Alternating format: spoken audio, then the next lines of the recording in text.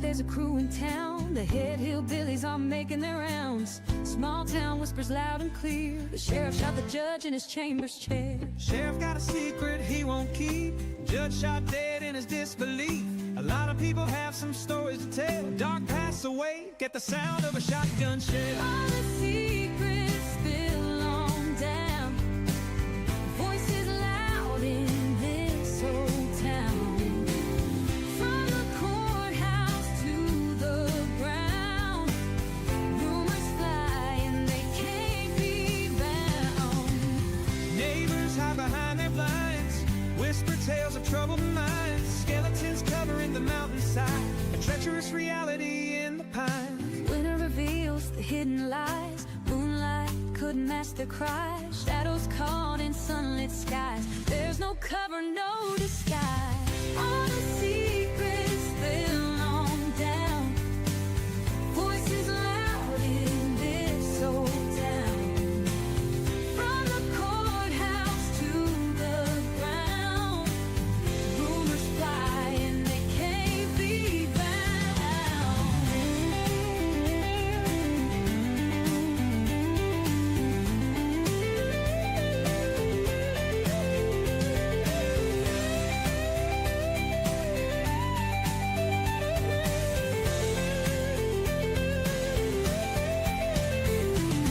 Winter reveals the hidden lie. Moonlight could mask their cries. Shadows caught in sunlit skies. There's no cover, no disguise. all the secrets spill on down. Voices loud in this old town. From the courthouse to the ground, rumors fly and they can't be bound.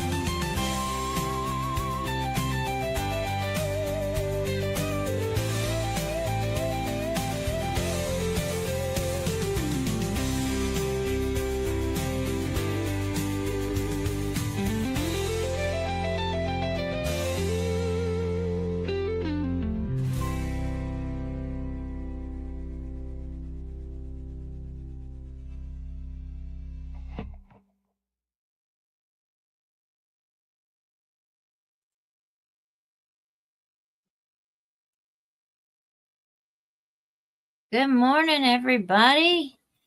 So sorry that we were not able to do yesterday's first day of Karen Reed trial. I've been listening to the opening statements this morning.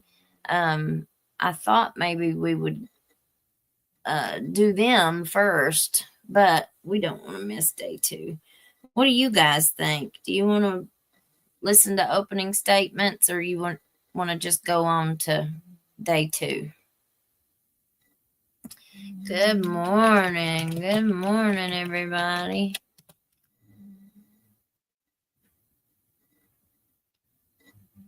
Let's see. It hasn't started yet. We're still looking at that fan. Good morning, Grandpa Dave. Bless you, honey. Bless you. Thank you for being here. We got all of our peeps this morning. B. Smith, Miss Marnie. Bless you, honey. Thank you for always being here and all that you guys do. That girl Tiffany. Morning, y'all. Mama Phillips 1. Good morning. Grandpa Dave. I love that big old beard. My oldest boy, he grew him a big old beard like that. And then he shaved it all off. Got to start over. Shelly, good morning. So while this is running, while we're waiting, more upset she got. I'm going to throw this The on. Commonwealth will intimate, as they already have in their opening statement, that these voicemails are evidence that the two were fighting. The actual evidence in this case, however, will show the exactly opposite. You'll hear that Karen was very agitated. You'll hear some voicemails where she's swearing. You'll hear voicemails where she calls them names. There's name calling.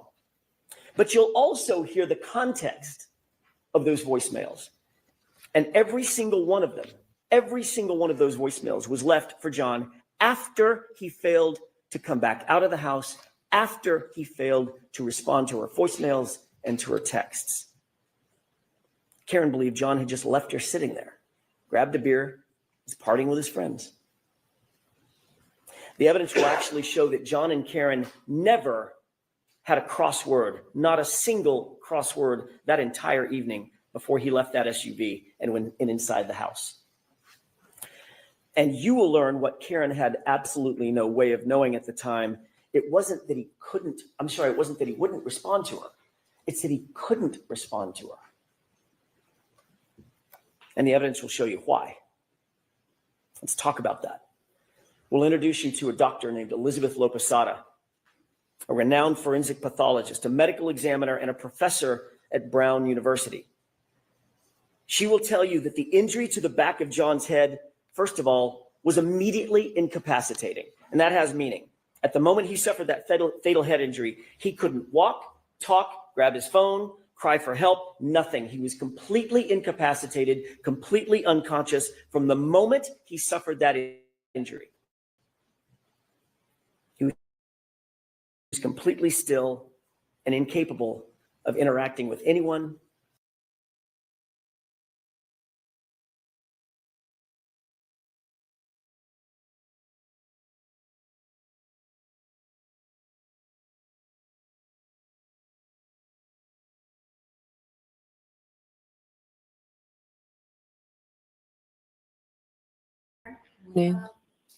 Last night we received 19 new exhibits.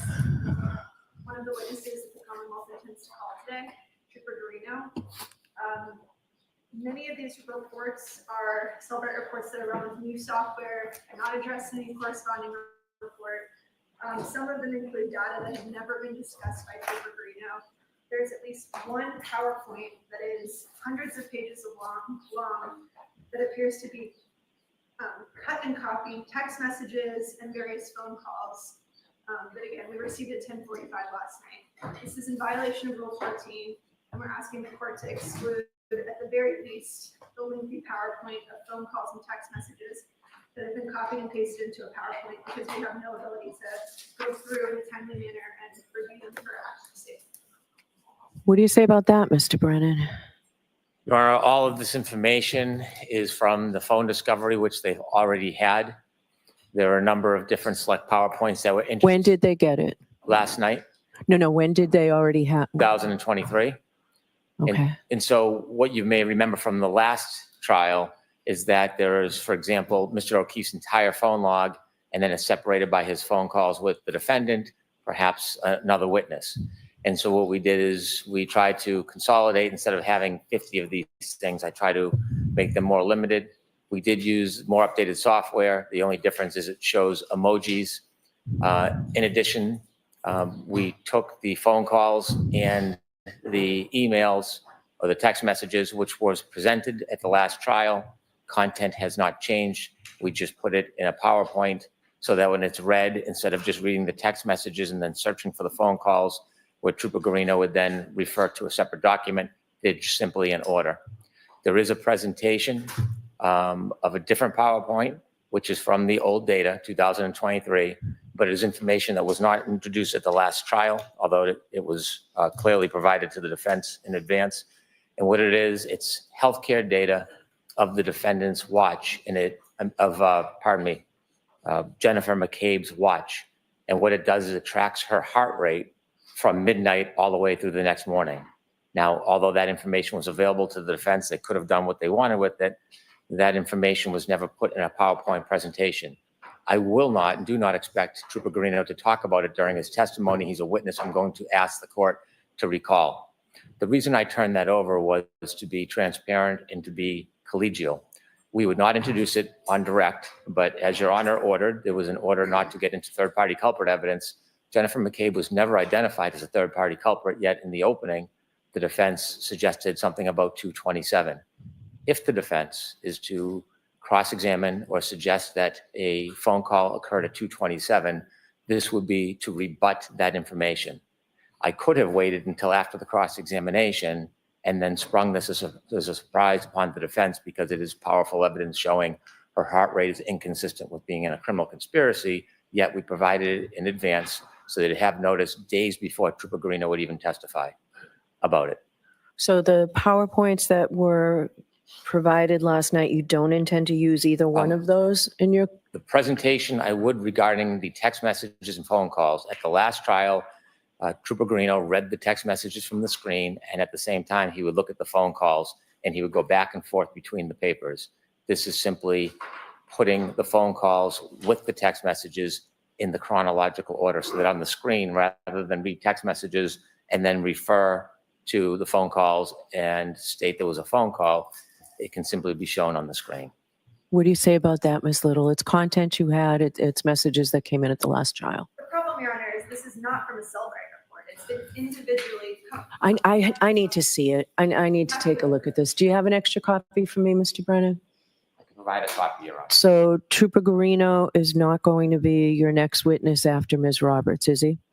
It's going to be Peggy O'Keefe, and then it would be Trooper Gorino. As I said, I can recall him, and I expect to because there's a number of other events. If it becomes an issue, I can call him to authenticate the phones that we'll need for our further witnesses, which is Ian Whiffen and Jessica Hyde, and then I can simply recall him. I don't need to read these to the jury today, but there's nothing new in it. There's nothing surprising, but I will make this as easy as possible for All everybody. right, I'd like to be able to take a look at this. I'd like the defense to take a look at it. You're right, Ms. Little, you're entitled to be able to spend some time looking at what the Commonwealth intends to put into evidence today. So, yeah, so I just took, I guess, Mr. Lally's copy. So if you can get me, Mr. Clerk, would you give this back to Mr. Lally? If you can get me another copy today, that would be great.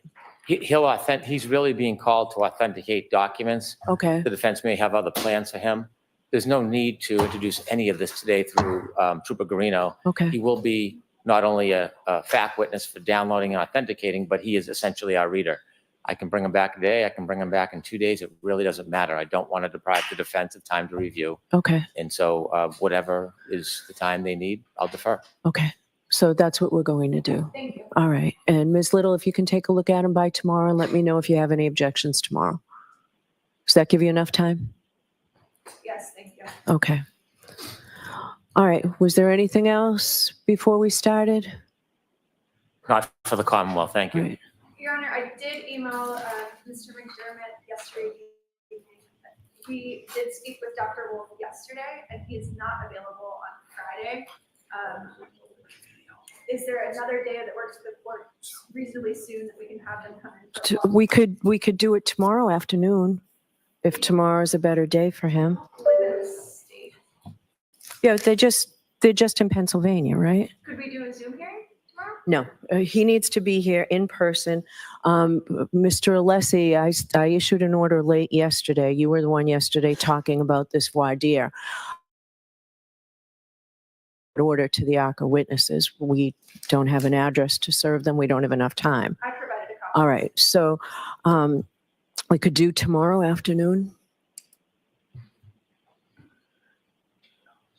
We have to make travel arrangements for them to get here.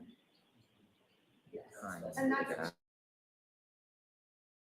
He has a conflict that begins on Thursday and goes until Friday. Is there a day next week that works for the court? Well, we could do Monday, but what I'm going to order is if it's continued all the way until Monday, the testing that he outlined that you were contemplating or were going to do, that has to be done by then. So we can do it Monday, but that testing has to be done by then. Okay, we will make every effort to make that happen. I don't have a status on some of the shipping components that they need for the testing. Okay. So I mean, we'll do the best for it. All right. So that'll be done by Monday. We'll do this Monday. I don't want to devote a whole day where, I mean, Friday was easy to devote a whole day because the jury thought they were only going to be here a half a day. Can we do this just in the afternoon? Your Honor, I am unclear as to what the subject matter of the voir dire is going to be. So I am indifferent to this voir dire. All right. I'm trying to help you out by having the witnesses here because I found a violation of your reciprocal discovery. So I don't know how long this is going to go. I would assume I'm giving you the opportunity to put them on and the Commonwealth an opportunity to cross-examine them. First, in terms of time, we can do it within a half a day. All right. Do you agree with that, Mr. Brennan? Regarding an afternoon voir dire of Archer on Monday, Yes. we'll defer to the court whenever is available. I mean, I'd like to keep the testimony going. I've already told the jurors that they have a half a day Friday. So Friday we'll be back to where we were at the half a day. Will we have a chance to be heard on rulings regarding Archer? Because I still have the same concern about new information. Yes. What do you mean? Before, when? Whenever it's convenient for the court, but I have concerns about these witnesses bringing in new opinions that we will not have an opportunity to consider. All right. Can we do that the day of the voir dire? Whenever it's good for the court. All right. So maybe we'll break with the jury at 12 on Monday. Now they're going to have 2 half days in a row, but we'll break. Will we still do the voir dire and I'll have witness testimony prepared for Friday? Yes. Your Honor, may I have one further follow-up question, please? Yes. Thank you. The reason I asked for, and I appreciate the opportunity for the voir dire, it's not lost on me. But what I'm trying to understand is I want to hit the target, whatever the target of the court So is. one of the big concerns I have is that 105 or more text messages were deleted. And you said in due course. I have no idea what you mean by in due course. It's a pending case. I need to figure out that at least. That's and there- very helpful. Okay. In Your Honor, the 30-day, if you may recall, the defense had this very same issue with a matter with District Attorney Morrissey. So you said, I'm unclear what deletions are, and we're happy to have testimony. The Archer witnesses can discuss it. They're to bring them if they still have them. Exactly. That is also very helpful. But this 30-day auto delete, a lot of attorneys do that. District Attorney Morrissey So did that. I need something in writing about that. That's not my understanding on how you keep records in a pending case. And remember, you still said out of the blue, months later, a bill came. This gives me pause about that, frankly. Okay. We're happy to So- discuss that as well, Your Honor. All right. All right. So, Get your clarification. all right. And there'll be more. I'm not limiting it to that, but those are my big concerns. Appreciate it. All right. Are we ready to start? Judge, I just have a, yeah. So let's figure that out. Do you want to, you know what? Let's see counsel at sidebar about schedule.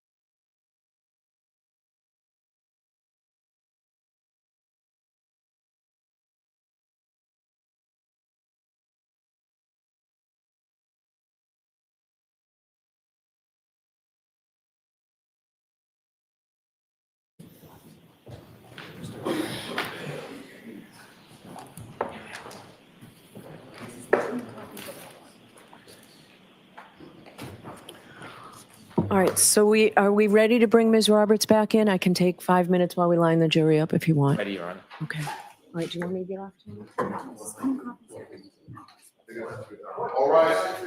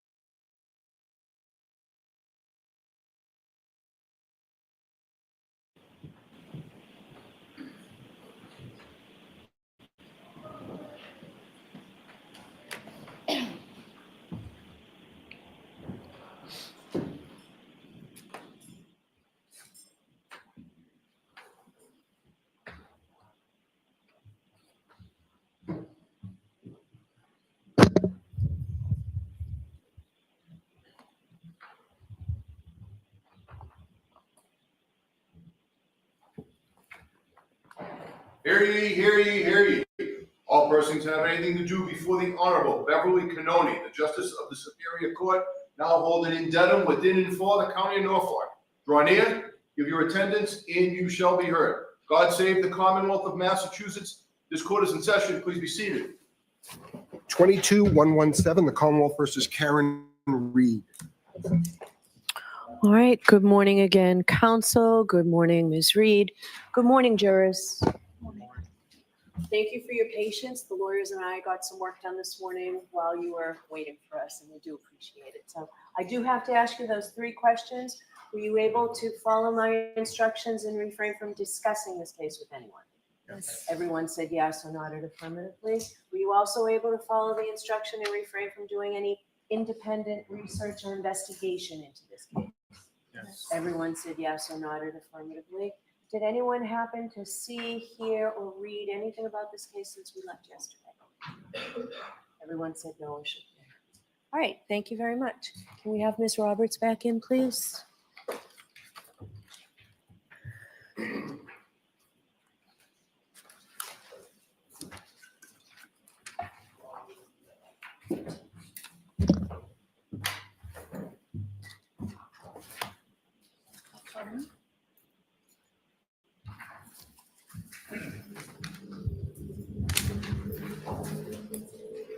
Mr. Roberts, I'll remind you, you're still under oath.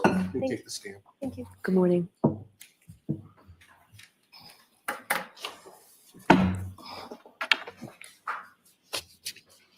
Whenever you're ready, Mr. Brennan. Thank you, Your Honor. Good morning, Mrs. Roberts. Good morning. Yesterday, you told us a little bit about when you went into John's home at Meadows to look for him. Yes, And I recall you said that you did not see him there. correct, At some point you left. correct. When you went into Meadows, who did you go into Meadows with? Karen and Jen McCabe. Have you ever seen any video from a ring camera depicting you and the defendant and Miss McCabe going into the home? Yes, I have. Your Honor, may I approach? Yes. Actually, I've moved to introduce a ring video. It has certification, and then a smaller clip that ring video. There's no objection. Did you say if there's no objection or there is no? If there's no objection. There's no objection. May I introduce Your Honor? Sure.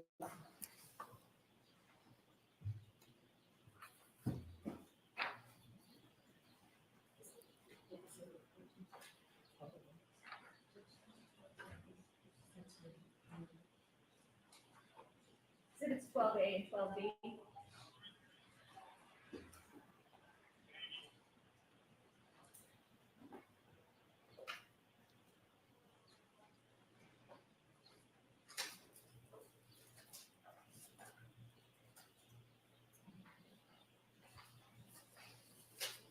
Thank you. And one final. That- It's a clip. 12C would be just fine. Thank you.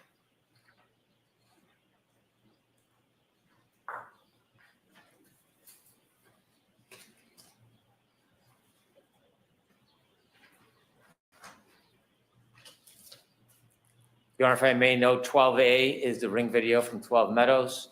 12B is the certification from Ring. And 12C is a clip of a piece, a portion of 12A. That's accurate. Yes, thank you. Thank you.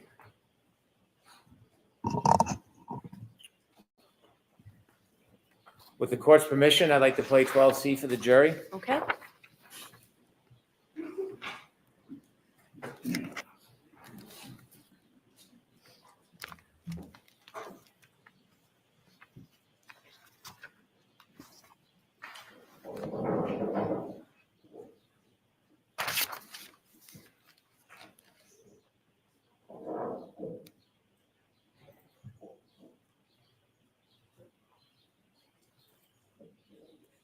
Thank you.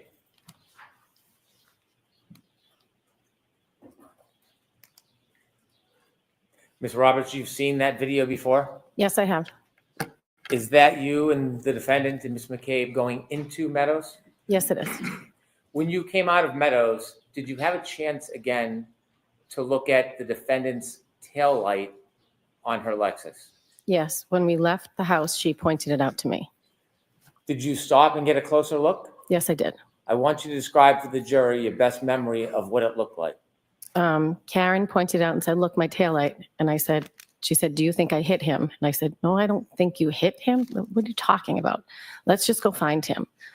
But the taillight itself, the piece was missing. And as you got closer, there's a metal sort of square, and one of the pieces was sort of sticking out.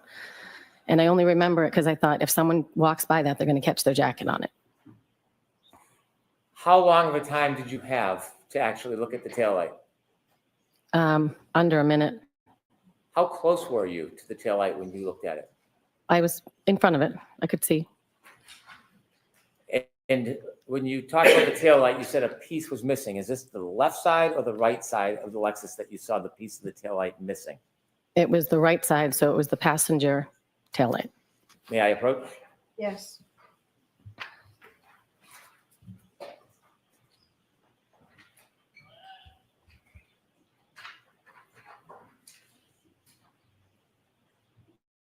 Should I remain, Your Honor? Sure. Thank you.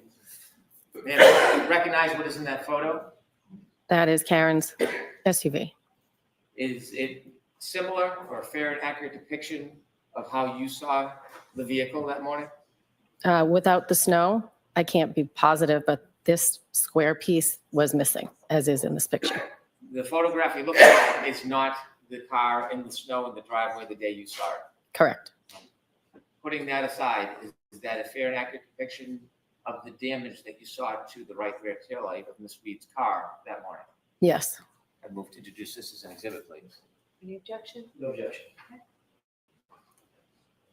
Exhibit 13. Thank you. With the court's permission, I'd like to publish Exhibit 13. Sure.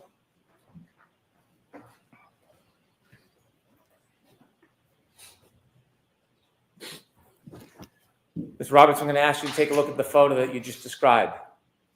Do you see the white area in that photograph? Yes. Is that where the taillight had missing part? Yes. And where was the metal in relation to that white part that you see? If you look at the white part, it's the upper left. It's sort of like a rectangle, but it's vertical, sort of. And that's the metal part that you were concerned about? Yes, one of the side, it's almost like an encasement, but the right side, I think it was the right side, was sticking out a little bit, like out from the car toward me. Did you express any concern about the metal sticking out? Yes, because I thought at that height, it could clip someone's coat or something if they were walking by. You mentioned the defendant asked you if you thought she hit somebody. Correct. How many times did she ask you that? She asked me that in the driveway. How many times? She said, do you think I hit him? Do you think I hit him? And my answer was, no, I don't think you hit him. I'm sure you hit something because your taillight's broken, but I don't think you hit him. Why would I think that? Did you have any reason to think at that point that she hit anybody? No. Did she ever repeat that phrase or question in the same or similar manner again that night? She did at the scene where we found John. Before or after you found John? After we found John. Okay, so we'll get to that then. Could we please take that picture down, Ms. Gilman? How far of a ride is it from Meadows to Fairview? I don't know, maybe 8 minutes. So when you left John's house at Meadows and you traveled to Fairview, you said you were driving. Yes. Was there any comments or conversation from the defendant on that ride? There was talk of Bella's mom, who lived near Jen's sister. There was talk, and I said, where is Fairview? And Jen said, it's off of Chapman, so it was near Spring Lane. And I knew of somebody previously that John had dated on Spring Lane, so I brought it up thinking, could he have gone there if he was walking home? I don't know. I didn't know where he was or why he was missing. Describe the mood in the car. Well, it was scary driving, and Karen was, frantic, and she was yelling. I don't even remember at this point what she was yelling, but she was yelling. She had an elevated voice. She would be in between us while I was driving, and she would sit back in the back seat and be in between us. Did you have any words with Miss Reed? I told her to shut up several times because I was trying to drive. I couldn't concentrate. I told her to sit back and buckle up because it was bad driving. I didn't want to get into an accident and her not have a seatbelt on. How often was the yelling on the way to Fairview? Oh, several times. It was like you couldn't control her. And I was trying to drive in a blizzard. You went down Spring Road before you get to Fairview? No, Spring Lane is before Fairview off of Chapman. And did anything remarkable happen on Spring Lane? I'm sorry? Anything remarkable happen on Spring Lane? No. More of the same? Yes. Now, you mentioned yesterday that when you got to Fairview, the defendant began kicking your door. Yes. When you looked out, you didn't see anything. I did not. And at some point, you ran over to where Miss Reed was. Yes. Tell us what your first observations are when you get close to the defendant. Well, it was the shape of a body, like the length of a body, shape of a body. She ran over and I said, oh my God. I jumped out of the car. I ran over and she was lifting up his shirt to try and warm him, I guess. So I went over to his head and I began to dig his head out of the snow. Can you take us back and describe for us what you're seeing? His body was completely covered, but his head was completely covered. So I started to dig around his face and his eyes, and his left eye was fine, but his right eye looked like it was huge, like he had something happen to it. And after that, I told Karen to get off him. We were going to start CPR. I had been certified at work through the American Red Cross, so I knew chest compressions were more important. So I started to do chest compressions, and I yelled to Jen and told her to call 911. Karen was trying to do mouth to mouth. I don't know if she knew what she was doing, but I knew chest compressions were more important, so I concentrated on that. I yelled for Jen. I carry blankets. I have 2 kids, so I carry blankets in the car. So I yelled to Jen to get the blankets. I don't know what I thought I was doing with blankets, but I wrapped them around his head, just thinking we're trying to warm him up. He was covered in snow. When you first ran over, you mentioned that his head was covered in snow. Was his head fully covered in snow? Yes. When you look down, could you see who it was at first? At first, no. I had to dig him out. When is it that you realized that this was your friend John?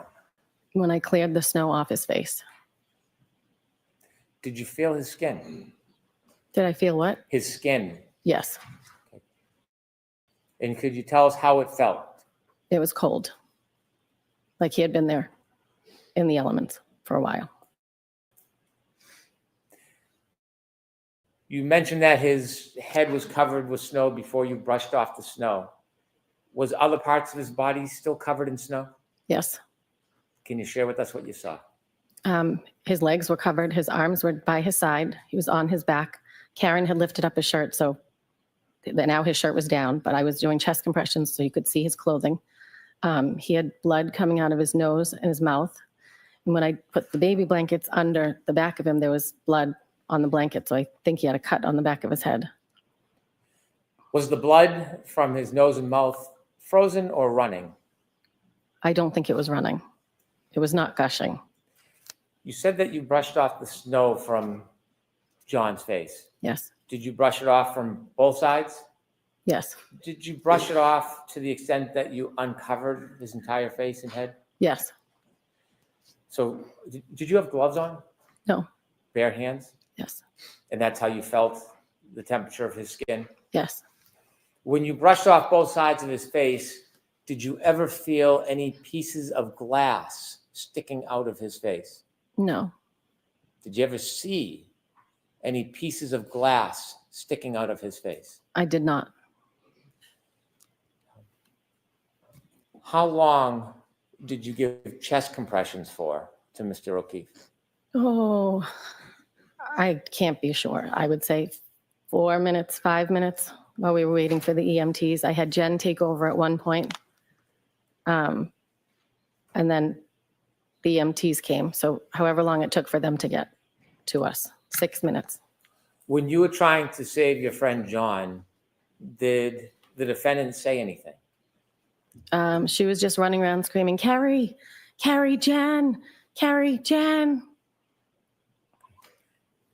Was anything said at that point about her taillight? About what? Her taillight. No, when the EMTs were around and they were working on the body, she was running around and saying, did I hit him? Did I hit him? Is he dead? Is he dead? When you were waiting for the police and EMTs, just briefly, what was the temperature like and the visibility like? The temperature was freezing because I remember at one point I couldn't feel my knees, which is why I had Jen take over. And the wind was still whipping and the snow was still coming down. At some point, did help arrive? Yes, they did. And when help arrived, what did you do? I stood back and watched them work on him. Did you see first responders trying to give first aid to Mr. O'Keefe? Yes. How long were you outside for that morning? At that point? Well, the entire morning. Oh, maybe a half hour. When the first responders were trying to save John, what else were you doing? I was calling my husband. I called my mother. When they put him in the back of the ambulance, I then made a call to Mrs. O'Keefe. I think I called Mr. O'Keefe first, but he didn't answer. So I called Mrs. O'Keefe and told her John had been in an accident. And she screamed, I can't do this again.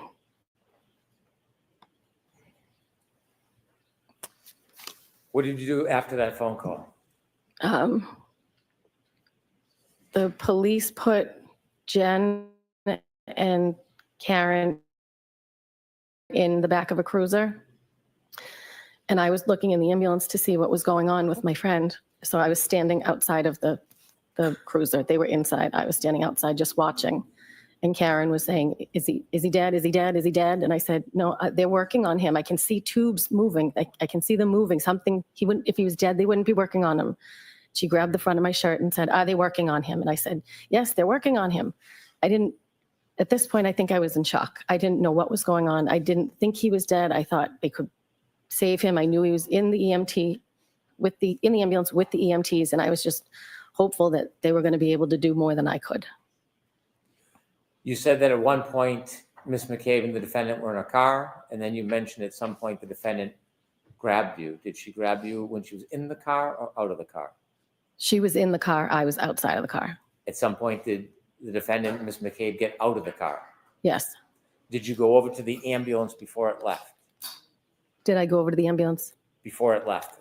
No. Did you watch? Yes. At some point, did you see the defendant get out of the car, the police cruiser? No, I didn't see them get out, but they were out at one point. They were what? They were out of the vehicle, but I didn't watch them get out. I was watching the ambulance. At some point, you saw them out? Yes. And did they watch, or were they near you when you were watching the ambulance? Did what? Were they near you when you were watching the ambulance? I don't know. No. I wasn't concentrating on either one of them. I was concentrating on my friend in the ambulance.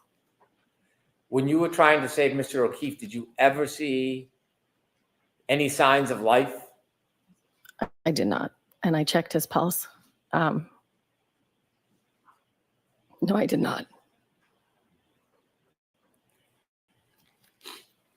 After the ambulance took John to the hospital, tell us what you do next.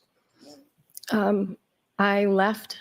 I told Mrs. O'Keefe, I said, I'm going to come get you. She said, well, I'm going to have Braintree Police take me to the hospital, which was in Brockton. And I said, they're not going to take you to Brockton. I will come get you because neither of their cars had four-wheel drive. So I asked if I could leave, and they said, give me your number and we'll follow up with you. And I took Karen with me. We drove down the street. At some point, she was on the phone with Erin O'Keefe, John's sister-in-law, and Karen was saying, I think he's dead. I think he's dead. I grabbed the phone and I said, I don't think he's dead. He's in an ambulance. He's been in an accident. At this point, I didn't know what was going to happen. At some point in the car, as we're driving, she was on the phone with her mother. And I think when we were driving, we got all the way to the elementary school. And Karen said to me, if anything happens to John, I'm going to kill myself. You're going to have to take care of the kids. And I said, nobody's dying. Nobody's killing themselves. Let's not think about that. And then one of the officers called me and said, do you have Karen Reed with you? And I said, yes. And he said, could you please turn around and bring her back? Her parents are saying that she's suicidal, so we're going to take her to the hospital and section her. I said, okay. I didn't get far, so I turned around, went back. At some point, she was on the phone with her mother, and I got on the phone with her mother and said, I'm going to be heading to the hospital. Let me give you my phone number. It's the same hospital John's at. I'm assuming they're going to the same. That's where Canton takes everybody. And her mother said, please make sure that they don't let her have her bag. There are things in her bag, medicine I don't want her to have. So I said, okay, I will.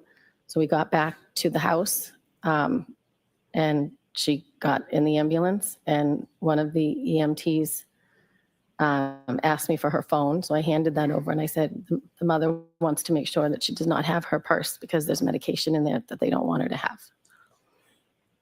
Did you see the defendant leave with medical personnel? Yes, I did. Before we move forward, I want to step back for just a moment. Did you see when the medical personnel, the first responders, lifted John from the ground and then put him on a bed? Yes. Shortly after they moved John from the ground and brought him to the bed to bring him to the ambulance, did you go back to where John lay when you first saw him? Yes, I did. Why did you go back to the spot where John was lying when you first saw him? When they lifted him up, there was grass underneath him, and I could see his phone. So I went over and picked up the phone and the 2 baby blankets that were left on the ground. So let me ask you, when you went back to where John was lying on the ground, you said you saw grass. There was not snow under him? No, there was not. Was there many inches of snow around that area? Yes. But none where he was lying under him? You said you picked up a couple of items. Yes. Could you repeat that again, what you picked up? I picked up John's phone and 2 blankets, the blankets that I had Jen get out of the car. What did you do with John's phone when you picked it up from the ground? I put it in my pocket and gave it to a first responder when they came over, or I handed it off to a first responder. And the blankets you picked up, were they in the ground area or on snow as well? They were, I don't remember. Okay. How long after you put the phone in your pocket, do you remember when you gave it to a first responder, how long you had it for? I don't remember. Do you remember the time that you picked up the phone? I do not. Have you seen video of that event? Yes. Does that video have times when you went over and picked up that phone? Yes, but I don't remember. Somewhere around 6:12, 6:19. And you don't know how long you kept it in your pocket before until you gave it to a first responder? I do not. At some point, did you get in your car during that morning before you left and drove from the scene? Yes. Do you know if John's phone was still in your pocket when you first got into your car? I don't know. Was your car heated that morning? Did you keep Yes. it running? Yes. And was the heat I on think it? I kept it running the whole time. I don't even think I shut it off. I see. I want to now step forward to where you left us when you said that you had spoken to John's mother, Peggy. And did you decide what you were going to do next? After I dropped Karen back off at 34 Fairview to get in the ambulance, I then made my way to Braintree. Barely. I was on the highway. I was the only one on the highway. I spun out a couple times. Can you describe what you mean by spun out? Well, the driving was, no one else was on the road. The driving was horrible. So I spun out almost at the Braintree exit to get to their house.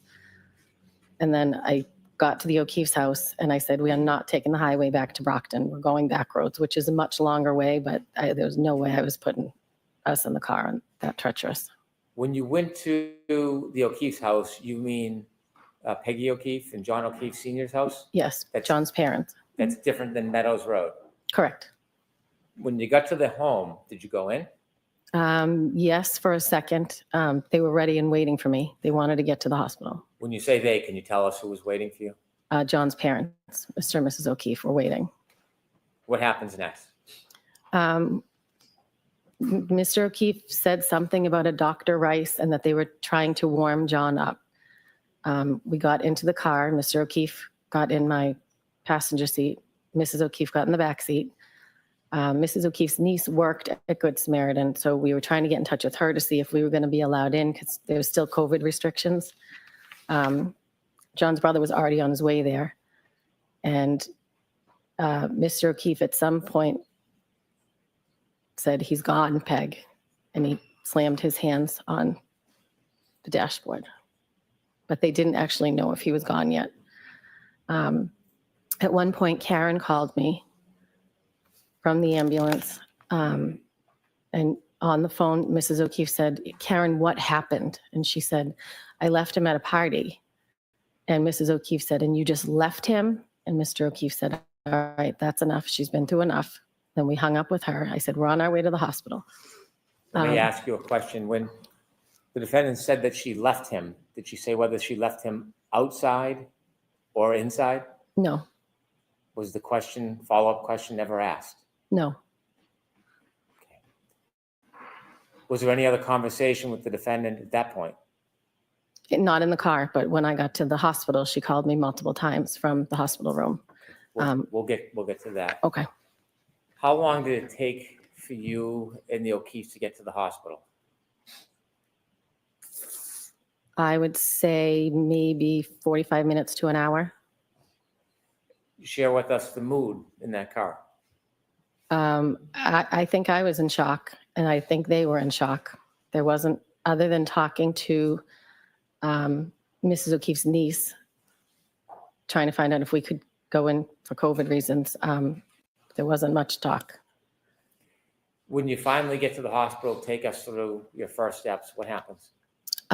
We finally get to the hospital. We walked in. Paul, John's brother, was there. We went over to him, and then Susanna, Mrs. O'Keefe's niece, came out from her office and offered to take me to the bathroom to wash up because I had blood all over my hands. So I went into the bathroom, and I asked her afterwards if she could take me to the chapel so I could say a prayer. So she did. She took me to the chapel, and then when I came out, she took me into her office and explained to me that Dr. Rice was going to come talk to the family and take him into an office and talk to the family, and then the family would be able to go see John. Did you get a chance to see John? I did. Would you be willing to tell us a little bit about what you saw? Objection. I waited in the waiting area. I spoke to my mom. Phone calls were coming in because people had heard what happened. And Mrs. O'Keefe, the family went in to see Dr. Rice. I watched them go in. I watched them walk down a hallway. And then when they came back out, Mrs. O'Keefe told me he was gone. Objection. Strike that statement. Without telling us what anybody said to you, please just share with us what you saw. I went into the hospital room, and John was in a neck brace. At this point, there was a trail of blood going toward the gurney or the bed that he was on. This time, both eyes were filled with blood. They looked like raccoons. That's the only way to describe it. I thought he was going to look better seeing him in the hospital because he had been worked on, but he was not. There was much more blood. Were there any other ways that John looked different in the hospital than when you first brushed the snow off his face in the front of Fairview? When I brushed the snow off his face, his left eye was fine. It had an ice cube on it that I pulled off, but the right eye was out to here, like a golf ball. When I got to the hospital, both eyes were swollen with, it looked like blood. They looked purple. Your Honor, may I approach? Yes. May I quickly approach sidebar? Okay.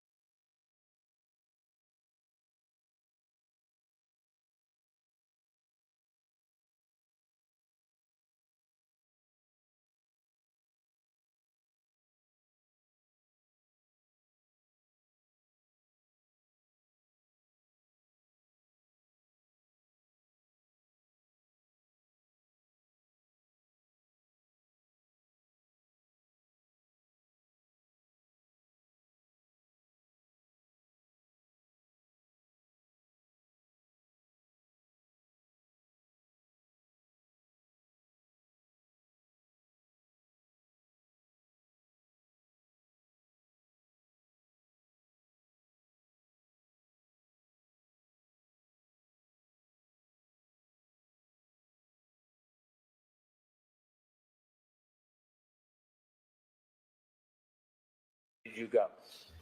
Where did I go? Yes. I went to go to see the family the next day. And where were they?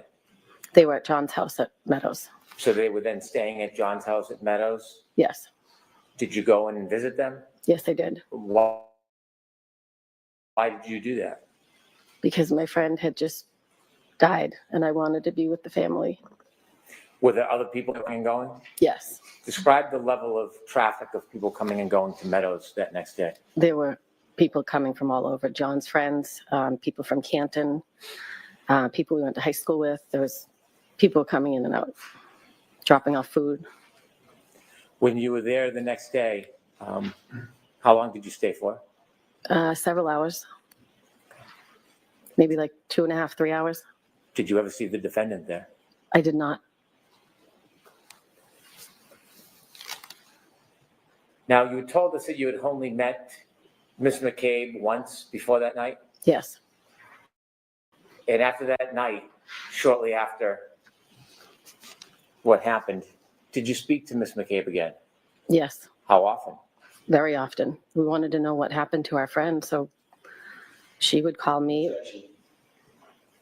I'm going to allow that. Not what you say.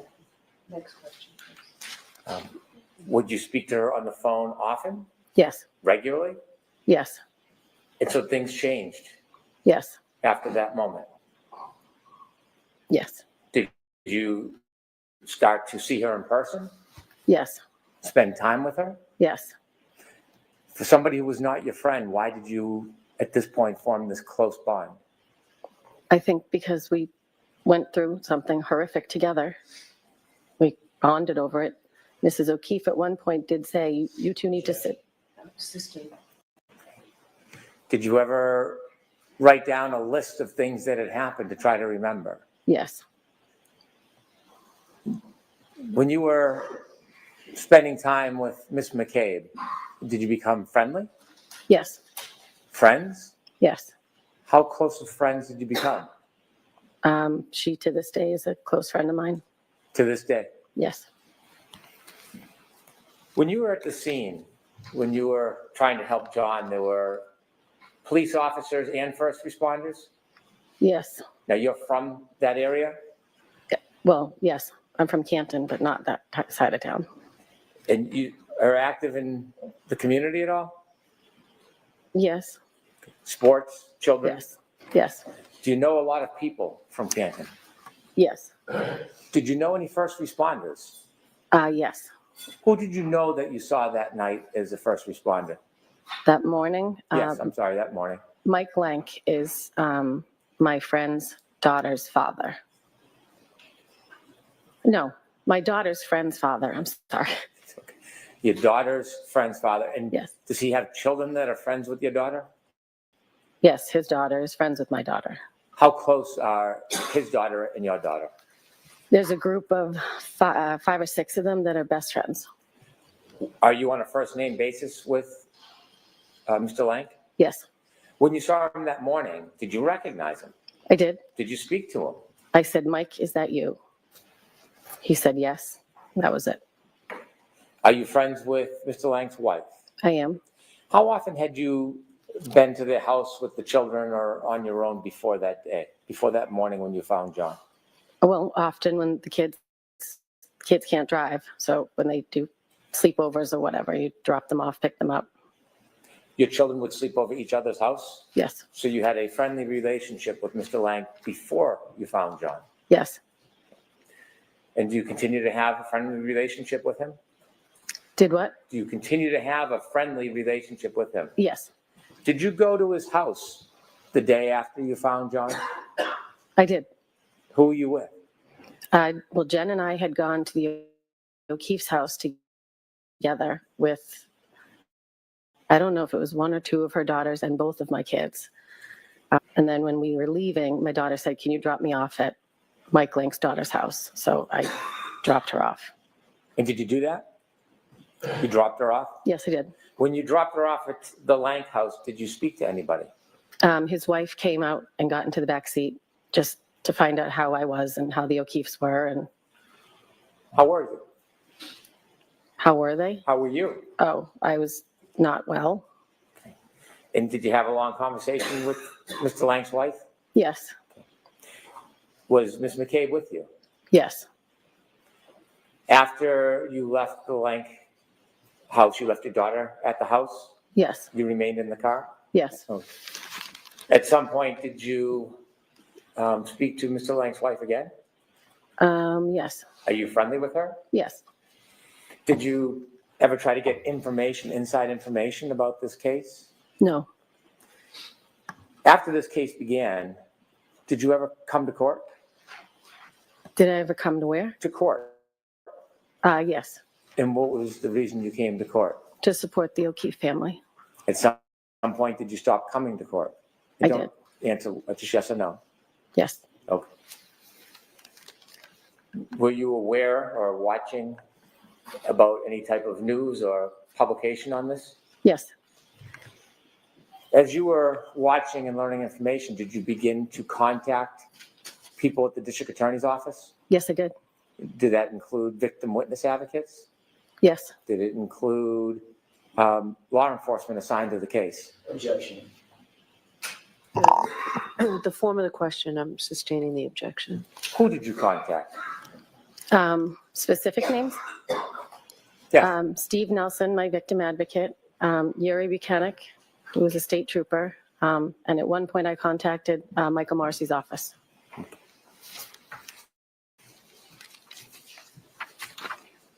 Do you remember at any time being interviewed by police officers or state police about this case?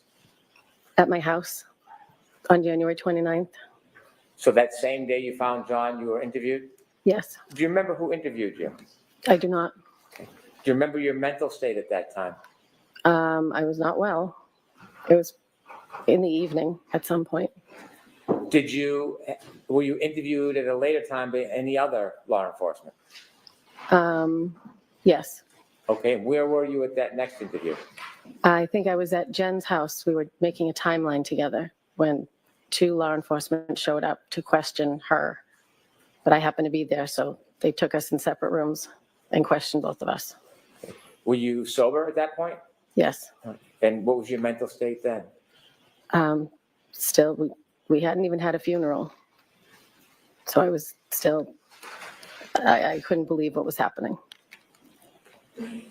And after John's passing, did you still continue to help out with the children? Yes.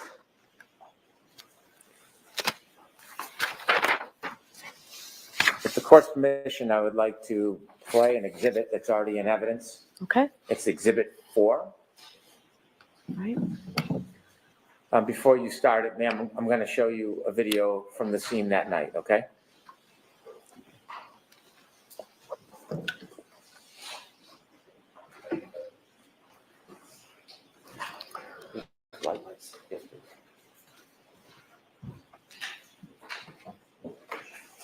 Ms. Gilman, is this sound? Thank you. Could we start at 6:09:50, please?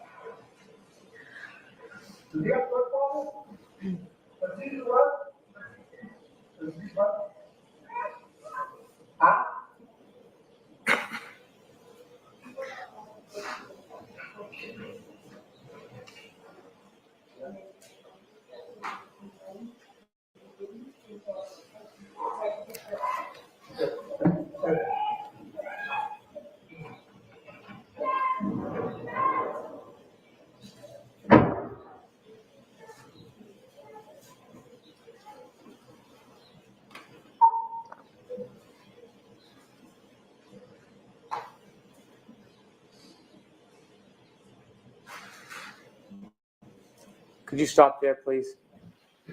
Ms. Roberts, do you see yourself in that video? Yes, And where were you in that video? I'm over near the flagpole. What were you doing in that video before you stood up? I think I was picking up the phone and the blankets at that point. You see the first responders getting there? Yes. Okay. Continue, please.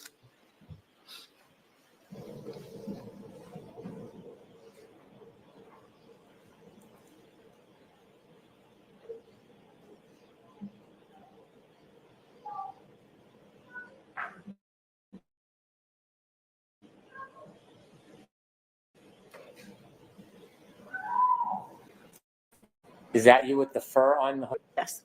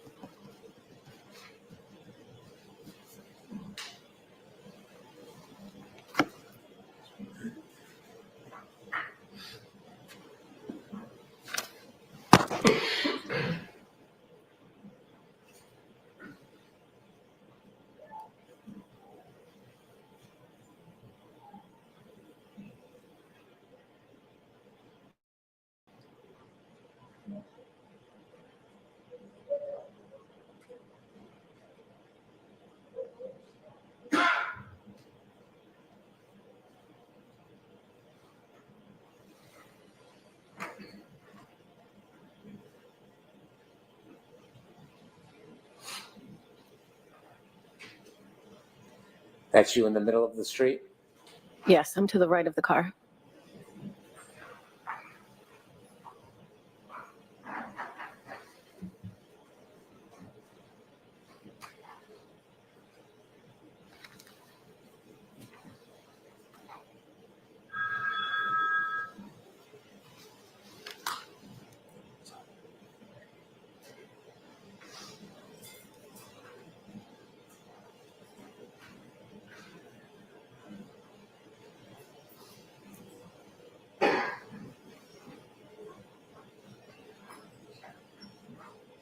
Could you stop for one moment, please? Ma'am, you see the other two people in the middle of the screen right now? Do you know who they are? That's Karen and Jen McCabe. Do you see the proximity or the closeness between them? Yes. You are not close to Jen McCabe in this video. No, Is there a reason why? I didn't really know her. And Karen was running around like you saw. I didn't want to be near her. I just found my friend. Okay. Could you continue, please, to 6:15? You can let it run, please.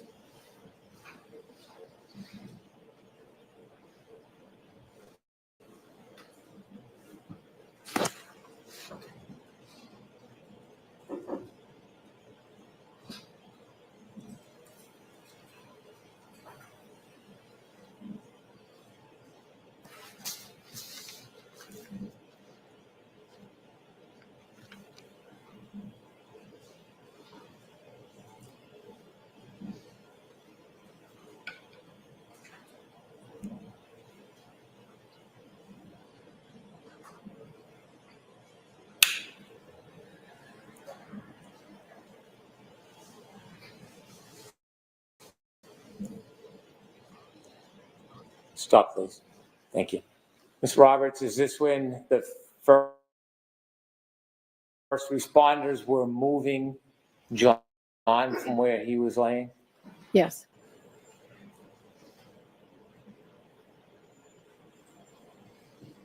Could you continue to watch the area near the flagpole, please?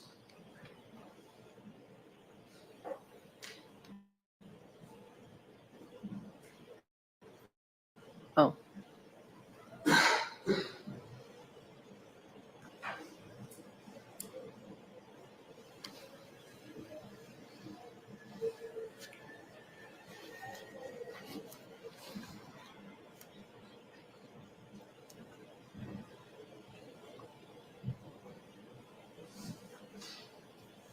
Stop, please.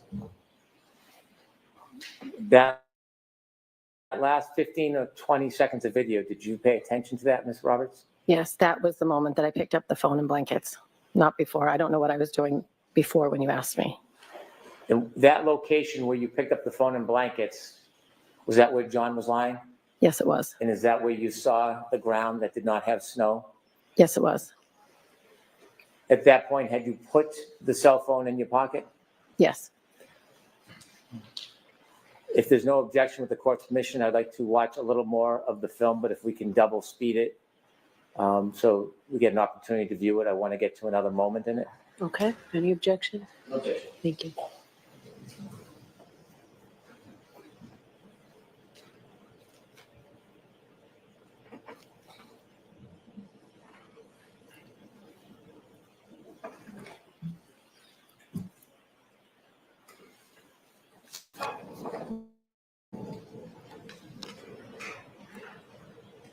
Around 16, 17 would be fine, Ms. Gilman.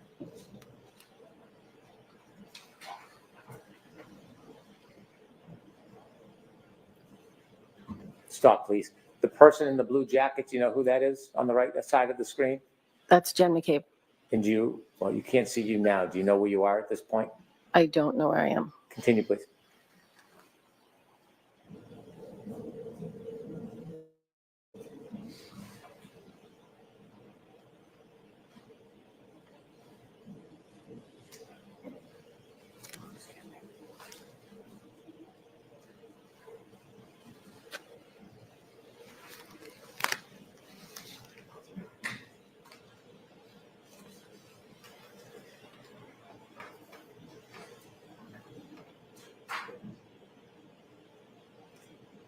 What are you doing, Ms. Roberts? Cleaning off my car.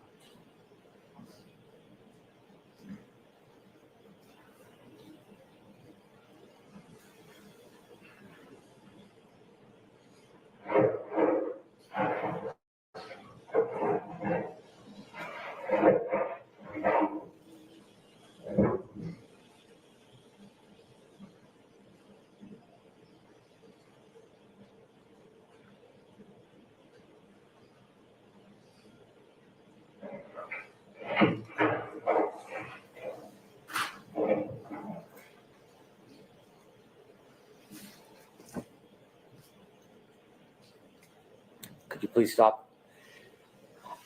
Did you mention at some point you went back and the defendant, Ms. McCabe, were in a car? They were in a police car at some point. Did you do anything with them when they were in that car? At one point, Karen asked us to say a prayer, to pray, so we said a prayer. Is it before or after this moment on the video? Do you know? I don't know. Okay. If you could continue, please.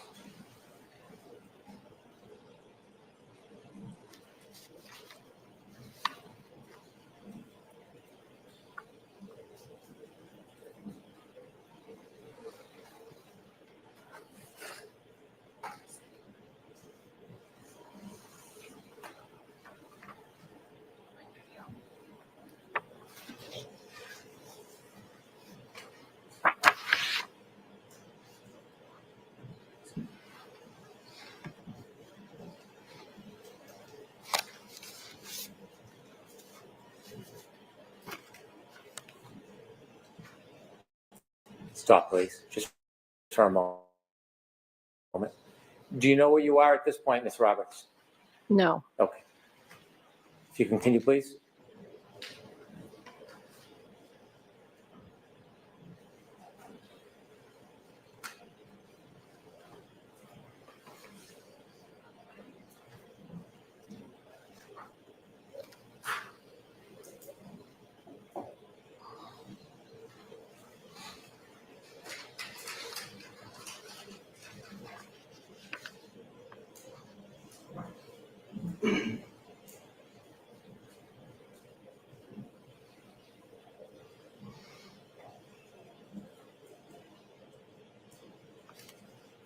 Was that you walking by, Ms. Roberts? Yes, it was. I'll note the time is 6:21:22. Do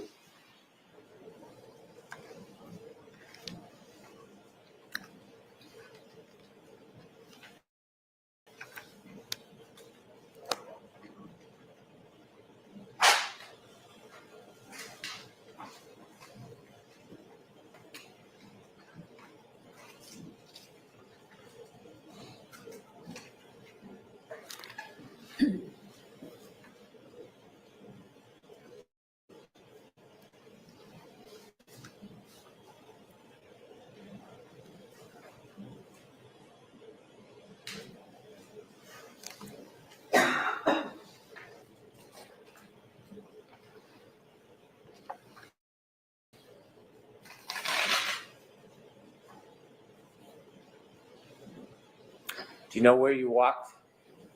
No, Are I do you not. behind this car, this dash cam view? Say that again? Are you behind view of the dash cam? I think it looks like I went over to the right of the vehicle. Okay.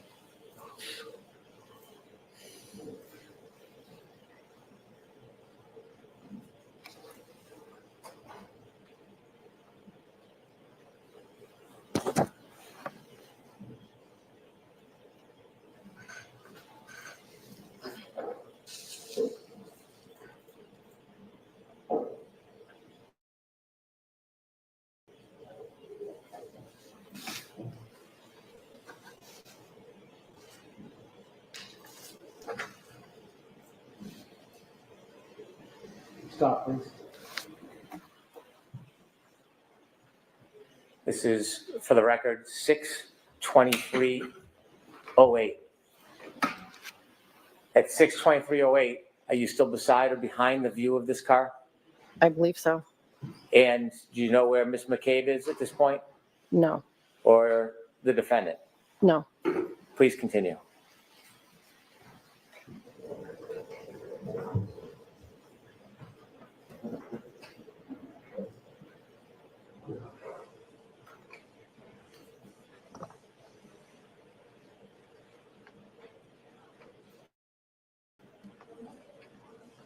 Ms. Gilman, when it reaches 6:24:18, if you would stop again.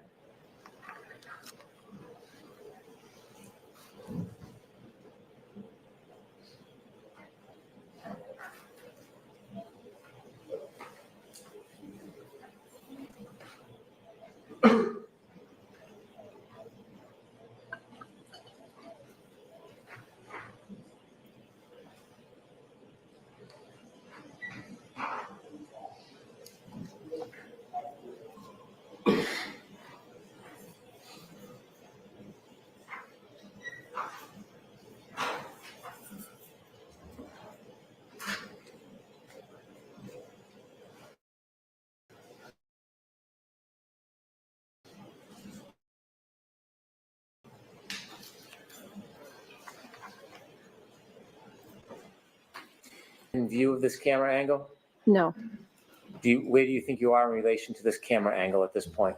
I'm still either to the right or behind the dash camera. And do you see the defendant or Ms. McCabe in this view? No, And this is at 6:24:18. Could you continue to 6:26:25, Ms. Gilman?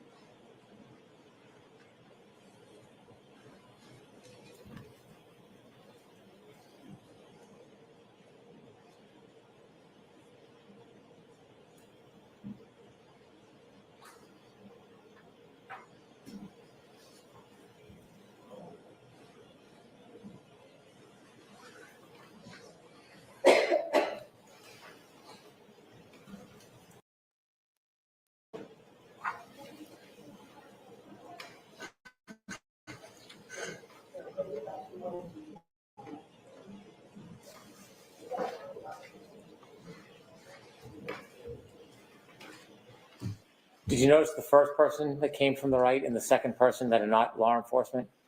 That was myself, and I think that's Jen McCabe. 62625. Continue, please.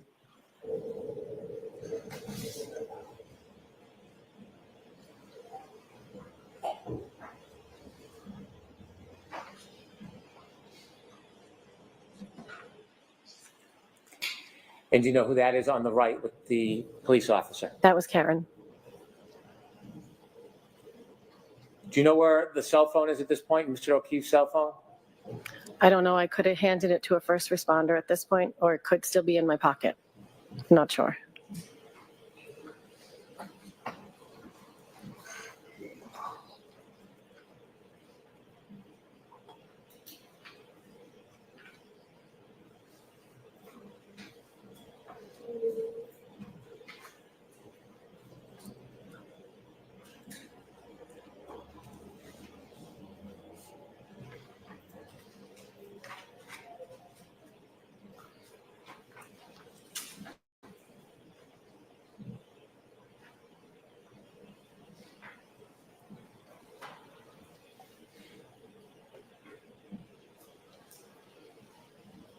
Ms. Gilman, if you could next stop at 63448.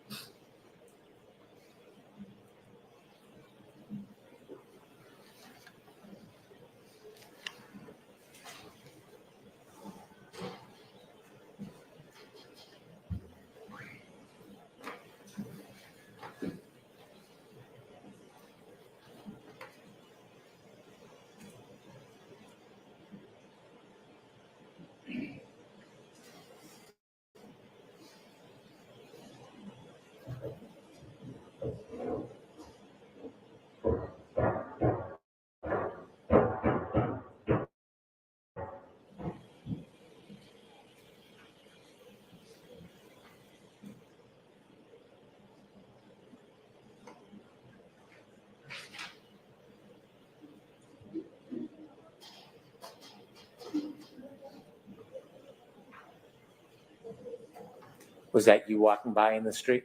Yes.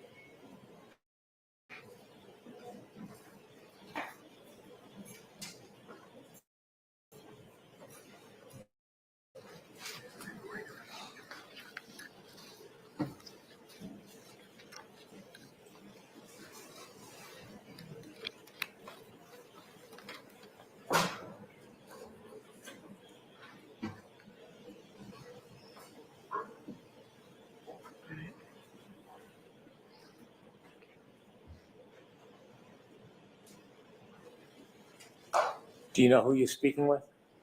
I don't know.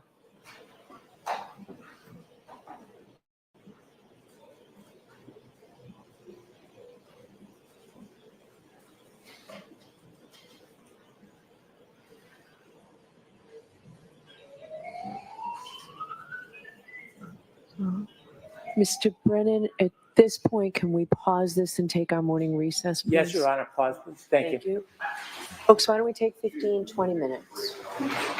Court, all right, please. Jurors, close your notebooks, leave them on the chairs, and follow me. You are muted.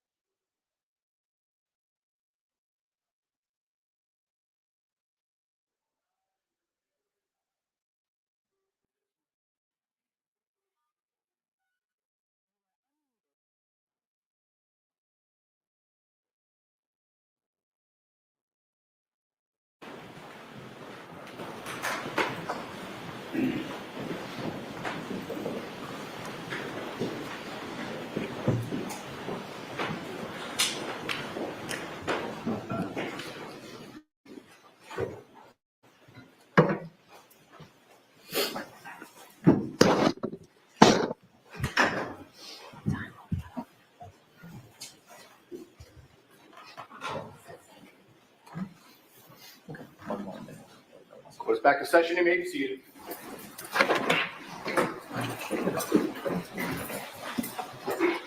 Yes. Thank you.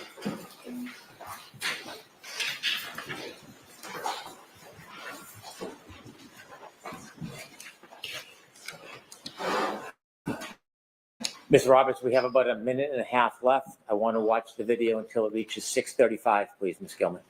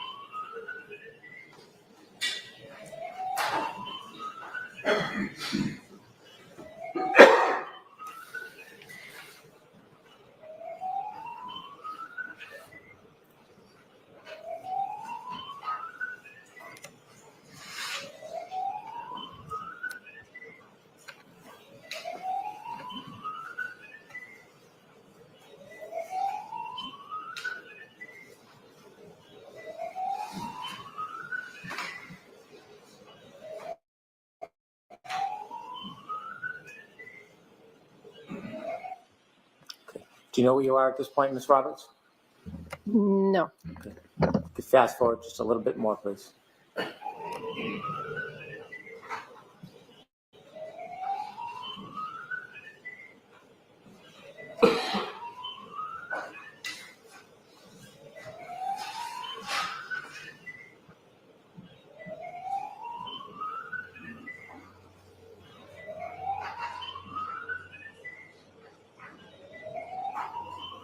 Were you in the car?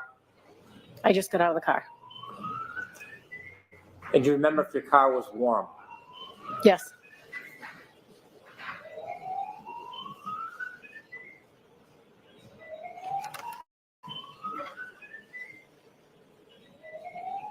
Stop, please. 6:34:36. Do you see yourself? Yes, I just got in the driver's side of my car. And at that point, do you remember whether you still had John's cell phone or you had given it to a first responder? I don't remember. Between you having it in your pocket and giving it to a first responder, did you put it or place it anywhere else?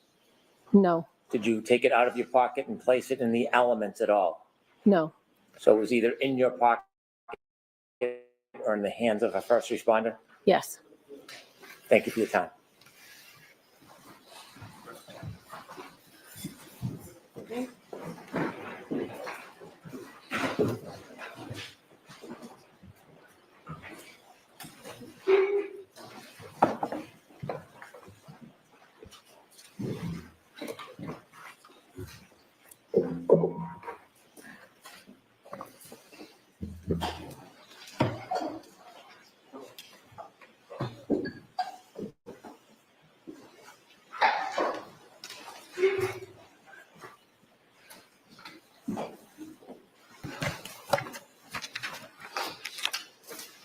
Your Honor, may I? Thank you. Good morning, Ms. Roberts. How are you? Good morning. Under questioning by Mr. Brennan, you talked about the number of times or a number of times that you have spoken to the DA's office or some member of the DA's office. I'd like to ask you a couple of questions about that. Sure. How many times in total do you think you've spoken to a representative of the district attorney's office? I don't have a number. Would you say it's more than a dozen? Yes. Would you say it's more than 50? Maybe around there, Okay. maybe less. And who are the folks, Ms. Roberts, that you have spoken to at the DA's office? Steve Nelson, Okay. the victim advocate, Yuri Buchanan, who's a state police officer, and the DA, Michael Morrissey. And what was the, I want to take those in order, and two of those are at the DA's office. One of those is not. Yuri Buchanan is not at the DA's office. He's actually a Massachusetts state police officer. Is that right? Yes. Okay. Let's take those in order. How many times would you say you've spoken to Mr. Nelson? Just if you can give me a thumbnail. I don't know, maybe 30, 40. Okay. Have you received what you would consider to be updates on the progress of the case? from Mr. I would ask questions and he would give me very broad answers. Okay.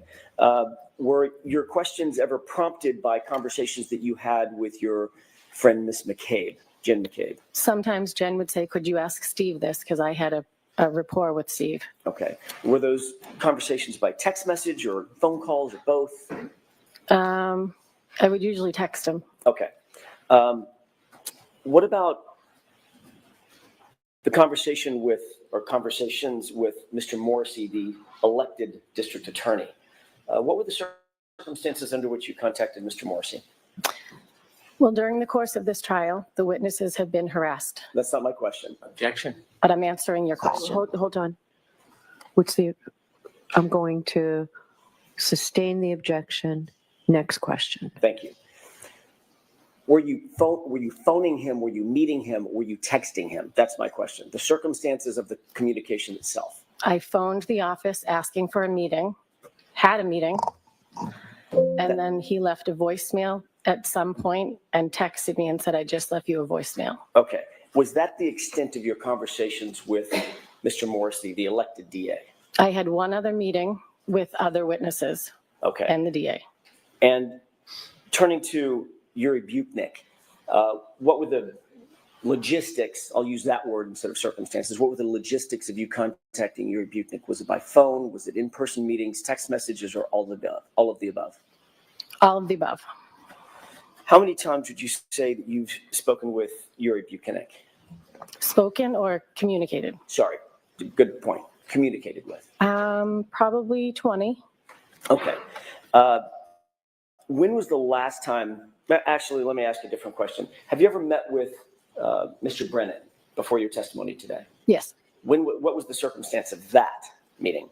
Going over my testimony from the last trial. Okay. And sort of just asking questions on what might come this time. Would I be cross-examined? I wasn't last time. Just sort of, all the things went through my testimony. Okay. When was that meeting? I don't know, in the last couple of weeks. I don't know. Okay. Where was the meeting? At the DA's office. Who else was there? Different times that I would meet with him, Steve Nelson would be there. One time, Brian Tully was there. Mr. Brennan's assistant. I'm sorry. Mr. Brennan's assistant. Okay. I don't know.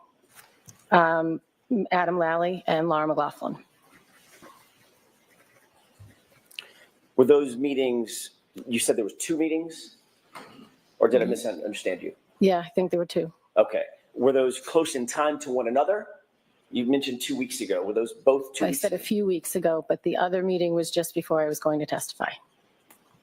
Meaning, what, yesterday, the day before? Last week. Was that also at the DA's office? Yes, it was. Were you shown anything at that meeting? Was I shown anything? Videos, testimony, transcripts, No, reports? no, Nothing? I don't think so. Okay. We went over my testimony on the screen. And then I just talked about my testimony from the last time. Okay. When you say you went over your testimony on screen, what do you mean? We watched my testimony from the first trial on a TV screen. Okay. So you were shown something. You were shown a video of your prior testimony. Yes. So I'd like to see counsel at sidebar for just a minute, please. You are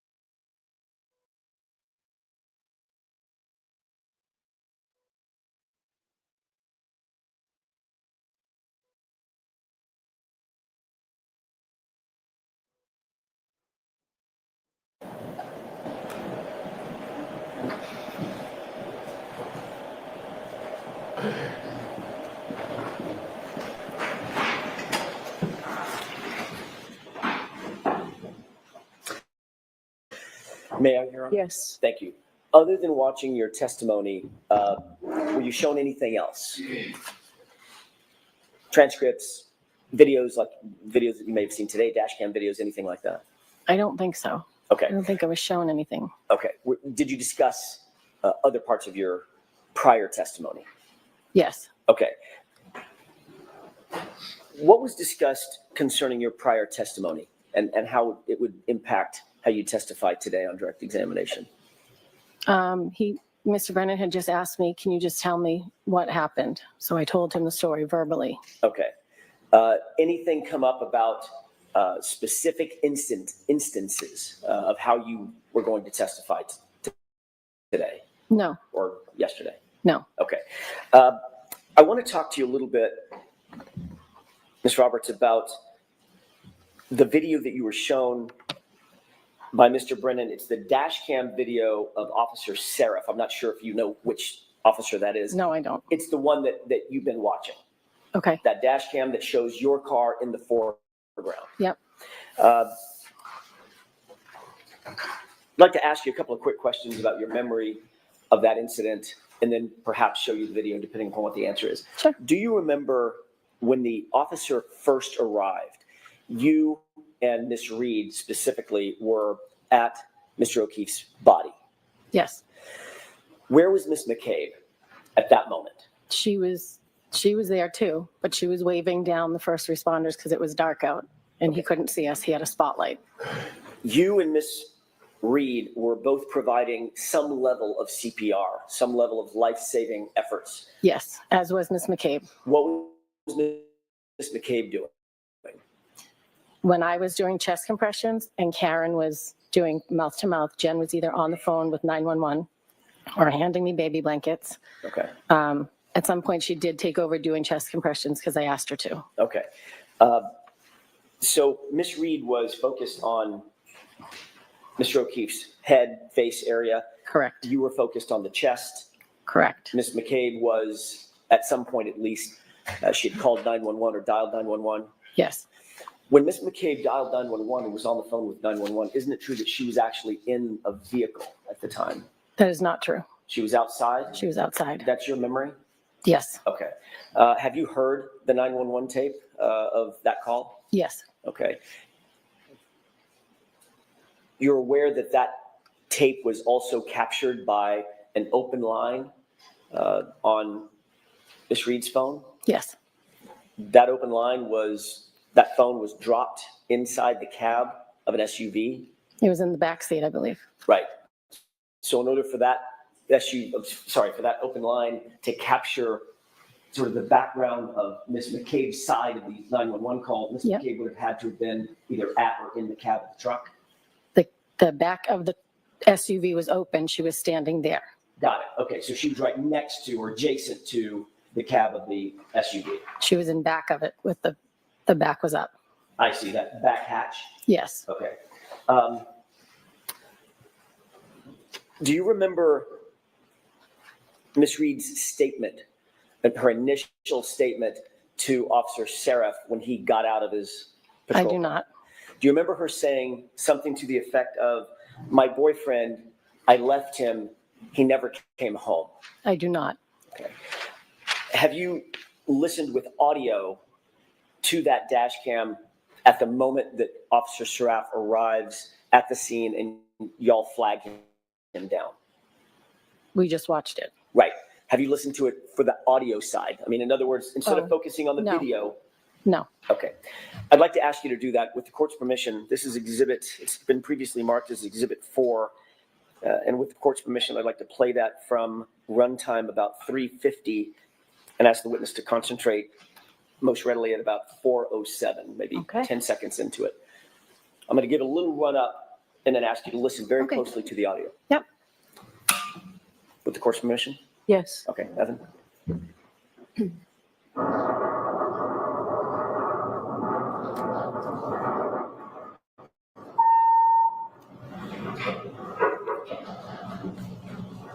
Stop.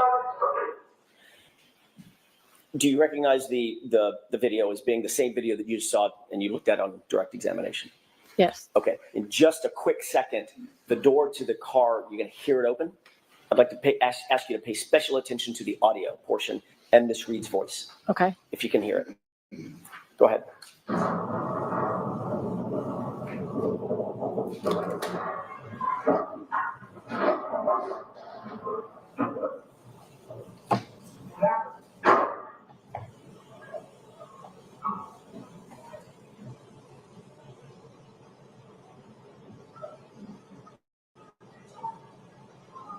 Stop. Did you hear that last statement? No, Did you hear a woman's voice kind of faint in the background? I heard a voice, but I didn't make out what she was saying. Okay. Did it sound like she said, my boyfriend, I dropped him off and he never came home? Objection. Could you hear that, Ms. Roberts? No. Okay. Next question. That's all I have for the video. We can take that down.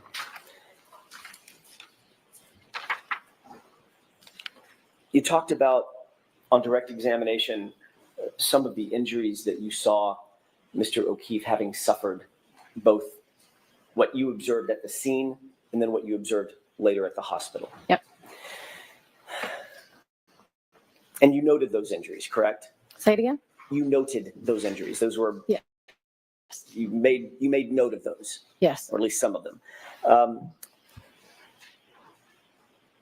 You said you saw a hematoma of some sort over his right eye. Is that right? Correct. And there was some significant swelling to his right eye Correct. at the scene. Correct. Did you also notice a laceration just above his right eye, just under the eyebrow?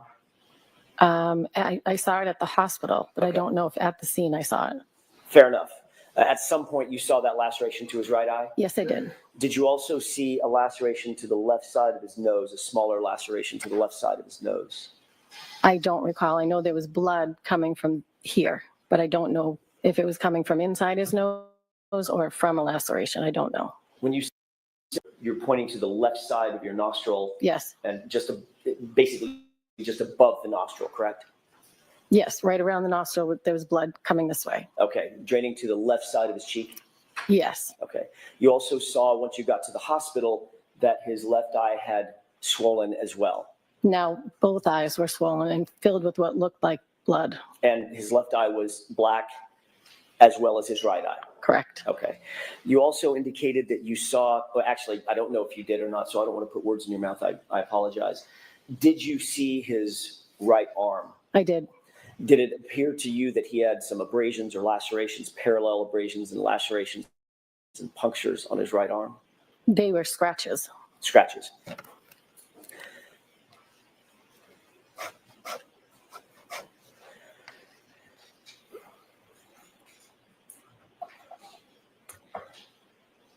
Ms. Roberts, you've previously testified that when you arrived, let me take you back instead of jumping right into it.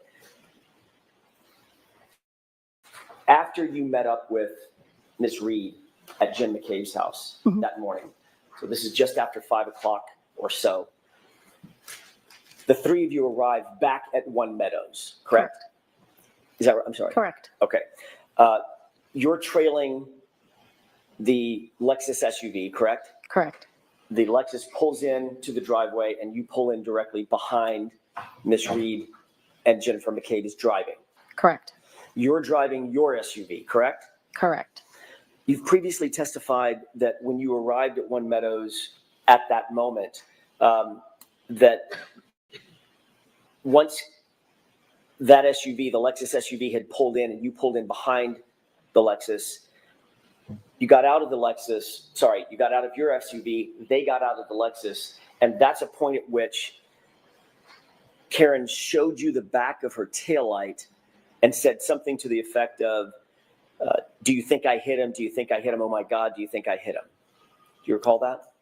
I recall saying I didn't know if it was when we were coming or going, but she did point out the taillight. Okay. When you previously testified under oath, your quote was, quote, Karen pulls in and I pull in behind her. Mr. Jackson. page and line numbers when Yes. offering statements? Sure. It's the SGJ, the grand jury, page 58, lines 14 through 19 for court and counsel. Thank you. Did you testify, quote, Karen pulls in and I pull in behind her, period. When we get out, and Karen is now showing us the back of the car saying, my taillight, do you think I hit him? Do you think I hit him? Oh my God, do you guys think I hit him? Question mark. End quote. Is that how you testified? May I see it? Sure.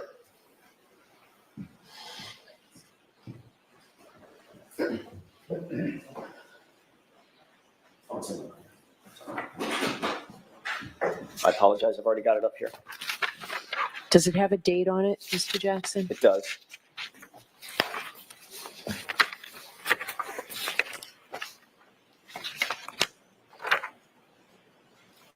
(4/26/22). May I approach? Yes. Thank you, sir. Thank you.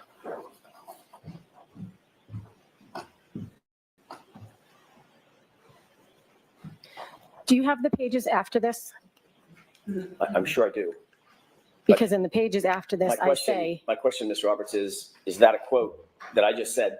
Is that accurate? Do you see it in the? yes, it is. Okay. May I approach? Yes.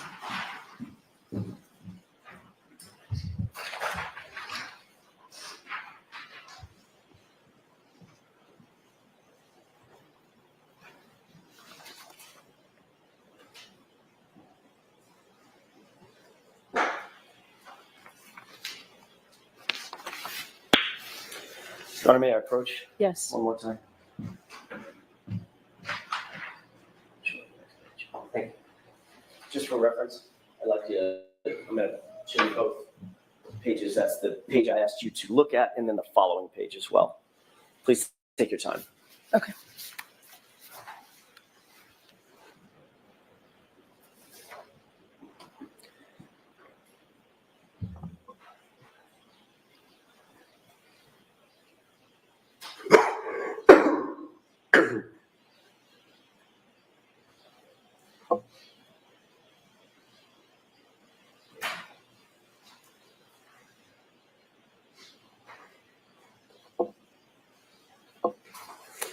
May What I? I'm looking for is still not here, because I did say I wasn't sure if it was Yes. before or after. Ms. Roberts, you do have to wait for a question.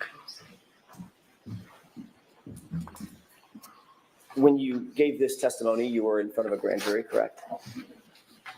I'm not sure which one that is. Do you remember testifying in front of a grand jury on April 26th, 2022? Yes, Okay, about 2 years ago. yes, Sorry, 3 years ago. You were under oath at the time. Is that right? yes, Things were fresher in your mind at that time than they are now, 3.5 years later, I'm guessing, correct? yes, Okay. You were asked the question to describe the circumstance when you arrived at One Meadows. Is that right? yes, And the answer that you gave was, quote, we pulled into it's a driveway. There's 2 cars and then 2 cars, then a single. So John's car is there. Karen pulls in and I pull in behind her. When we get out, and Karen is now showing us the back of the back of the car saying, my taillight, do you think I hit him? Do you think I hit him? Oh my God, do you guys think I hit him? That was your testimony at the time, correct? yes.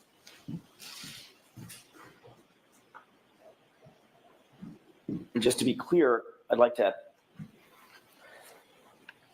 take a look at a quick video that you may or may not have seen before. We'll find out.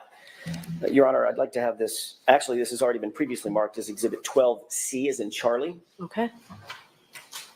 and it's a short clip. So I'll play the entire clip with the court's permission. Okay. Let's go ahead and take a look at that video.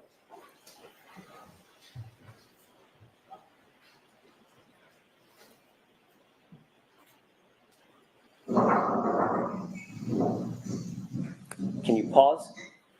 Do you recognize what's depicted in the video? Yeah, that's when we arrived at John's house. Okay. And who's the person with the plaid red pants? That is Jen. And who's the person that's just rounding the back of the car in front? That is Karen. What is the car in front? That's Karen's SUV. That's the Lexus SUV. Yes, it is. Behind that Lexus SUV, Ms. Roberts, is there another car? That's my car. And who's getting out of that car? I am. Okay. And this is the point that you were describing in your, at least in the grand jury testimony at that time. Yes. This is the time that you're describing. That I thought it was when we walked in. This is the time that you were describing, right? When you arrive at the scene. Yes. Or, sorry, arrive at One Meadows. Yes. Okay. Let's go ahead and play this through.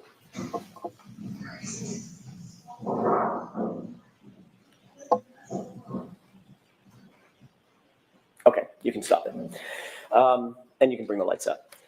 You saw the interaction between all three of you and the vehicles, correct? Yeah. At any point, did anybody stop and take a look at the taillight or the rear end of the car? Not when we were entering the house like I thought, but when we came out. Okay. And there's no video of that? I'm sorry? There's no video of that? No, I don't believe so. Right. So the video that does exist describes nearly exactly the time that you testified that y'all stopped at the back of the taillight and Karen said, look, my taillight's broken. Oh my God, do you think I hit him? Correct. Okay. And that obviously was incorrect. It was incorrect. So your memory was faulty about that incident, that part of that incident, at least. It happened on the way out of the house. So your memory was faulty about that part of the incident that you testified to at the grand jury. Yes. Okay.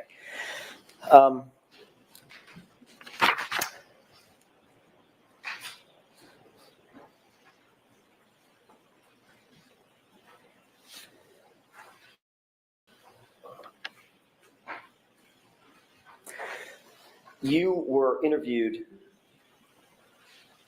on January 29th. You've already testified to that, correct? By Yes. Troopers Dunn and my memory's failing me now. There were two. I don't know who they were. Okay. I'm sure it's in my notes somewhere. Two individuals that interviewed you on January 29th, correct? Yes. Obviously, things were very, very fresh in your mind at that point. Yes, but I believe I was in shock. So, The incident had just happened. yes. Okay. And you were asked to recount certain of the specifics about the incident that you had just experienced, not days or weeks, but just hours before, correct? Yes. Okay. And you did your best, I'm sure, Ms. Roberts, to be as full-throated as possible, to provide them with as much detailed information as you could, and to be as honest. We're going to lie to these police officers, right? No. In your very first conversation with those two troopers on January 29th, you didn't mention anything about a taillight or a cracked taillight, or No, even I did having not. seen a cracked taillight, did you? No, I did not. Okay. I You didn't then- want to accuse anybody of anything. You were then interviewed on February 1st, 2022, a few days later, correct? I don't know. Does that I sound don't know the right? exact date. I was interviewed again, but I don't know the exact date. Okay. During your interview, let me withdraw that and ask a different question. On February 1st, or whatever day it was, the subsequent time that you were interviewed just a few days later, you did then for the first time describe the taillight that you saw, correct? I don't know. Would it refresh your recollection if you looked at a report? Yes, please.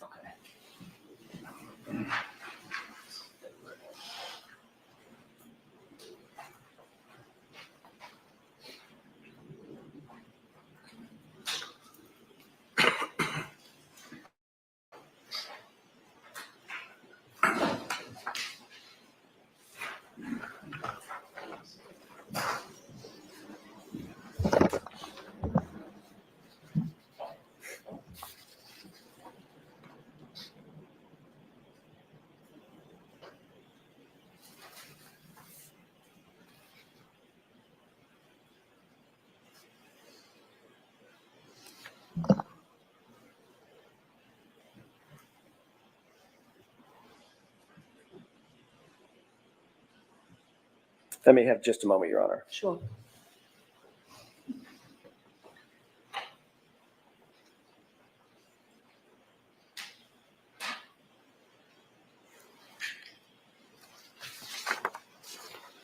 May I approach?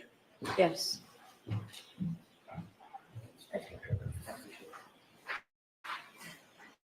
handing you a 2-page report, Ms. Roberts. I put a little dot on the second page just to direct your attention to the discussion related to the taillight. If you want to take a look at that.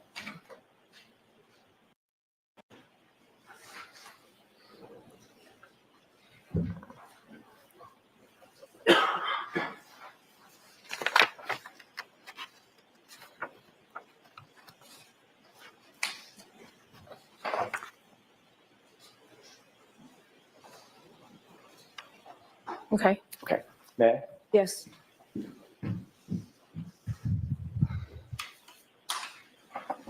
Does that refresh your recollection that you were interviewed on February 1st, 2022 by a trooper by the name of Connor Keefe and a trooper by the name of Kathleen Prince? Yes. Did Connor Keefe write that report? I'm sorry? Did Connor Keefe write that report? Trooper Kathleen Prince wrote the report. Okay. Does that matter? No? Nope. Okay. Does that refresh your recollection that you did discuss the taillight at that time? Yes. And did you tell Trooper Prince and Trooper Keefe that you noticed the back right taillight in the middle, quote, in the middle, your words, was broken and a piece of the metal encasement was pushed forward? Yes. Okay. You didn't say that the taillight was completely shattered, correct? Correct. You didn't say that the entire lens was missing, correct? Correct. You said it was broken in the middle. Is that Yes. right? And then you described today that a square piece was missing. Yes. That's the piece I was referring to in the middle. Just in the middle of the taillight, though. That was how you described it. Yes. Okay.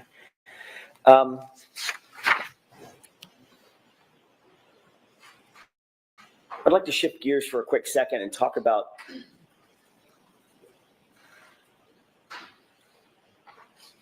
a March 7th, 2023 text message with victim witness advocate Steve Nelson. Do you remember communicating? You don't have to know the exact date, but if you do, fine. Do you remember communicating in March of 2023 with victim witness advocate Steve Nelson about the Ring camera at One Meadows?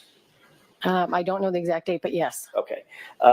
Is it true that you contacted him to inform him that the O'Keefes needed to replace or wanted to replace the driveway Ring camera, that same Ring camera that we just literally saw through that perspective Yes. of you arriving? Yes. Did Mr. Nelson indicate that he believed that would be fine to replace that Ring camera if the O'Keefes wished to do that? I don't remember if he said it would be fine, but at some point they were told they could replace it. It had broken. It wasn't working. Did he indicate that he would check with DDA Adam Lally and then get back to you? I don't know. At some point, you were informed that the O'Keefes had the green light or the go-ahead camera at One Meadows. Is that right?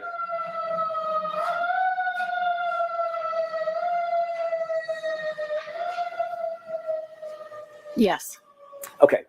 And then ultimately, you then relayed that to the O'Keefes that they had the green light. You've talked to somebody at the DA's office, and they said, yeah, go ahead and replace the camera, correct? Yes. Okay. Did you ever receive any kind of response from the DA's office, either before or after you relayed this information to the O'Keefes, to say, wait, hold on, we need to do a reconstruction. We need to make sure that the camera is in the exact same spot that it was at the time of the incident? No. Any communication like that? No. So the communication that you got was, yep, go ahead and replace it. It's no big deal. Correct. Okay. And ultimately, you learned that the O'Keefes did, in fact, replace that Ring camera. Correct.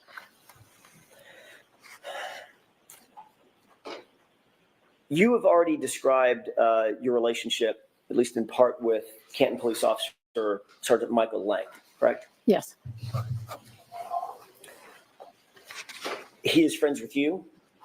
His daughter is friends with my daughter. You're friendly with the family? Yes. Okay. And you're aware that he's also friends with the Albert family? No. Well, no. Were you aware that Michael Lank grew up with Chris Albert? I was not. Have you ever been in a social setting with both the Lanks and the Alberts? No.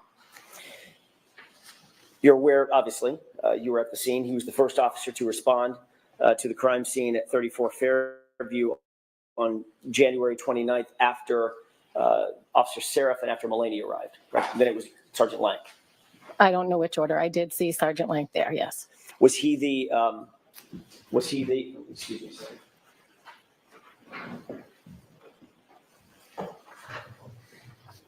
Oh, I was just reminded, you indicated that you don't remember the date of that text communication between yourself and Mr. Nelson. No, I don't remember the date. Would it refresh your recollection if you looked at a text message between the two of you about the subject of the Ring camera? Sure. Okay. Do I need to know the date? May I approach? I need to know the date. Oh, okay. Sorry.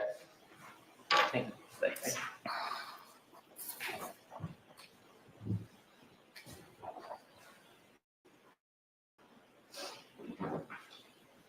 Is it March 7th, 2023? Does that refresh your recollection? Yeah. Thank you, Ellen.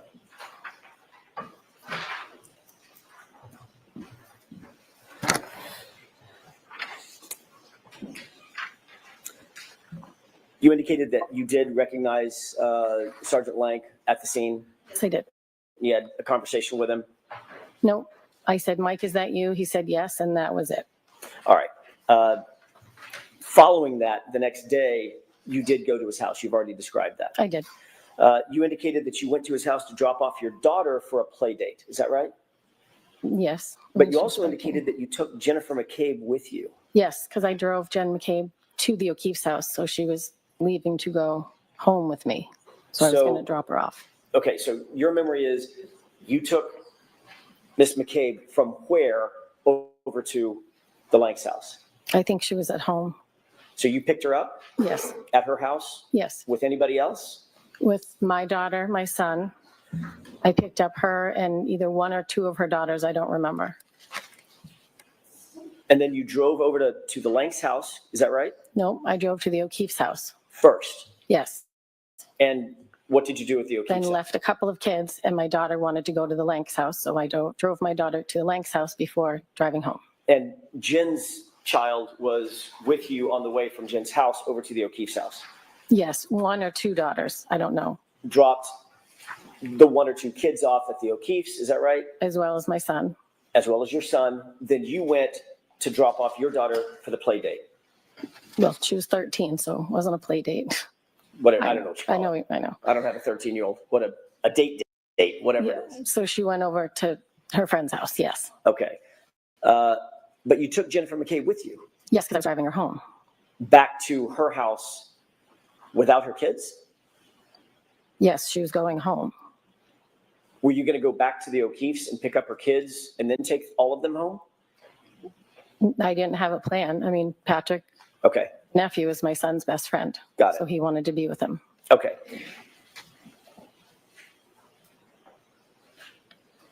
Did you, I think you just answered this, but I want to make sure I'm clear about it. You didn't take separate cars. You all went in the same car. Is that right? Correct. Okay.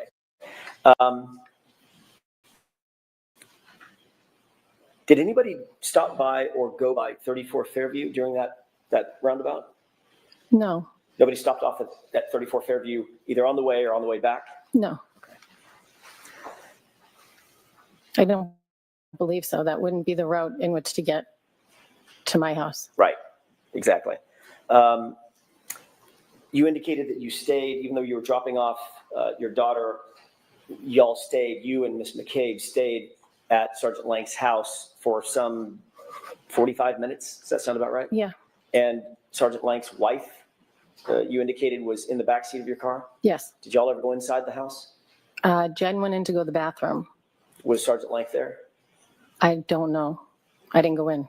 You didn't have any communications with Sergeant Lank? I'm sorry? You didn't have any communications with Sergeant Lank himself, Mike Lank, on that trip? No, I did not. But you don't know whether or not Jen did? I don't know whether or not Jen did. She went in the house to go to the bathroom. Okay.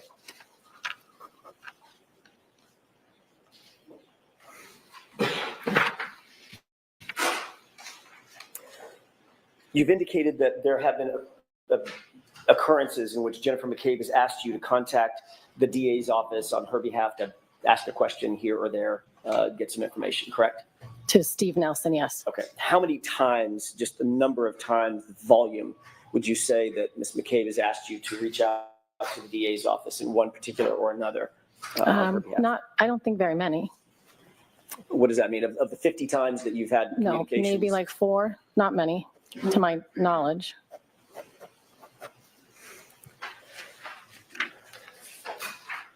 When you would, on these 4 occasions or 4 or so occasions, when you would reach out to the DA's office, gather information, whatever that information may be, would you then report that information back to Ms. McCabe? Yes.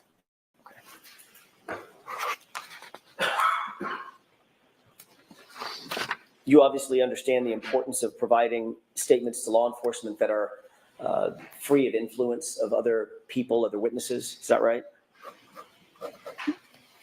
Say it again? You understand the importance of providing information to law enforcement as a witness to law enforcement free of influence from other people. Yeah. In other words, you want to be as accurate and as independent as possible. Yes. And that's because if your statement is somehow, or if your communications with law enforcement are somehow influenced by others, it might call into question the credibility of the person providing the statement. Objection. Can you answer that question, Ms. Roberts? No. Okay, next question. Sure. A statement that's been colored by influence from someone else would lack credibility, right? Objection. Sustained. I want to talk about the statements in the prior testimony that you have provided in this case, Ms. Roberts. There's been several of them. The first time you told your story to law enforcement was on January 29th. We've already established that, correct? Say that again? It was on January 29th, the first time you relayed your story to law enforcement. Yes. And that was to Trooper Dunn and Trooper DeChico. That's the name I couldn't remember. I don't remember. But you do remember Trooper Dunn. I remember 2 troopers. I don't know their name. Okay. Where did that interview take place? In my dining room. And who was with you when you gave that interview, if anybody? My husband was home. I think my daughter was home at that point. My husband was home. I don't know if the kids were home. Nobody else from outside the family? No. Okay. Who contacted you about doing that interview? How did they know to come to you at your home? I don't remember. They may have just shown up. I don't remember. Okay. Do you remember what time the interview was? Maybe around dinner time, maybe around 5, 6.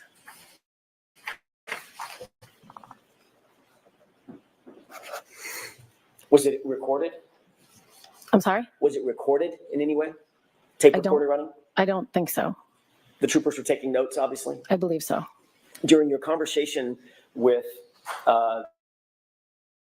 and I'm jumping around a bit, so I apologize. During your conversation or conversations with Mr. Brennan and the members of the DA's office in preparation for your testimony, were any of those interviews recorded? No. Was anybody taking notes? No. No, none of the DAs were actually taking notes, the ADAs? I didn't look around the table to see if anyone was taking notes, but I didn't see them taking notes. No pads and pens on the table? There's a lot of stuff on the table, but I didn't see anybody taking notes. Okay.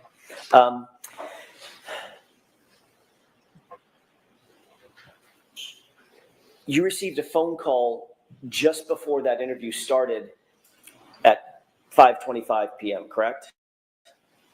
Around 5 o'clock, 6 o'clock. Is this the night of the 29th, you mean? This is the night of, I'm jumping back to the night of the 29th. Yeah, I'm not following you very well. That's okay. On the 29th, Yeah. you were interviewed around 5:25 p.m., maybe just a little bit before that. Yeah. You received a phone call just before that, correct? I do not know. Isn't it true that Jen McCabe called you and spoke to you just before that? I spoke to Jen McCabe the entire day. Okay. Including just before that interview? I don't know. Did you tell Jen McCabe that you were about to be interviewed? No. Did you tell her at some point did you text her and tell her that the officers had arrived? I don't think so. Did she text you back and say, call me right after? I don't know. Okay. During the course of that interview, when the incident was still pretty fresh in your mind, You indicated that at about 5 a.m. you got a call from Karen Reed indicating that John never came home and that she was worried, correct? Correct. You also indicated that she was worried that John may be walking and may have gotten hit by a plow. You relayed that to the officers. Yes. You indicated that you met up with Karen Reed and Jennifer McCabe at Jennifer McCabe's house, and Karen was hysterical and worried that something had happened to John. Yes. You also indicated that once you were at 34 Fairview, once y'all had made your way over to 34 Fairview, Karen saw John and ran to him, although you and Jennifer didn't see him initially, correct? That's correct. You said that Karen was repeating the phrase, "Is he dead? Is he dead?" over and over. Is that right? That is correct. You also indicated that she said that if anything happened to John, she'd kill herself, correct? That's what she said to me. Object. So the objection sustained. Did you indicate at any time, I'm sorry, let me ask it a different way. Did either of the troopers indicate to you after your initial interview that if there was anything further that you could recall that would be useful, please provide it? Please give it to at that time. I don't know. Okay. Would it refresh your recollection to look at that January 29th report? Sure.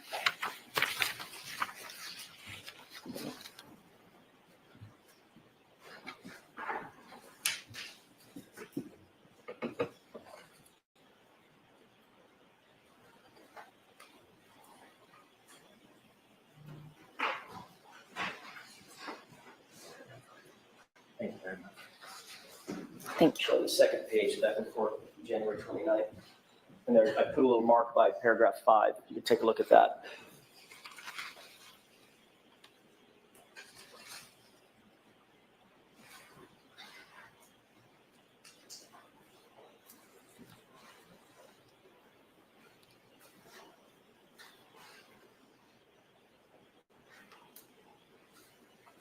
Okay. May I? Yes. During this interview with Trooper Dunn and Trooper DeChico, they indicated after you gave your statement that if you wish to provide anything additional, now's the time to do it. Objection. Sustained. Were you informed that you were limited on time in that interview? Meaning, we got to get this done, we're leaving, we're out of time. No. They didn't cut you off, correct? No. They didn't tell you that they had a limited amount of information that they wanted and then they were just going to leave, correct? I don't remember. I don't recall. As a matter of fact, they told you that anything you wanted to provide to them, provide it. Give them as much detail as you could, correct? I don't recall. You just read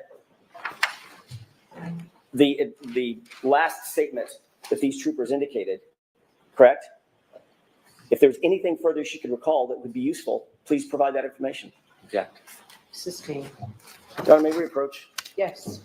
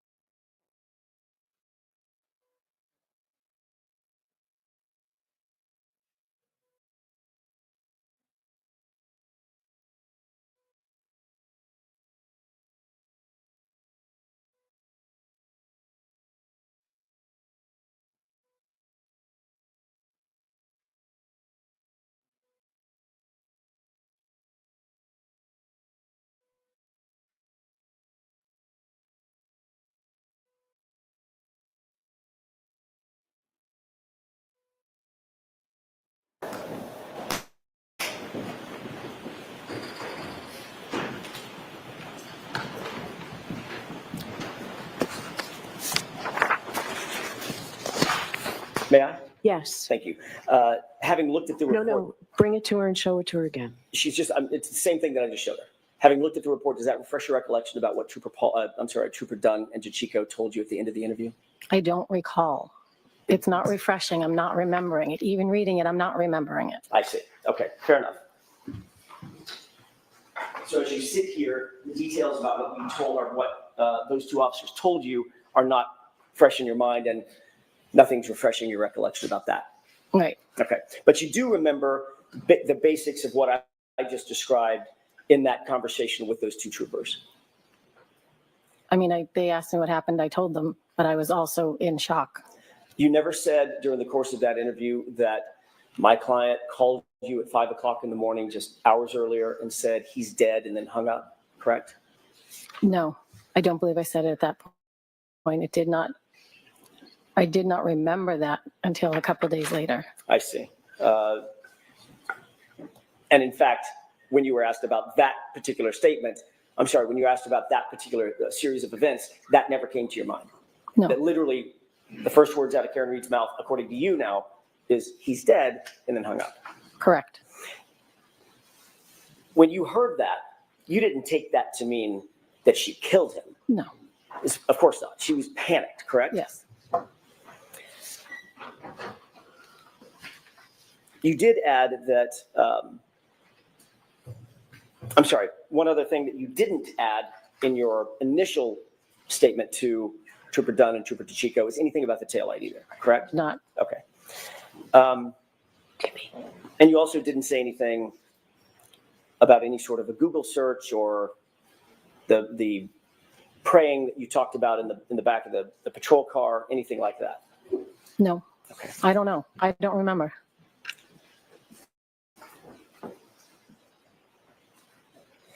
The second time you were interviewed, that was the February 1st interview.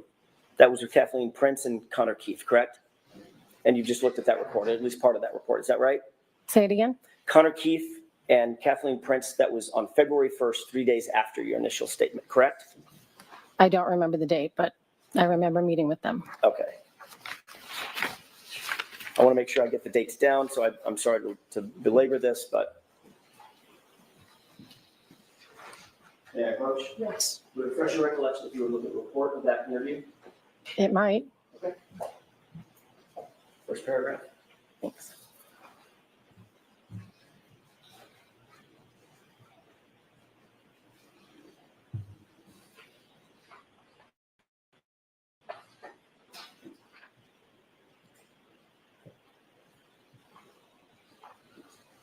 Am I reading the whole thing or just the part where you dotted? Just if it refreshes your recollection Oh. of the dates. Oh, for the date, yes. May I approach? Yes. What date was it that you met with me? February 1st.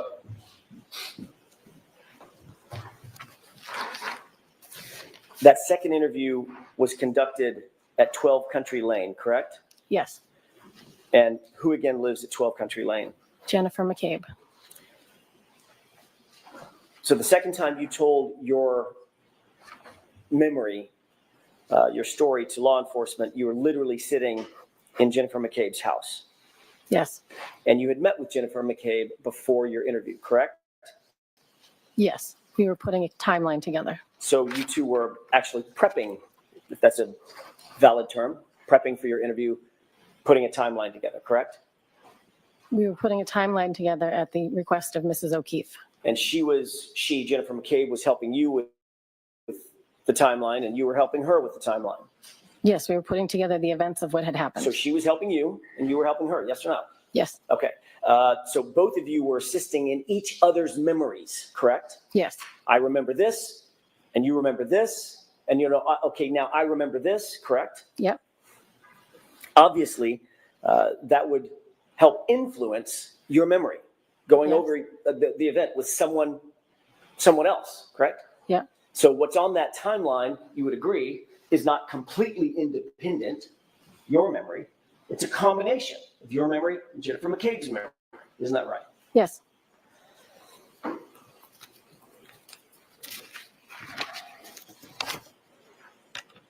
May I have just a moment, Your Honor? Yes.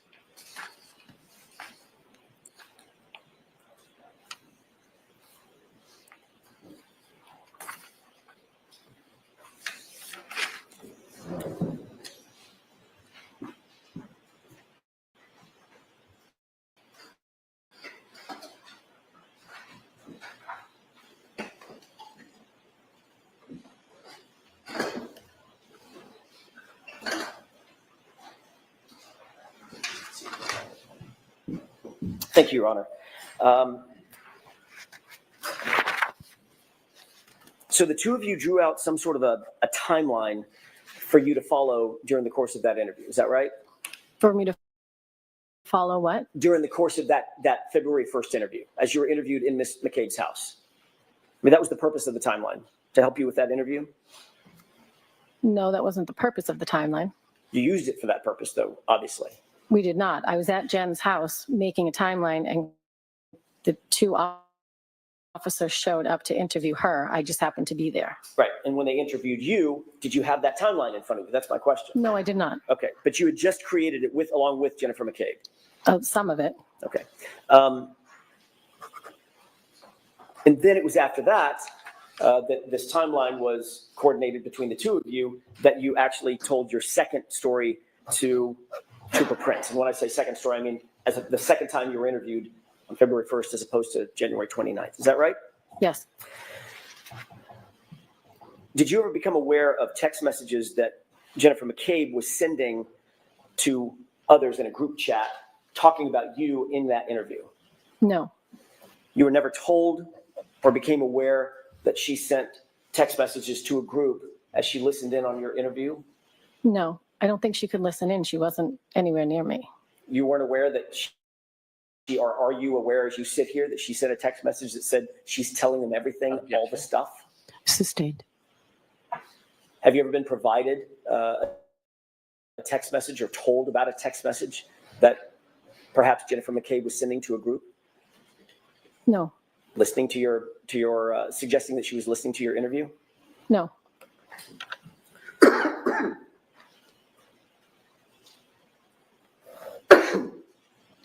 The third time you told your story was later that night in a telephonic interview. Is that right? With Trooper Proctor? I requested to speak to Trooper Proctor because I had remembered the very first time I spoke with Karen that morning, and I wanted to make sure it was recorded. Okay. That wasn't my question. My question was, did you have another telephonic conversation with Trooper Proctor? Yes or no? You said that night, but it wasn't that night. When was it? I think it was earlier that day. Okay. Meaning, but it was after the interview with Trooper Prince. I don't think so. I think it was beforehand? I think it was beforehand. You were still with Jennifer McCabe when that call took place, correct? I was in her house. I was not with her. I stepped away to speak to him by myself. In her home at 12 Country Lane? Correct. Who else was with you other than Jennifer McCabe in the house? Her sister was there writing down the timeline for Who's us. that? Her sister, Denise. Denise? So she was scribing the timeline as you and Jennifer McCabe were creating She it? was writing it down as we were remembering things. Right. And the three of you were doing this together, sort of communally. Yes. She would say something, then you would say something, then it would spark something that she would say, and back and forth, correct? Yes. How is it that Trooper Proctor got a hold of you? Did you call him or did he call you? I think he was on the phone with Jen, and I asked to speak to him. So Trooper Proctor got a hold of you through talking to Jen McCabe. Well, I asked to speak to him, but yes. Right. Was that interview recorded, to your knowledge? I don't know. The fourth time you met with police was February 2nd, the very next day, at about 12:08 p.m. Is that right? I don't remember. Do you remember signing a consent form for your phone? Yes. Was that the next day after this interview with Trooper Prince and Trooper? I don't know what day it was. It was right after Karen was arraigned for the first time. Jen and I met with them and both handed our phones over willingly. So you just answered my question. So when you met with police, whatever the date was, it was a few days later, you met with police yet a fourth time, you were still in the presence of Jennifer McCabe when you met with police Yes. and handed your phone over. Is that right? Yes. She handed her phone over. Is that right? Yes. And the two of you were together when you signed your consent forms. Is that right? Yes.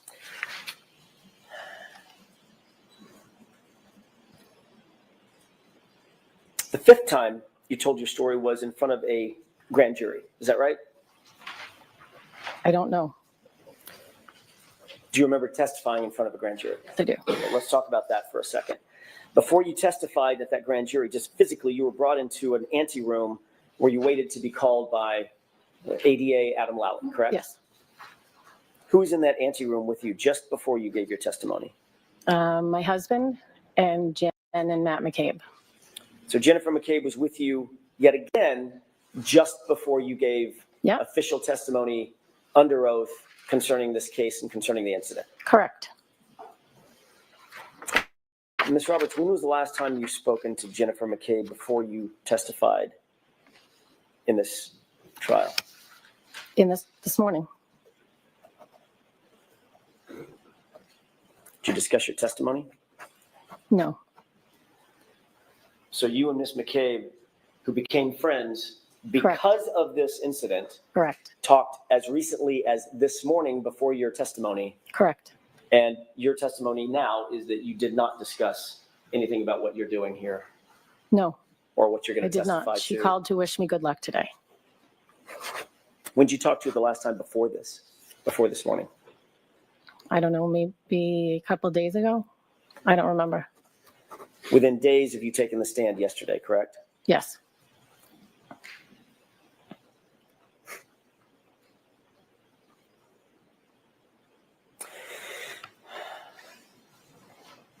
Did you ever? Yes.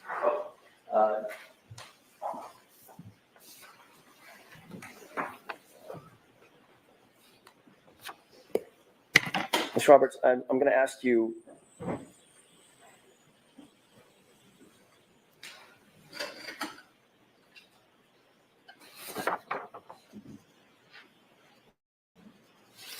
To take a look at, actually, let me ask it a different way. Did you say that you did or did not recall texting with Jen McCabe during that January 29th interview with state police? Do you recall that or no? No. Okay. During the interview, I didn't text anybody. Okay. Are you saying you didn't text anybody or you don't recall? I don't recall. I don't think I had I wouldn't be texting somebody if I was being interviewed by the state police. Right. Okay. Would it refresh your recollection to take a look at a report of text messages? Sure. Mayor Rocha? Yes.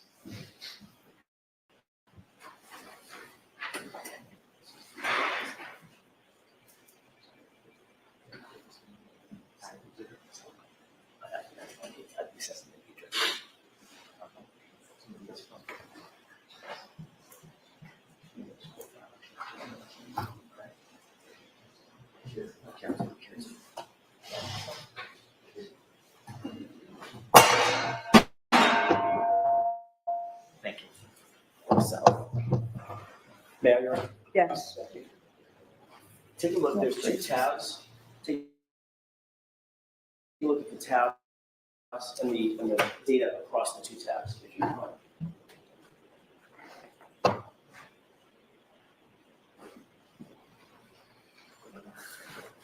Okay.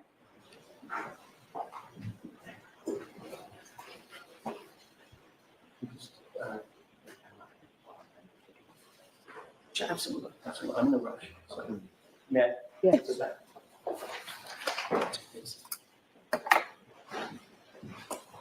Well, of course, permissions, Okay. Jurors, feel free to stand up and stretch if you'd like. And I forgot to tell you, anytime we're at sidebar, please feel free to stand up and stretch, okay?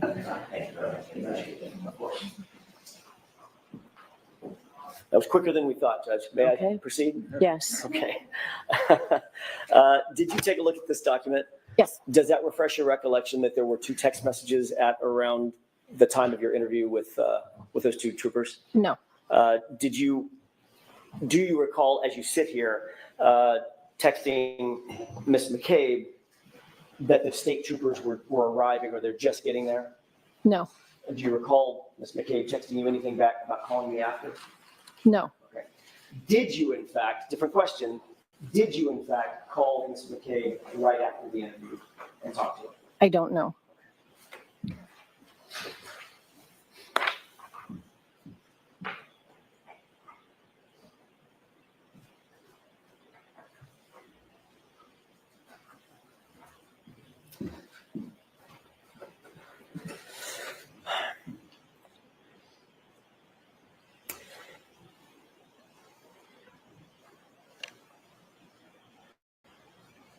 Have you ever testified that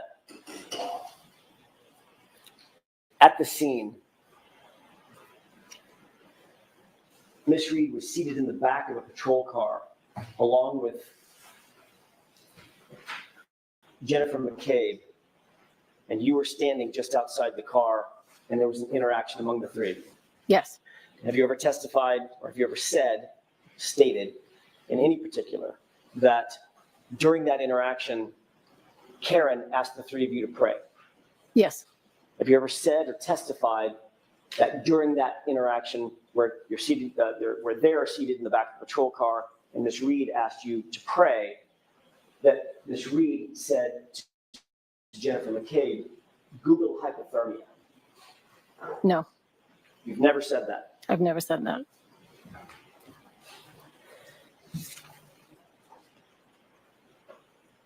You testified at the grand jury on April 26th. Is that right? April 26th, 2022? I do not know. Right?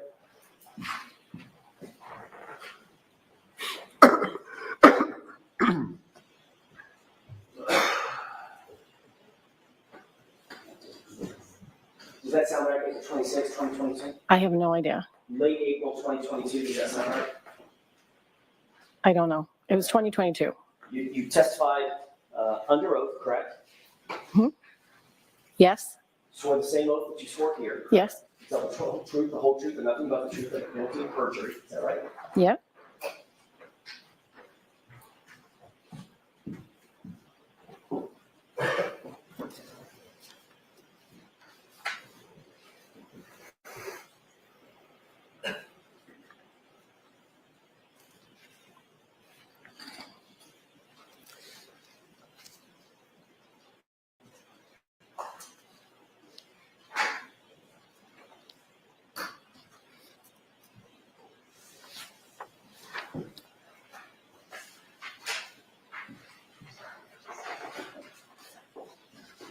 That's what I needed.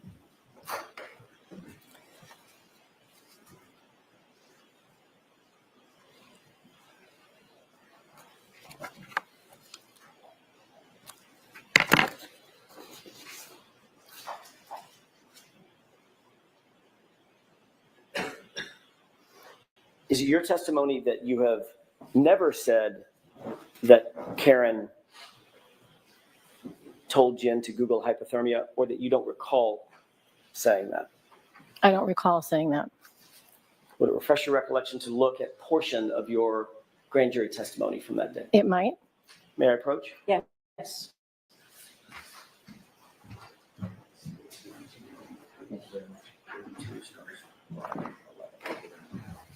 Thank you. Sure.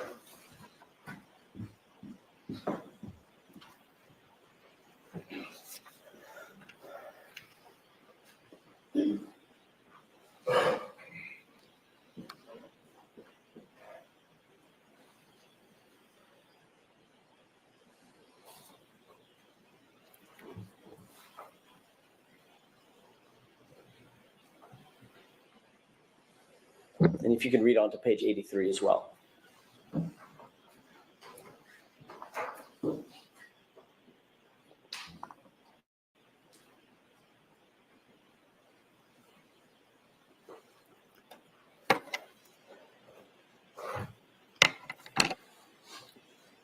Yep. I testified. I didn't hear it, but I was told that she was asked to Google it.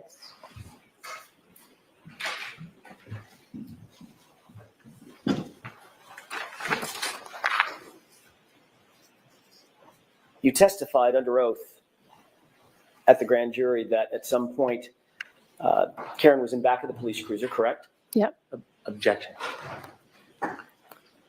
No, I'll allow that question. Does that refresh your recollection as to what you told the grand jury? Yes. And isn't it true that at some point during the course of your testimony under oath, you said that Karen was in the back of the police cruiser? Yes. And then you went on to describe that Karen and Jen and I were standing outside, and she made us all start holding hands and starting to pray. Yes. I mean, what the she being Karen Reed, correct? Yes. And at this point, they had lifted John up and taken him onto the gurney, correct? I That's don't what you know. described. I don't recall. Okay. I'm going to do this again, just so we're clear.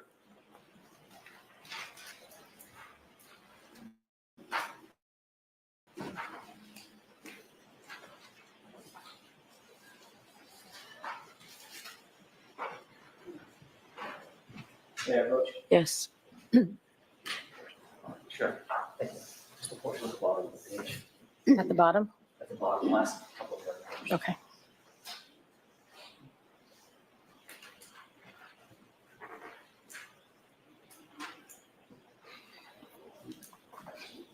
Yep, I say I think, so I'm not I have positive. a question for you. Okay. Does that refresh your recollection? Yes, Okay, thanks. Thank you.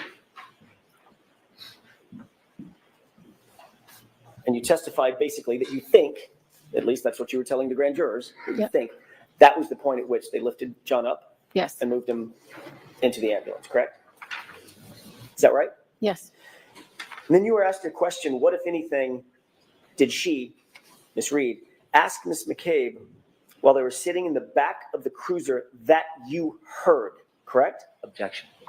Do you recall that? I did not hear the question about Google being asked. That's not my question. May I ask? May I inquire? Just repeat that question. Sure. Isn't it true that you were next asked by Mr. Lally in front of the grand jury, quote, what, if anything, did she, Miss Reed, ask Miss McCabe while they were sitting in the back of the cruiser that you heard, end quote. Remember being asked that question? No,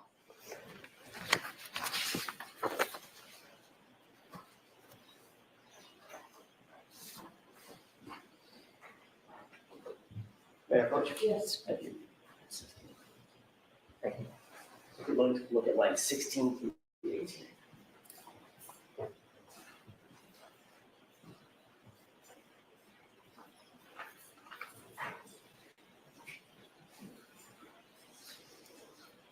okay, May I?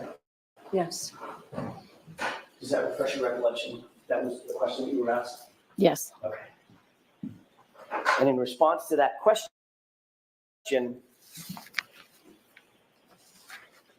you stated, quote, at one point she asked her to Google hypothermia and how long Google hypothermia, correct? Mhm. I'm sorry? yes,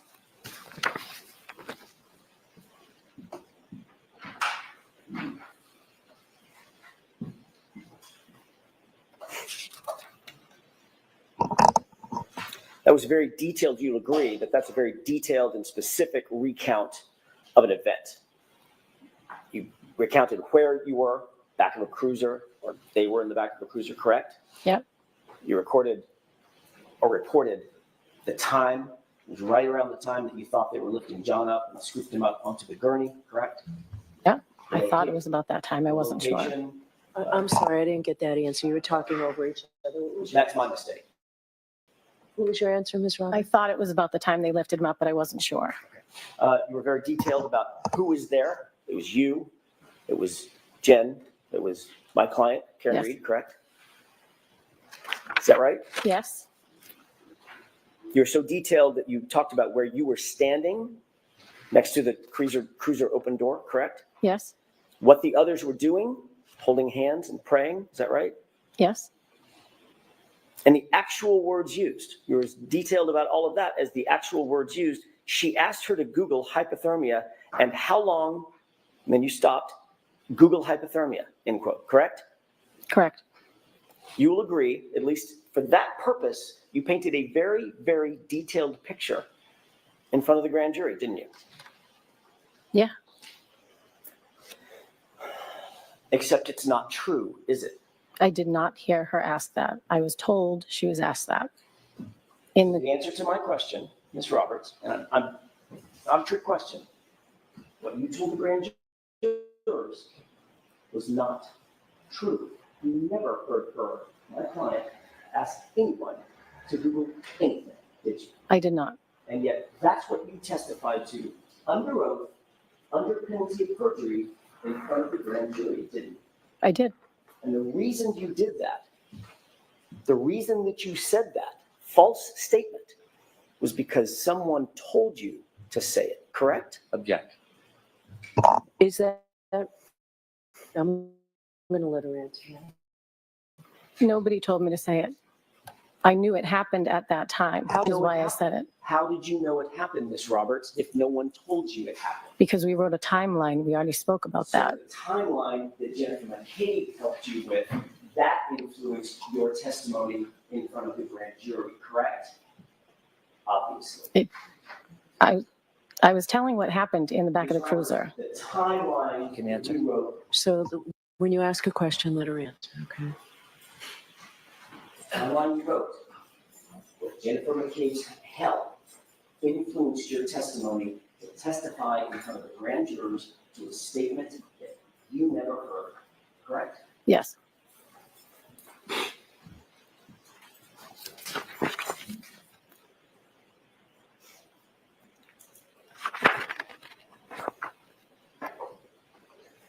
You were later asked about that statement in another investigation, by another investigator or set of investigators, correct?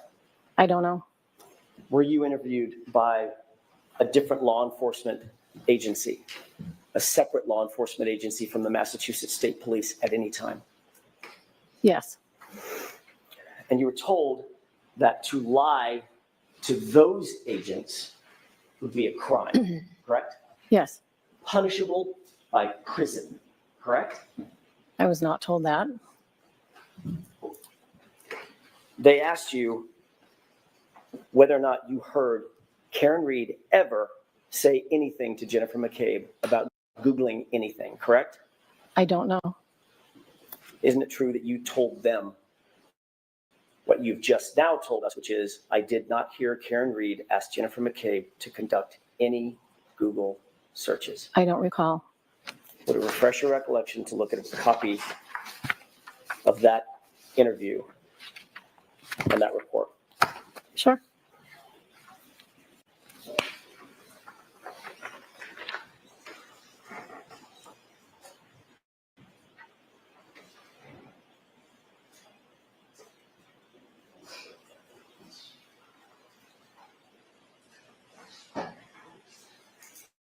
In words.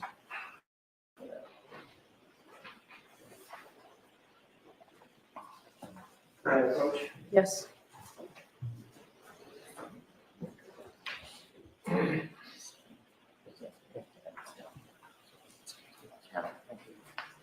I'm going to ask you to take a look at the entire document, just to familiarize yourself with it, if you don't mind. Including the front page. And don't answer anything about the document until I ask you a question, if you don't mind, please. Sure. Thank you.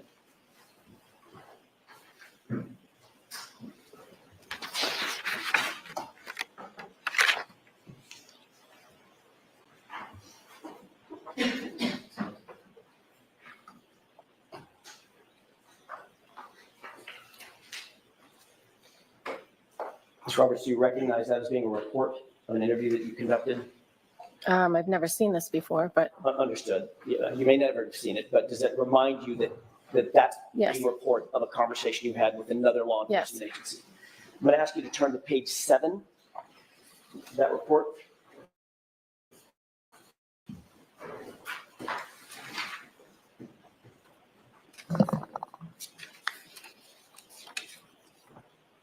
And if you look, there's a small paragraph, about 2 paragraphs up from the bottom. I think I may put a little blue dot by it, but I'm not sure.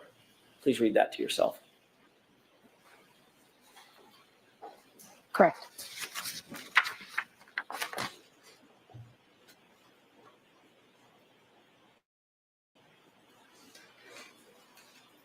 Done? Yep. Thank you. May I approach? Yes. Thank you. Ms. Roberts. Ms. Roberts, does that refresh your recollection about what you told these investigators? Yes. And what you told them was you, quote, did not hear Karen Reed ask Jennifer McCabe to conduct any Google That search. is correct. And you went on to say you saw McCabe on her phone. I'll allow it. You saw McCabe on her phone, but you did not hear Karen ask Jennifer to Google anything. Correct. So what you told the grand jurors was in fact false. I misunderstood Mr. Lally's question. Got it. Thank you. Okay. Mr. Brennan, any questions? Thank you. Thank you.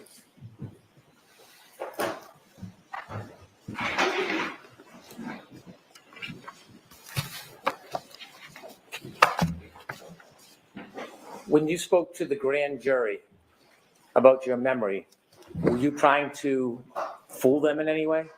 No, Were you trying to, Watch the form of your questions. were you trying to mislead them in any way? Sustain, watch the form of your questions. When you spoke to the grand jury, were you honest? yes, When you were asked the question, what, if anything, did the defendant ask Ms. McCabe? Did you begin your response by saying at one point? You can show her her response. May I approach? Yes. Page 83, line 19. I'm going to ask you to look at page 83, line 19. Just read it to yourself and the lines that follow. You done?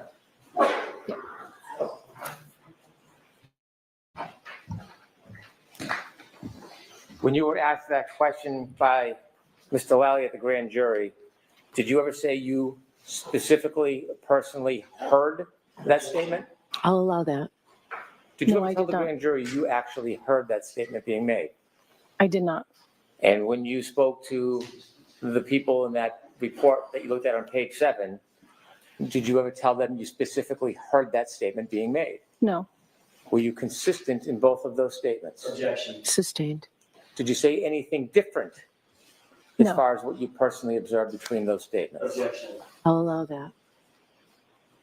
no, And when you were asked about what the defendant may have said to Ms. McCabe or Mrs. McCabe, did you generalize your answer? Sustained. Did you begin your answer with at one point? yes. When you chose the words at one point, what were you trying to convey to the grand jury? I'll allow that. I didn't know at what time it was done. Was that a topic of conversation around the time you were brought to the grand jury? Around the time what? That you were brought to the grand jury to testify? This is Google search. Was it? I don't know. Okay. Were you asked here in front of this jury whether or not you personally heard that statement Yes, by me? Oh, Did I ask you that question? no, Did you personally hear that statement? no, After this happened, you discussed what had happened with people, didn't you? I'm sorry, say it again. After you found John lying in the snow, did you discuss what had happened, what you saw with other people? Yes, of Did course. anybody tell you that you couldn't discuss the trauma that you had been through? I'm going to allow that. Say it again. Did anybody tell you that you couldn't discuss what you had just seen? No. Didn't say it again. I'm Yeah. sorry. After you found John that morning, did anybody, civilian or law enforcement, ever tell you you weren't allowed to discuss what you had just went through? No, Did anybody ever tell you that you couldn't have support of other people? no, I'll allow that. no, Was this a traumatic event? yes, Have you spoken to it to a number of? yes. Tell us why you would want to speak to somebody about what happened that morning. I'm going to allow that. I've spoken to many people, obviously, that we all grew up with. But Jen in particular, I do speak to her. I am friends with her. We went through a really traumatic experience together. Did you ever confide in other people other than Jen McCabe about what you endured that morning? Yes, many people, Why? because it helps me get through. And it's whether John's family, friends, whoever, I've talked to a number of people about it. You're friends with John's parents? Parents? John's parents, the O'Keefes. Yes. You still friends with them? Yes. Do you ever discuss what happened? Yes.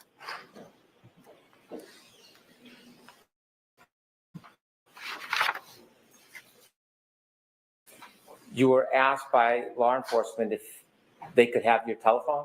Yes. Was there a warrant? Objection. Sustained. Ask it differently. Did you feel like you had any obligation, legal obligation, to give your phone to law enforcement? Objection. I'll allow it.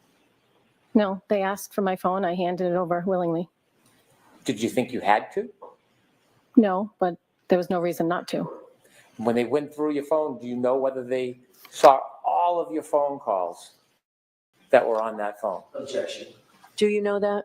I don't know. They cloned my phone, so I assume they saw everything. Objection, please. I'm going to strike that answer. So the answer is I don't know. What type of information did you have on your phone when you voluntarily gave it? Objection. I'll allow that. Text messages, phone calls, call logs, pictures.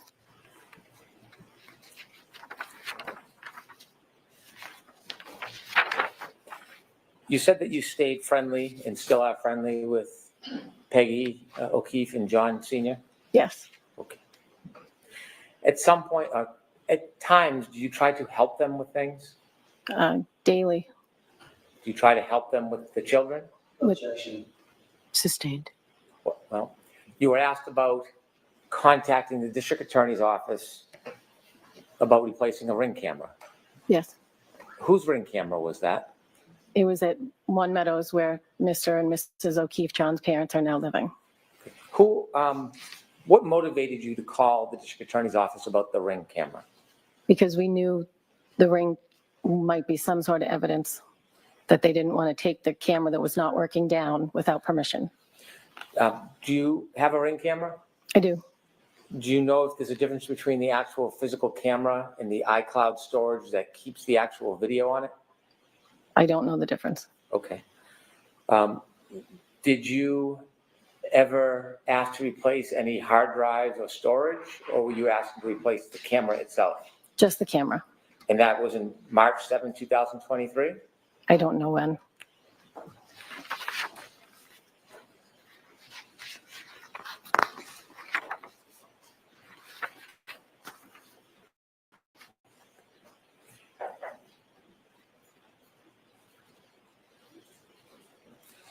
You were asked questions about what the defendant said that morning when you were trying to help Mr. O'Keefe. Yes. You were asked whether you heard any comments about her, from her, about dropping John off. Say that one more time. You were asked whether you heard any comments about her saying she dropped him off. In the car on the way to the hospital. Okay. She said it to Mrs. O'Keefe. When you were outside trying to help John, were you ever told where the defendant dropped John off? No. Were you ever told where he was left? No. Was it ever suggested that he went into 34 Fairview? No. Was it ever suggested that he went into any house whatsoever that morning? No. Were you ever asked to go into the house to look for him? No.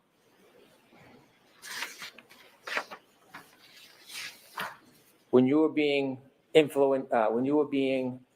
interviewed by law enforcement, did you ever refuse to be interviewed? No. Were the interviews all the same or different? They were all different. They were all different. Were you ever asked to give a complete review and detail of everything that you knew? I was just asked to tell me the story of what happened that morning. And at some point when you were interviewed, you were asked about the phone calls that the defendant made to you that morning at 5 o'clock. Yes. When you received those phone calls, Jennifer McCabe was not on the line, was she? No. Was she a party to the calls? No. Did she influence your memory in any way about the words that the defendant spoke to you that morning? Objection. I'll allow that. No.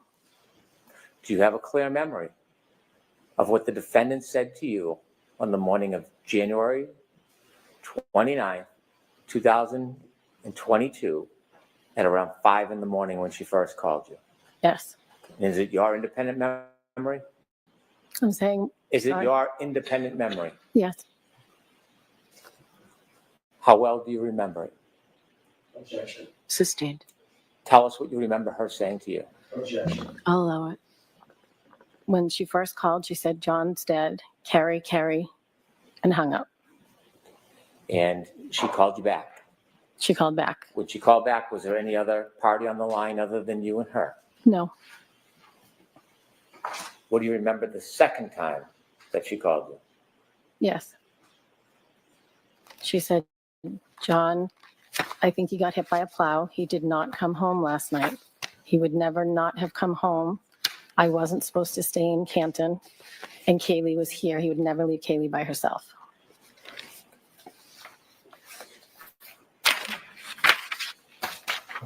Did anybody ever ask you to lie No, or exaggerate?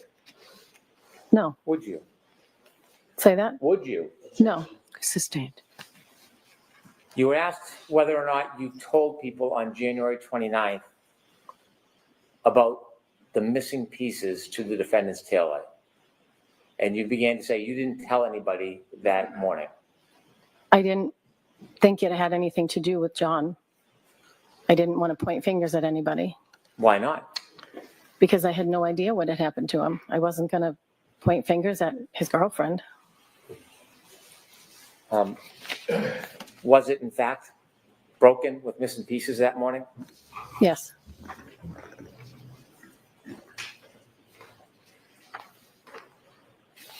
You saw the ring video of you and Miss McCabe and the defendant going into John's house? yes, Had you seen that video before today? yes, Had you been shown it before in Yes. other proceedings? yes.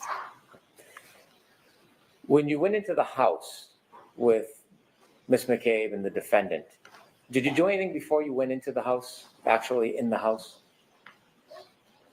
When I Take took any- off, we took off our shoes You took off your shoes? Jen and I both took off our boots Why did you take off your boots? because you had to take off your shoes to go into John's house.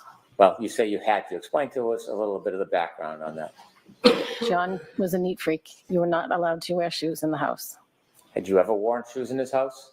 No, Had you ever seen anybody wear shoes in his house? no, You and they Miss do McCabe? now. They do now. Let's see. You and Miss McCabe took your shoes off? Yes, Did the defendant take her shoes off? she did not How do you remember that? because Jen and I were standing there for about a good 2 minutes trying to get our boots off and she had already gone in the house. Do you know why you were called that morning? No, Did you volunteer to be part of this yes, after the call? yes, You had said you thought that you looked at the taillight before you went into John's house. yes, Do you remember actually seeing the tail light that morning? I do. Was it simply cracked? No,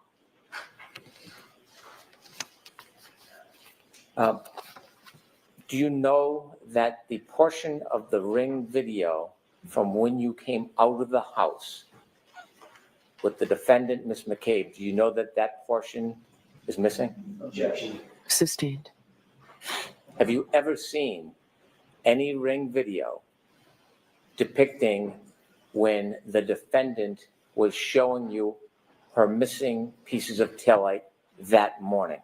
no, Despite no video, are you certain that you saw it? say it again. Are you certain that you looked at it with the defendant that morning in that driveway? Objection. Sustained. I'd like to play clip 3, please. Okay.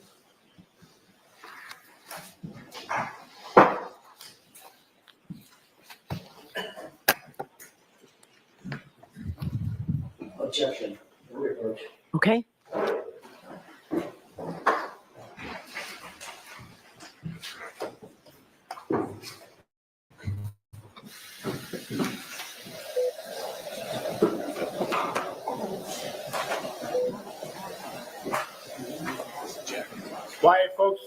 record.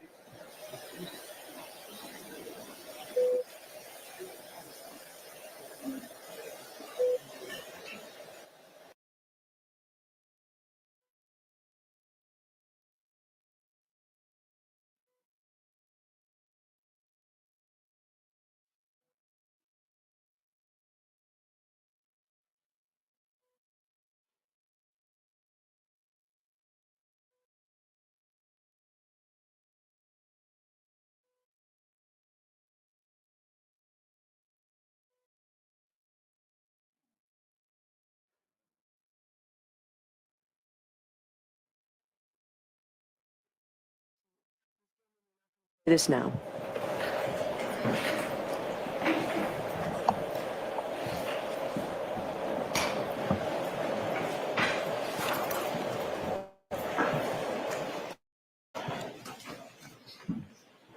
All right, go ahead, Mr. Brennan. When you first got to John and you were trying to save him that morning, do you have a distinct memory of it? Yes, Counsel had asked you if it was your story. Was this a story? say it again. Was it a story that you told? A story? Yes. It's what happened. Do you wish it was just a story? Objection. Sister. I have no further questions. Okay, so recross. You just asked, just a few minutes ago.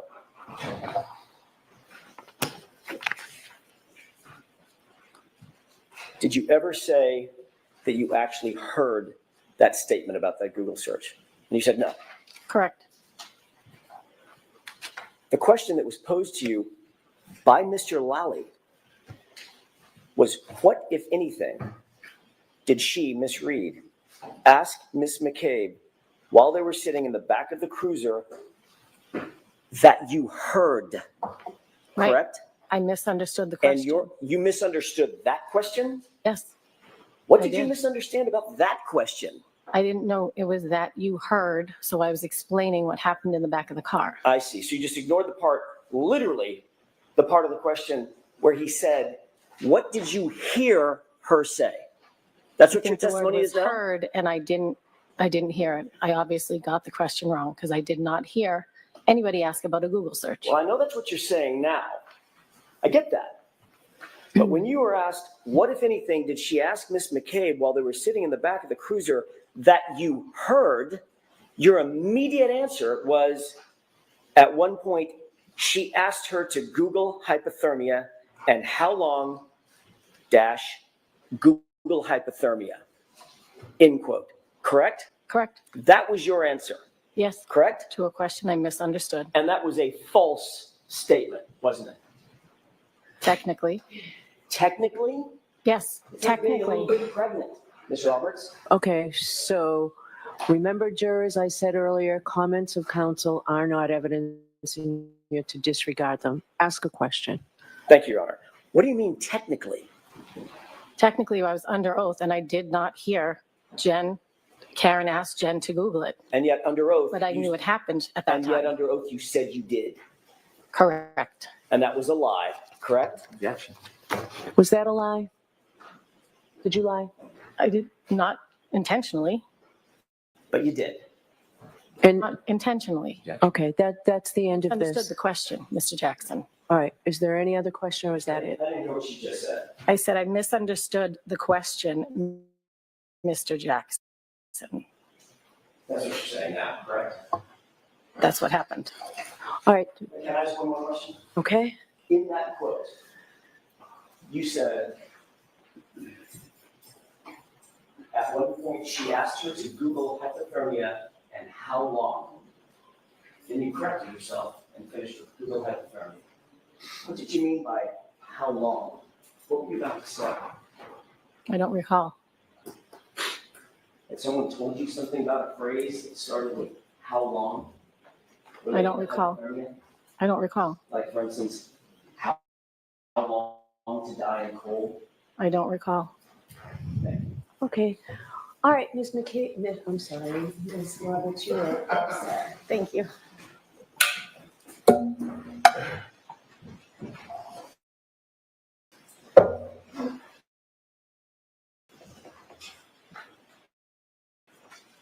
Yes. I'd like to play clip 3, please.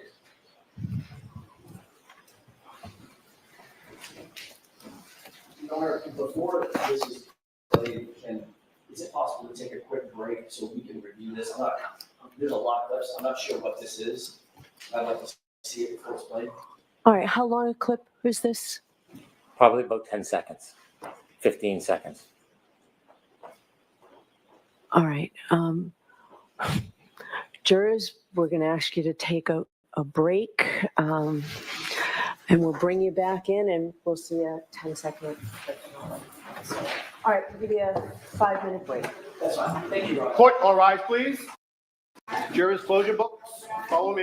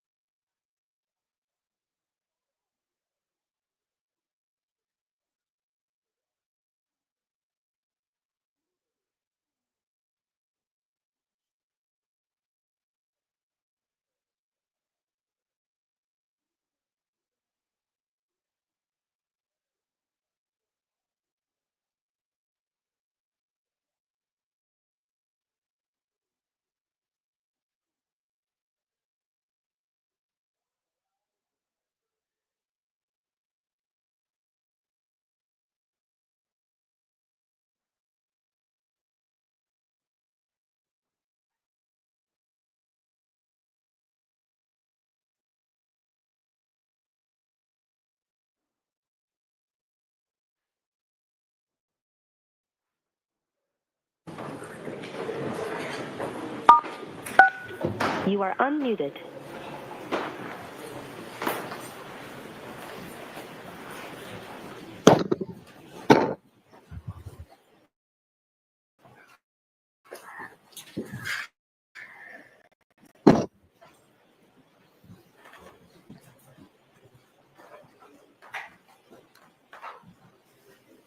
Court is back in session. You may be seated.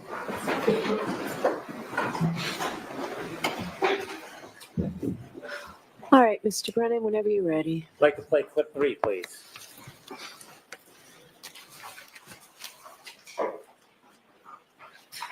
When my car was seized, there was a few small pieces of taillight missing that I had picked out at John's at 5:45 before we drove over to Fairview. I'm showing Jim and Kerry, look what I just did to my light, and I'm worried that there's gonna be some kind of electric short circuit. There's like the bulb is showing and some of the red plastic's missing. So I picked pieces out of the light housing that had kind of collapsed within the light and dropped them in John's driveway. I'd like to have that marked as an exhibit, please. Okay. No objection. Right.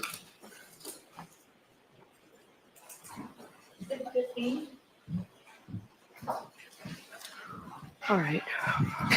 Rather than calling your next witness, who it'll take 10 minutes to bring a witness in and do all of that. Yes, Your Why Honor. don't we take the lunch and recess? I'm sorry, is the food here?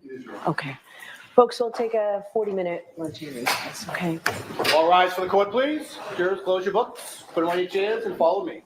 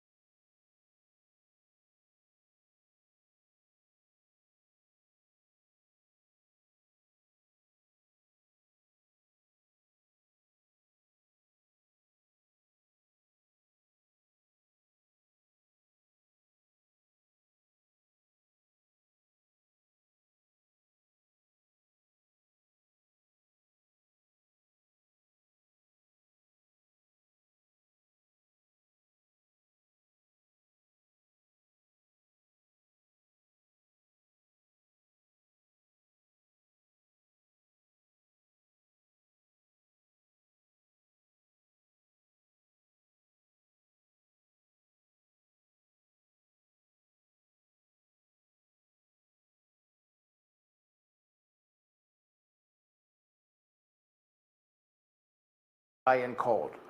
And the defense says she did it at 2:27 in the morning, and the prosecution says she did it at 6 a.m. And Jen McCabe says she did it because Karen Reed asked her to do it. And apparently in front of the grand jury, Kerry Roberts answered a question in a way that indicated she heard. Is it about, just to interrupt, is it that or Google hypothermia? I thought, oh, maybe it's hypothermia. I mean, Yeah. I think both Google searches are at play. There's a Google search about hypothermia and a Google search about how long to die in the cold. And I thought they were made at the same time-ish, but I gather that Kerry Roberts said to the grand jury that she heard Karen Reed ask Jen McCabe to do that. And now it's come out, she didn't really hear that. It was reported to her by Jen McCabe, and she reiterated it to the grand jury because that's what she understood the facts to be. And so there's that discrepancy that Alan Jackson did a very effective job in his cross-examination on that point, that she misspoke or lied or misled the grand jury. You think she's a problematic witness, Kerry Roberts? No, I think she's a very strong witness overall. She doesn't have, she's not part of the McAlberts, right? She's not a McCabe. She's not an Albert. She is not alleged to have been in the house and part of whatever third party culprit and conspiracy theory is going to come on. So, and she's believable, and she's an old friend of John O'Keefe's, and all this stuff make her a good witness. But, Jesse, if you're going to have a case like this, where there's grand jury testimony and then a trial and then a second trial, do you know how hard it is for witnesses to say exactly the same thing over 3 different testimonies over 3 years? Yeah. It's almost impossible. And a good lawyer like Jackson is going to jump all over any discrepancy.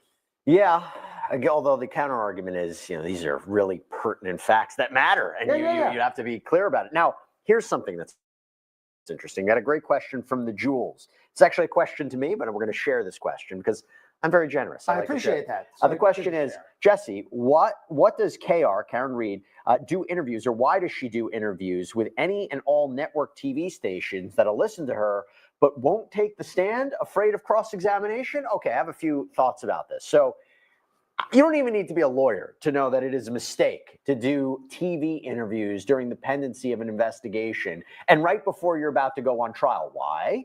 Because that can be used against you. And that is exactly what the prosecution has been doing. What did they play yesterday? I'll give you an example. A key interview from Dateline back in October of 2024, where Karen Reed says, I didn't think I hit him, but could I have clipped him? Could I have tapped him in the knee and incapacitated him? He didn't look mortally wounded as far as I could see, but could I have done something that knocked him out and in his drunkenness and in the cold didn't come to it again? See, that goes to the argument that she knew what she did, or she had an idea that she knew what she did by hitting him with the car. That's the allegation. That would be used by the prosecution to show that, right? And this wondering about what did she think that she might have hit him. And it's statements like that are quite problematic. Now, you're right? It's very different being questioned in an interview than going up on the stand and being cross-examined by the prosecution. Her life is at stake. She doesn't have the same kind of safeguards as she would have in an interview where she can control it more. But I wouldn't be surprised if she takes the stand, Rich. She didn't take it in the first trial, but she's been so vocal, both in interviews and outside of court. So I'll throw it to you. It's one thing for her to do interviews, but I guess, it's different for her taking the stand. It's much different. And she says, so there are these interviews and there's this documentary that they made, which I am dumbfounded why the defense team allowed a documentary team to be with them prepping for the first trial and interviewing her extensively and put it all out on film. That seems crazy to me. From the viewpoint of the trial, is it a good idea for the trial to have all this footage of Karen Reed? It's absolutely not. It's a horrible idea. And it's already a problem for her in this trial because clips have been played in opening, clips are being played today. It is a problem. Now, a slightly different aspect of this case to most, Jesse, is that there's a very public-facing component of this case. Karen Reed has taken her defense to the public. She has allies on social media, many of them. She has people out in front of that courthouse with signs. So an aspect of this, I think, is that her team is trying to rally that support. It may even involve some financial support, and therefore probably okayed the idea of her doing public comment. But as a trial lawyer, focusing only on how it plays at trial, it's horrendous. Absolutely. And it's a new piece of evidence. One of the differences between the first trial and this trial, aside from the fact you also have a new prosecutor, kind of a different strategy. We know the defense is going to be able to introduce third-party culprit theory about who might have done this. They might be able to introduce dog bite evidence. Here's a question. This is from, where is it? Lexi Marie. Why doesn't the judge tell witnesses to not answer the question when an objection is raised? Why does the judge allow witnesses to answer with instead of yes? Well, so no judge is perfect. I think this judge is doing a pretty good job with witness control, with stopping witnesses. You know, you don't want to, if you're the judge, you don't want to come down too hard on the witness in front of the jury, because you don't want to do anything to suggest to the jury that you've made an opinion about the witness. So you want to be careful. You want to tread a little bit lightly. I think the judge is doing an okay job taking up objections, ruling on objections, and guiding the witnesses so far. So again, we're keeping a careful eye on the courtroom feed. If they should come back to lunch earlier, we'll make sure to go back in there. But we're still taking your questions right now. Here's another one, and I'm not sure I have the answer to this. This is from Kayla Rose. What happened to John's missing 3 liters of blood? Now, I know there was testimony in the last trial about how law enforcement actually collected blood samples using solo cups or plastic cups. Do you know what about missing blood? What do you know about that? So I don't know anything about it. I do understand that the prosecution's theory is that when he was hit by the SUV, he was knocked to the ground, and the ground at that time didn't have much snow on it. And so maybe the idea is some of that soaked into the ground, and then it was snowing, and then there was blood in the snow, which they collected famously with red Solo cups and got what they could. Maybe that's what they say happened, but I don't know for sure. I have another legal question for you. This is from J-Town Y. Don't attorneys have to give a reason for an objection, like objection, leading? Well, different trial judges have different practices about that. So a lot of times the judge doesn't want you to say anything other than objection, because if you say more, it's what we call a speaking objection, and that influences the jury in a way that's inappropriate. So some judges like you just to say objection, and if they're confused about the ground for an objection, they may ask you grounds, and then you could say very short, relevance, hearsay. You're not supposed to speak at length. And if the judge needs a colloquy, she will have a sidebar, which we see a lot in this trial, where the lawyer's up to discuss the matter out of earshot of the jury. I have a question for you that I don't know the answer to as well. This is why our viewers are the best. They have such great questions. This is from B. Palmer.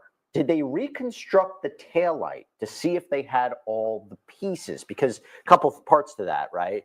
No pun intended. The idea is that it was planted. The pieces of the taillight were planted, particularly when the prosecution is suggesting that John O'Keefe's DNA was on it, that his clothing was attached to the car or was connected to the car. I know that there's possibility of crash reconstruction experts coming in, Trooper Paul, Judson Welker. Do you know anything about whether or not they reconstructed the taillight to see if they had all the pieces? So I thought I saw in the first trial, and I don't remember exactly, but I thought I saw some graphics of trying to put those pieces back in the taillight as if they were some sort of puzzle. I will say, I think the accident reconstruction evidence is going to be better in this trial on both sides. In the first trial, it was problematic, more for the prosecution, who has the burden of proof on accident reconstruction, who brought in a trooper that didn't look very comfortable at all testifying and didn't do a very good job. So I think both sides are trying to shore up that aspect of the case. Okay. We have a question Actually, somebody submitted a super chat question. So really thank you for the donation. Thank you so much for supporting here. This is from Joshua Brine. In 2025, how can we not confirm if Jen McCabe Googled what you mentioned before at 2 a.m.? We can catch a rocket with chopsticks, but can't confirm if something was Googled. That needs to be known 100%. It decides the whole case. And look, it's a good point, right? Because the argument is, right, did she Google how long to die in the cold at 2 a.m. or at 2:30 a.m., which would be before the discovery of John O'Keefe's body, which would suggest that other people were involved in actually killing him? Or did she have a window open, right? And then she used that same search window later on at 6 or 6:30 in the morning to Google how long to die in the cold after John O'Keefe's body was discovered. It's a great point, right? It's a very good point. So I have an opinion about this aspect of the case, which is I find the idea that she Googled that at 2:27 to be preposterous. Really? I find it a lot of people will disagree with you. Even if she is involved, even if was injured. So that theory is he got hurt in the house. Their solution, she Googled how long it was going to take him to die shortly after Googling something about her daughter's basketball team. What? But why would she do that? Why would she Google that as her friend was lying, dying on the front yard? That has never made sense to me. So if you had an expert who could say definitively, this is the methodology I use, this was clearly done at 2:27, then I would get a little bit interested. But in the first trial, there were competing experts, and the expert for the prosecution had a pretty good explanation that what happened here is a tab was opened at 2:27 and then used again in the morning for this other Google search. Yeah, and I'm sure that's going to be a contested piece of evidence, as it usually is. Here's a question from, if you say it, mean it. I like that. Wouldn't the last video have been a part of the discovery given to the defense by the prosecution? Why did the defense claim they didn't know what it contained? I'm not exactly sure which video. I don't know which video that refers to. Tell you what, Juliana, our producer, if you can provide a little more context to that. I'm not sure if it's something just happened recently in court. But yeah, we'll get back to that question if you say it. Mean it. I will say both sides in this case are constantly complaining that the other side didn't give them stuff. Well, of course. Here's a question about the autopsy. This is Dustin. Why isn't there more emphasis on the autopsy? I feel like it would be somewhat easy to distinguish being struck with a vehicle versus a fist, dog, whatever the defense is suggesting. So I think I know the answer to that, because the medical examiner didn't come to a definitive conclusion that really supports the prosecution's case. If you remember her testimony from the first trial, she didn't get on the stand and say, I looked at this, I conducted an autopsy, and he was obviously hit by a car. In fact, I think she conceded that some of the injuries didn't really look like that. And this to me is the biggest weakness of the prosecution's case, just proving cause of death. And I can tell from opening argument that Hank Brennan is trying as best he can to shore that up this time around. But this was a huge problem, and really, I think, the biggest area of reasonable doubt that the defense can pursue. Was it undetermined, or was it blunt force trauma and hypothermia? Blunt force trauma and hypothermia, correct, but what caused that was undetermined. And the whole debate here, from the defense side, is he doesn't look like he was hit by a car. He doesn't have any broken bones. He doesn't have any broken ribs. He didn't break his leg. He doesn't have any bruises. I mean, Jackson did that in opening argument yesterday, and he was very good on that point. There is no collision. Now, I think Jackson may have promised a little more than he wanted to, but the theme is correct. The evidence doesn't necessarily support that this was a death by collision. We have another question coming in. I'm just, again, submit your questions right now on YouTube as we wait for the court to come back after this lunch break. From T Smooth, why no police body cams? There was police dash cam. right? There was dash cam footage that was played in court, but no police body cams, right? I don't remember any. I don't know what the procedures are in Canton. I also know it was, snowing and early in the morning, which made this a mess, but I don't know the answer. I have a question here. Yeah. Michael Proctor. Yeah. Okay. So Michael Proctor is a gift to the defense. I don't say that lightly. He's a gift. And we know that as the lead investigator for the Massachusetts State Police, now he's fired. When he testified the first time in this trial, it was shocking to hear the messages that he sent to others regarding Karen Reed's appearance, asking that, hoping that she kills herself, sharing information of the investigation. If you're talking about a tainted investigation where he had access to key pieces of evidence, her phone, John O'Keefe's phone, I mean, you couldn't ask for something more. What do you anticipate the difference is going to be in how he testifies or what he has to say or how the prosecution, I imagine they're going to be the ones who have to call him, how he testified the first time to how he's going to testify this time? What can we expect the differences to be? So, first of all, I agree with you completely. I said a minute ago, the best argument for the defense is reasonable doubt about cause of death. The second best argument is Michael Proctor. I mean, he is hanging there. He did a terrible job in the investigation. He's clearly biased, and it's problematic. So I was surprised yesterday in Hank Brennan's opening statement, which I otherwise thought was excellent, that he didn't mention this. He didn't mention that you're going to hear some things about one of the officers and he's suffered some consequences because of that. And now it's time for Karen Reed to suffer her consequences. I thought he was going to do something to address it, and he didn't. So I think now if you're the prosecution, if you put him on the stand, you just have to get right at that issue. Are you still with the police force, sir? No. Why? I was let go. Why? They did an investigation and found some of the communications to be inappropriate. Do you agree with that? Yes, they were highly inappropriate. Okay, let's talk about the investigation. You just have to put all that stuff on the table in the direct testimony. I completely understand what you're saying, and I had a discussion about this last night. Shouldn't the prosecution, in their opening statement, have brought up the problem that is Michael Proctor? The other way of looking at it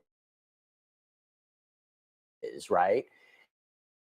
Do you want to start with a weakness? You want primacy recency. This is the first time, theoretically, the jury is going to be hearing on the evidence. Focus on I hit him, I hit him, and hit him. Say you have DNA evidence. Say you have cell phone evidence. Say you have the black box evidence. The prosecution says, asterisks, the lead investigator, big problem in this case.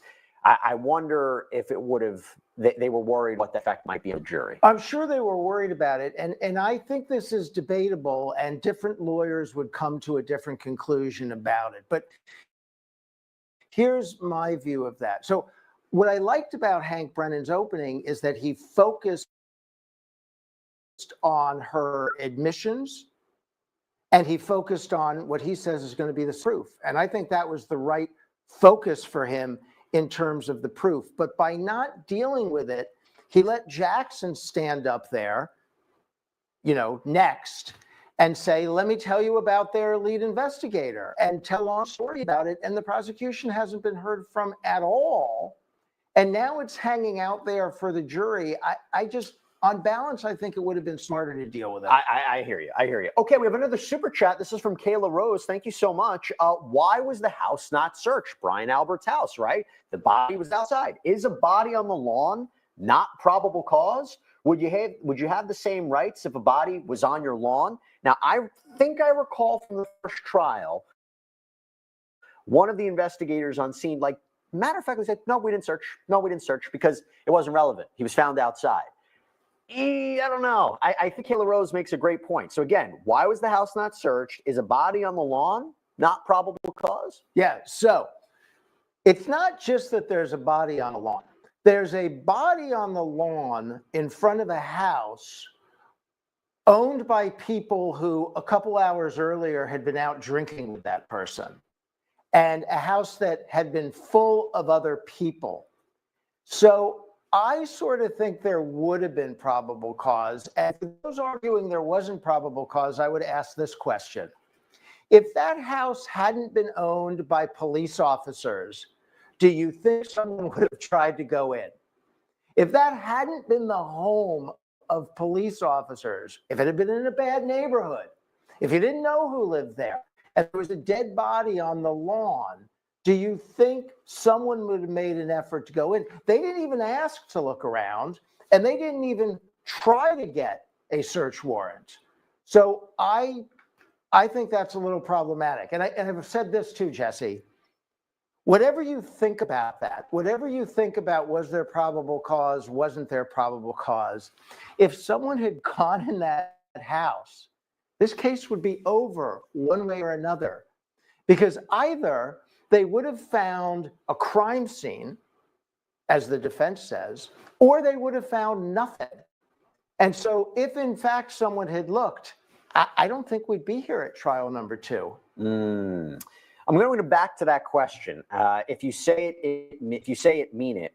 Wouldn't the last video have been part of the discovery given to the defense by the prosecution? Why did the defense claim they didn't know what it contained? Now, we know what this is about. So right before the lunch break, there was this interview with Karen Reed that she apparently did with Boston Magazine writer Gretchen Voss, and that was introduced into evidence. And this is apparently where Reed described picking pieces out of her taillight and dropping them in O'Keefe's driveway. So significant.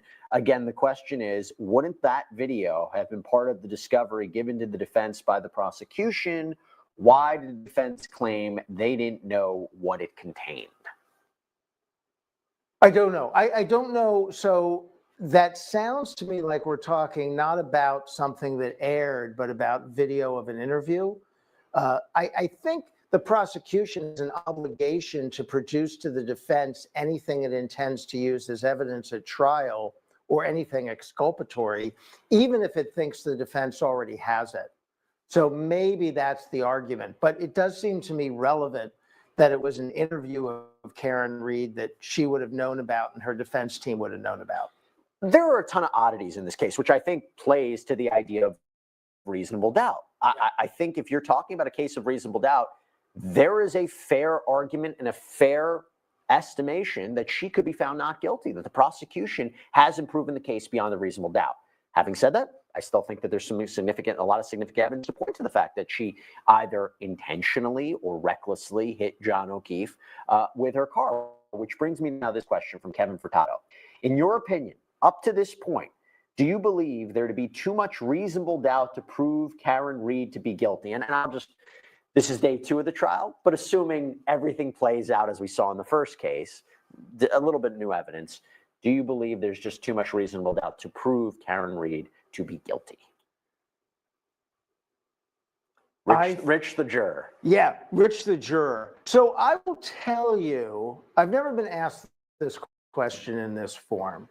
Had I been a juror on the first trial, from what I saw, I would not have been able to convict her. Okay? And that's in part because of what I've already talked about. I didn't like the accident reconstruction evidence. I didn't like the cause of death evidence. I didn't like the medical examiner evidence.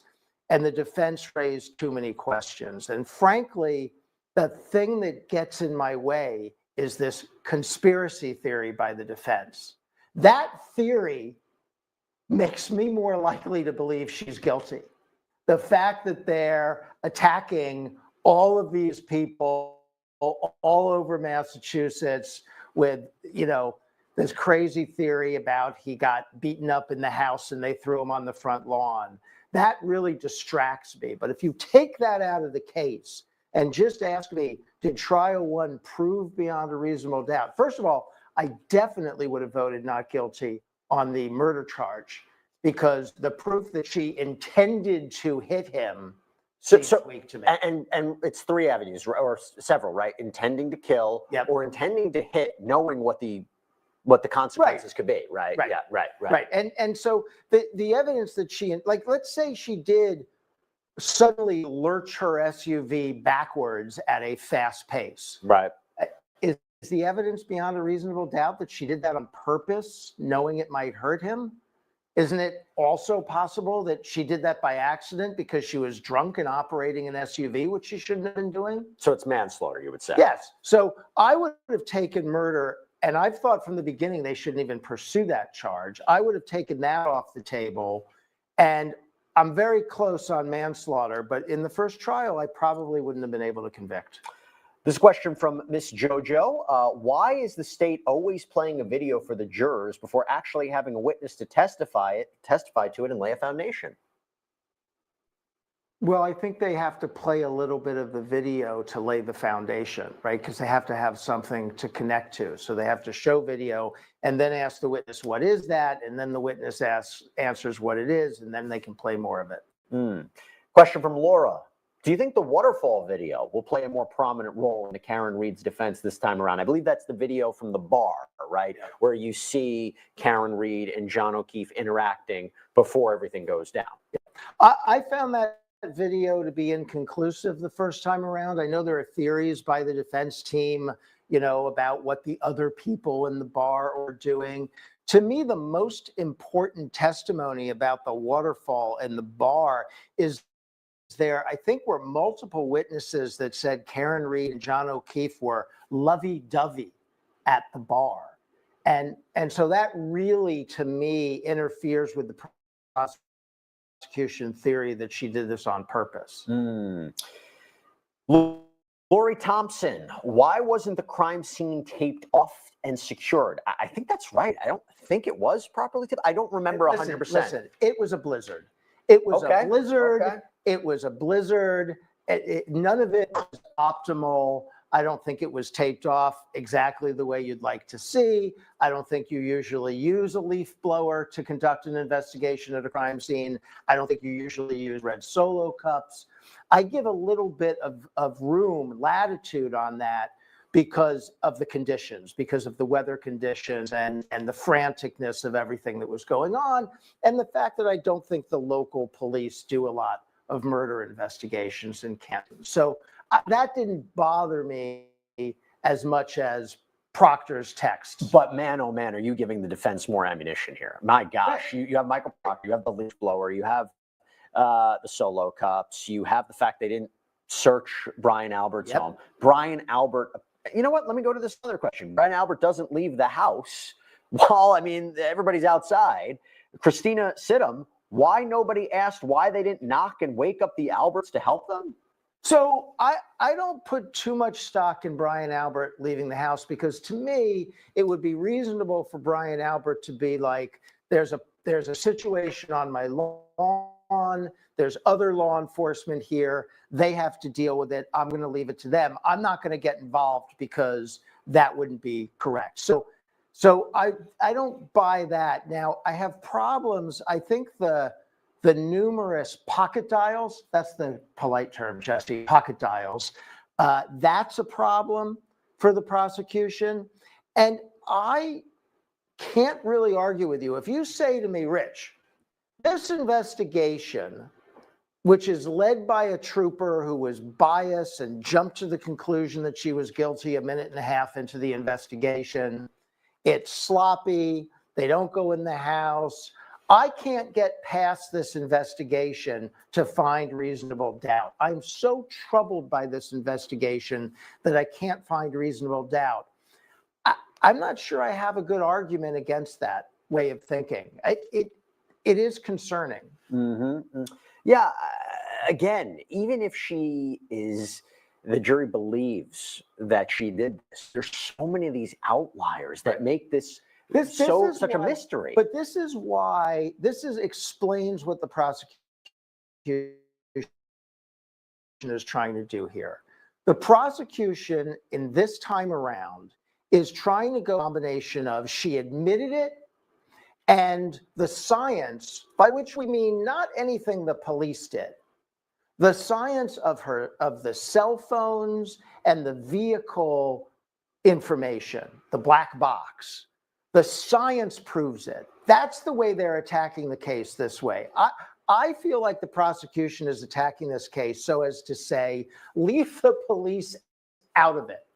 Forget about their investigation. You don't need their investigation. You don't need anything Michael Proctor found, you don't need anything. All you need is the science of the cell phone, the science of the vehicle, the science of finding taillight fragments in John O'Keefe's clothing, which is significant, and her admissions, her repeated admissions that she hit him or might have hit him. Sorry, please That's continue. the case. Can you just clarify what we learned from the last trial, what we'd expect in this trial regarding DNA and clothing of John O'Keefe, either on the car or the taillight fragments? And I guess the alternative explanation would be whatever you're about to say, it would be planted there by the real culprits, right? Yeah. So I'm going to take a shot at this. And I get yelled at on social media all the time. I'm not a scientist. I'm not a forensics guy. I'm not claiming to be. That's not my expertise. I'm a trial lawyer. And I look at this from the viewpoint of what I saw at the trial. And my understanding from the trial is that John O'Keefe's DNA was found on the bumper in the form of a hair. So not that much. And since he knew Karen Reed and was her boyfriend, not in and of itself proof of anything. I understand that there were broken taillight found in the snow at the scene of his death. And most significantly to me, pieces of broken taillight in his clothing. The other thing I know about DNA is there was no dog DNA on his arm. There's this whole debate about whether or not the wounds on his arm were caused by a dog, but there's no canine DNA apparently on his arm. That is inconclusive. I view that collection of DNA factoids to be inconclusive, even if you put them all together. Now, the taillight is a huge problem for the defense, and it is, I think, the primary reason they cling to this conspiracy theory, because they have to explain how broken taillight ended up on the front lawn of 34 Fairview Road. And the only way they can really explain that is to suggest that the police planted it there. Which, by the way, remember said people might come after you after some of the things you said? Yes. So Abigail Spicer. Yeah, here we go. Thank you so much, Abigail, for your super chat question. Appreciate it. Why is it so crazy to think he was beaten inside and then put outside? It was said he didn't die of hypothermia, so his body wasn't outside that long. So here's why it's crazy to me. Let's say John O'Keefe came into the house and got in a fight or somebody killed him. Why couldn't a house full of cops just say, oh my God, this guy came into the house, he was drunk, he started swinging, or he slipped and hit his head? Wasn't there a far easier way to do this than, here's what we're going to do. We're going to put him on the front yard and then try to blame somebody. And I've heard it said they initially were going to try to blame a plow guy, and then they decided to blame Karen Reed. They didn't need to do any of that if he died in the house. A house full of police officers could have just made up a story about what happened and he could be dead in the house. That's why I find this story so unbelievable, that instead what they did is snuck him out of the house and dumped him on the front lawn. Question from Sour Milk. How can her SUV gather enough speed in reverse to cause impact with a person to burst light housing? So again, right, the prosecution would say, if you look at even the black box data, that she put her foot to the pedal at 75% acceleration, hit him, broke the tail light. I'm not familiar with the mechanics of that SUV, but. Yeah, so this is an area where I think, and you know, the defense the first time around, they didn't really have any traditional expert witnesses. I can explain more of what I mean by that. But I've seen stuff on YouTube where there's a guy taking a hammer to a taillight and trying to make the point that this isn't so easy to break. It wouldn't necessarily break if you just hit somebody. And that's very interesting. And it's something that was there for the defense to pursue if they had an argument that as a matter of physics, it couldn't have caused that damage. Yeah, I mean, it's a good question. It's Right. definitely a good question because you wonder, it doesn't seem like that would have automatically killed him, but if he was in a intoxicated state, knocked him out. Well, I knocked him think the down. theory is he sort of got sideswiped and maybe spun around and hit the ground and knocked his head, producing that head wound. I don't really think anyone's saying the SUV drove into the back of his head. Right. Rather right, that it sort of hit him, and maybe that explains why he didn't really have bruises or direct injuries for the SUV, that he didn't really get a direct hit. Although then, if he didn't get a direct hit, why is the taillight broken? Mm-hmm. Adrian Ferguson, question, is Trooper Proctor testifying this time round? Do we know? I believe so, right? I believe so. Well, he's on the witness list, Yeah. but that doesn't automatically mean he's testifying. Who would call? The prosecution would have to call him, right? I mean, I can see a world where the prosecution tries not to call him. That looks bad. I think so. I think they're going to have to bite that bullet at an appropriate juncture. Question from Laura. What do you think of the defense's new information that Jackson brought up in an opening? John was killed in a warm environment. Shoe had 5 DNA samples on it.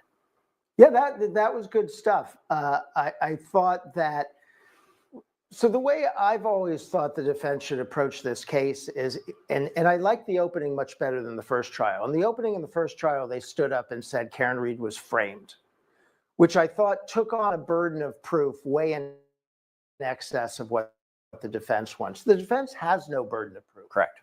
The defense should say, we don't know for sure. Karen Reed doesn't know how John O'Keefe died.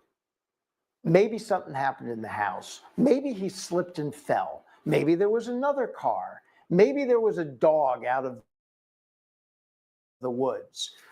The defense should leave an infinite number of possibilities on the table because it's the prosecution's burden to show, no, it wasn't any of those things. It was Karen Reed.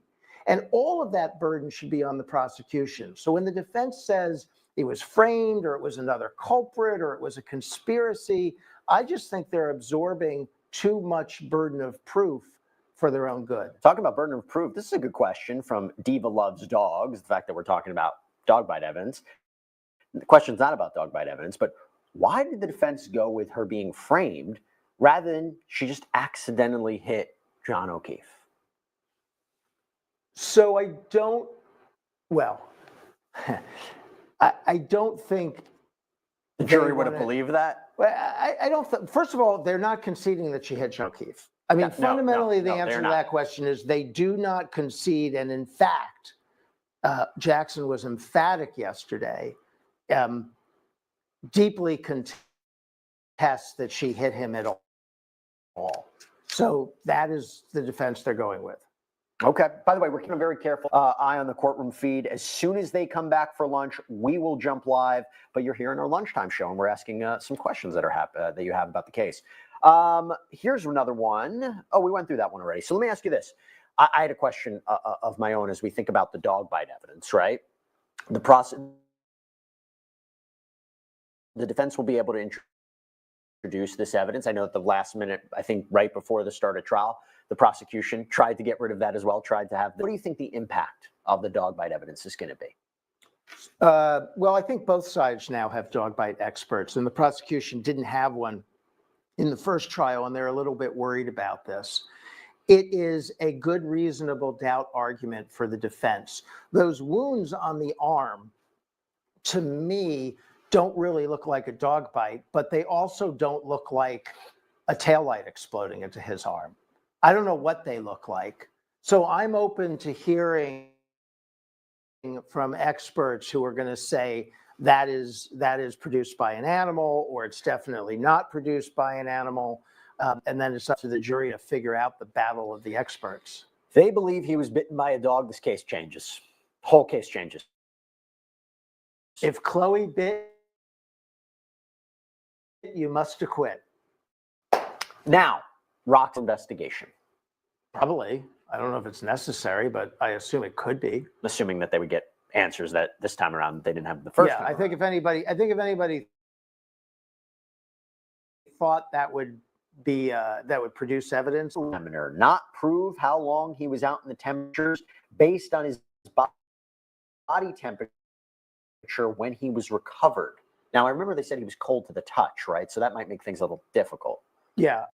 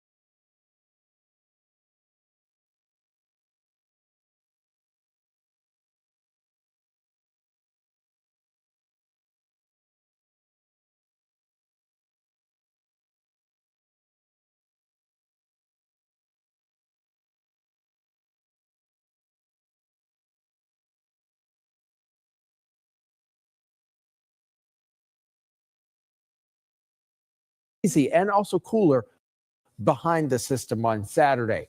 Crystal clear skies, at least for today. Fair weather clouds also hanging overhead. We'll have breezy winds coming in out of the west-northwest, at least for today. So it's actually going to be a very nice 70 degrees, a fairly cool one, in fact, as well. High pressure begins to decay and push off the Atlantic coast into the Gulf of Maine as we set foot into the start of the weekend. We'll talk about those weekend rain chances straight ahead, Paula. All right. We appreciate it. Thanks, Jason. We have an update today from members of the congressional delegation after they visited a detained Tufts University student at an ICE detention facility in Louisiana. Congresswoman Ayanna Pressley joined Senator Ed Markey, Representative Jim McGovern, and other leaders at Logan Airport to talk about their visit with Ramesa Ozturk.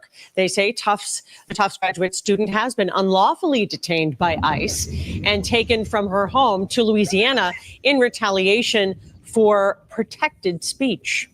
We let her know that, along with many others, we have her back, we will have her back, and will continue to fight for her release from prison.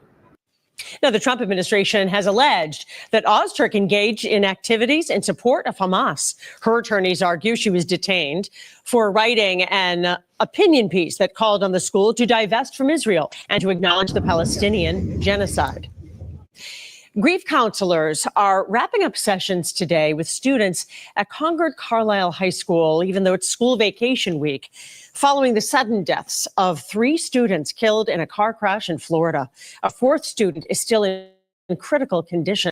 Now, these students were identified as seniors Jimmy McIntosh, Hannah Wasserman, and Maisie O'Donnell. One other senior who has not been identified is the one in critical condition. All 4 students are 18 years old. Florida Highway Patrol says the 4 seniors were in an SUV driven by McIntosh when their vehicle collided with a tractor trailer making a U-turn in a median at about 9:30 Monday night. McIntosh and Wasserman died at the scene.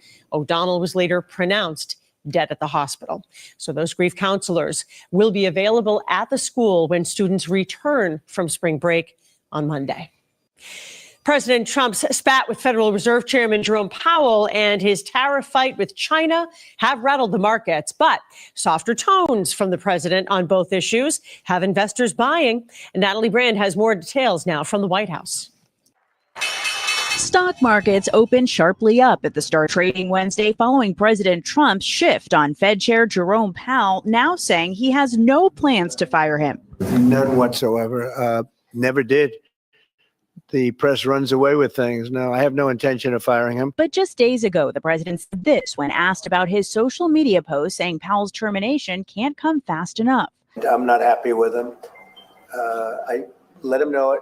And if I want him out, he'll be out of there real fast, believe me. The president also appeared to soften his tone on tariffs, saying the current 145% tariff on goods from China will come down substantially, but not completely. I'm not going to say, I'm going to play hardball with China. I'm going to play hardball with you, President Xi. No. We're going to be very nice. They're going to be very nice, and we'll see what happens. But ultimately, they have to make a deal. The White House says it's setting the stage for negotiations with China, but we don't know of any formal talks scheduled. China's foreign ministry said Wednesday the door to talks is wide open, saying it doesn't wish to fight, but also isn't afraid of fighting. Intentional policy choices by other countries have hollowed out America's manufacturing sector and undermined our critical supply chains, putting our national and economic security at risk. Trump advisor Elon Musk told Tesla investors Tuesday that he's voiced opposition to the current tariff strategy and that his work with Doge will be winding down, though said he may still spend a day or two a week on government matters. Natalie Brand, CBS News, the White House. Officials in New Jersey have lifted evacuation orders after a fast-moving wildfire burned through more than 11,000 acres in New Jersey. Look at this. The State Forest Fire Service says the Jones Road wildfire in Ocean County is about 30% contained, but more than 1,300 structures were threatened, and about 3,000 residents there had to be evacuated. A 6.2 magnitude earthquake shook Istanbul and surrounding areas. The Istanbul 150 people.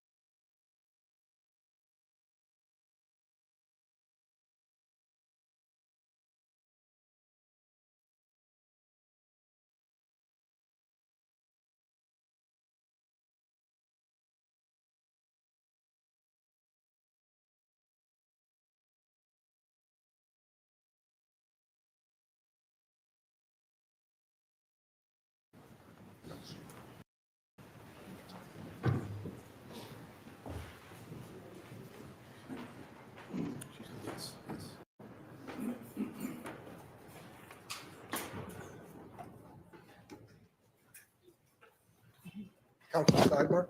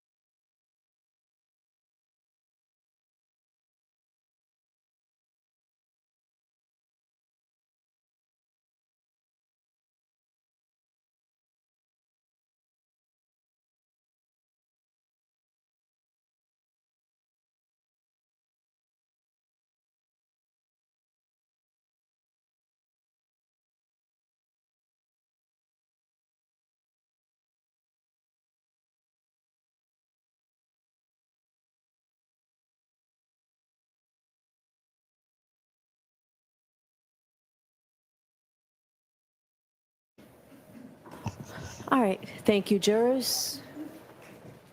Thank you. All right. Your next witness, please, Mr. Thank you, Your Honor. The Commonwealth calls Peggy O'Keefe.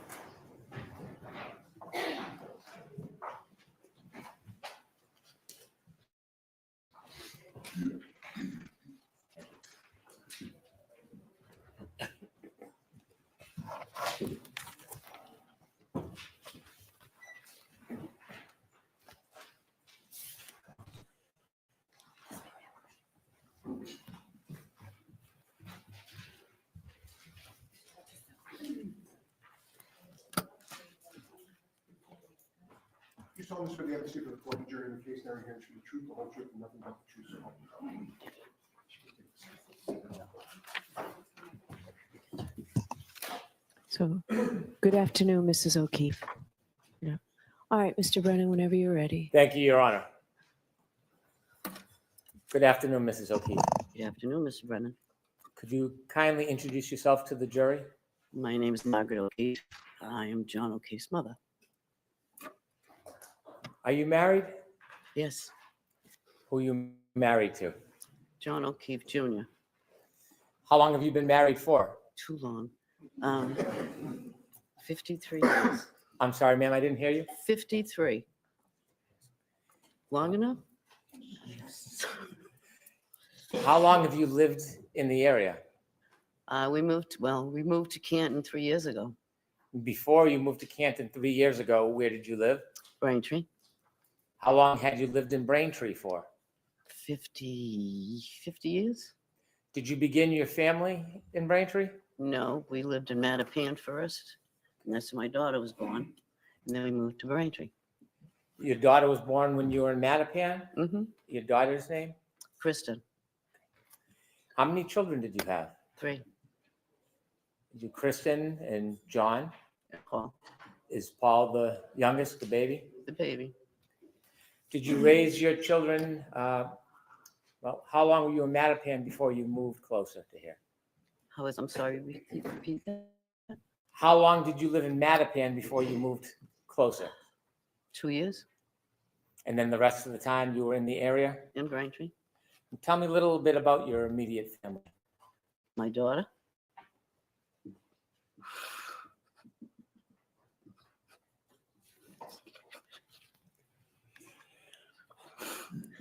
My daughter Kristen had a tumor, a cancerous tumor that she had for 5 months. And she died in November of 13. She had 2 children. And then 2 months after she passed, her husband passed from a heart attack.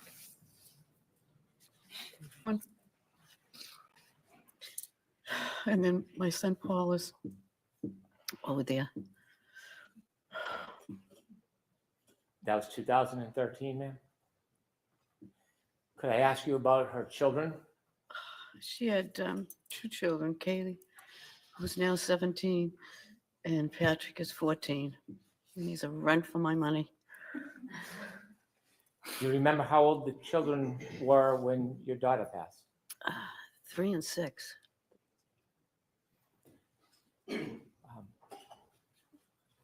When that happened, was there any plan for the children? As far as? What was going to happen with the children? When she passed? Yes, ma'am. And when he passed? Yes, ma'am. My son decided to be the head guardian.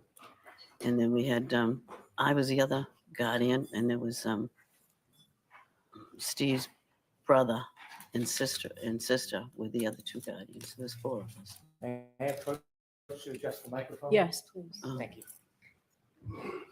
Talking too soft? Okay.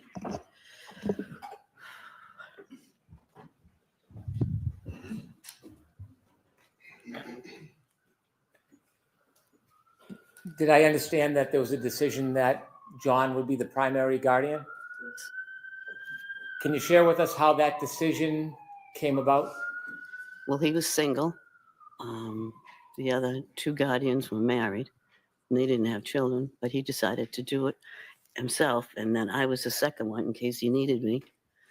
So I was over there most of the time, like when the kids get home from school or, take them places, and then have them on weekends so he could have a break. So that's what I did. Did other people help out in addition to you and John? Yes, my husband was there, and Paul and Erin were there, and the other members of Steve's family. I understand at some point John worked in law enforcement. Yes. Besides that, could you just share just a little bit about him with us? He was a police officer at headquarters. And when he first started, he was in Hyde Park, and then he moved to Dorchester, and then into Boston itself, and that's what he did. I was hoping if you could tell us a little bit about John besides his work. He was enthusiastic with sports.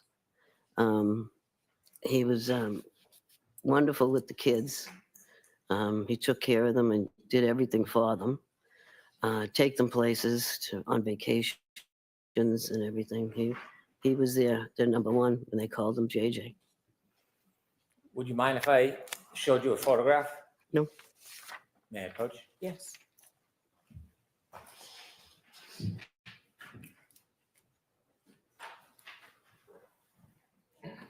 I'm showing you a photograph. Okay. And could you tell us what you see? That's my son. Thank you. May I introduce this as an exhibit? Yes. Exhibit 16.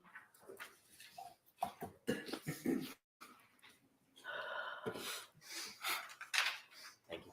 With the court's permission, I'd like to publish. Yes.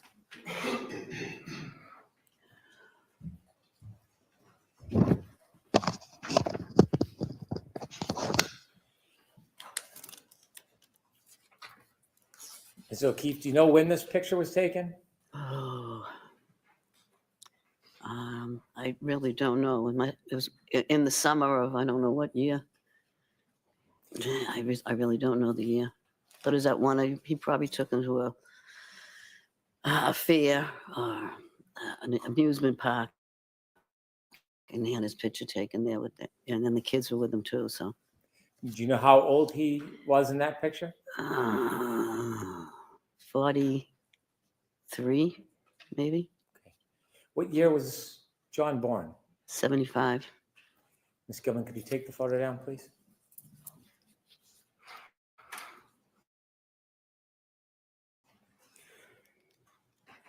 How old was John when he passed?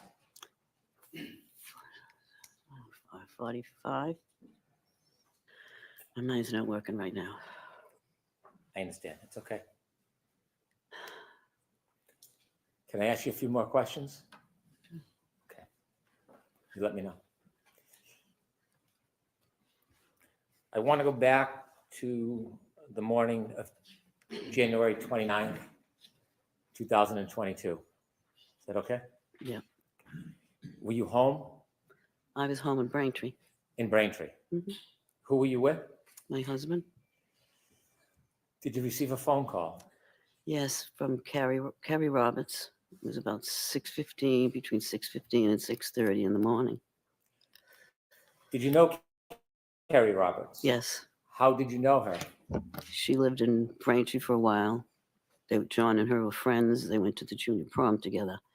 And then we found out that she moved. She lived in Canton, and she was around the corner from us, and she helped us out with the kids. And when you were helping take care of the kids, would you often see Miss Roberts? Yeah, because she'd take Patrick and her son Ryan places. And yeah, so I saw her all the time. Often? Yeah. When she called you that morning, do you remember the conversation? Yeah, she said John was found in a snowbank. And I didn't understand, which I said, what do you mean found in a snowbank? She said, they found him in the snow. They don't know what happened. She says he's brought up to the Good Samaritan Hospital. So she says, I'm going to come get you and Papa because I don't want you driving. And I says, we can drive there. We both have four-wheel drives. And she says, no, I'm coming. So she came to get us. And it took a while to get there because the snow was bad. And in the meantime, I had called one of my nieces to find out because one of my other nieces worked at Good Samaritan. I just wanted to know if she could find out anything about it. And I just couldn't get a hold of her.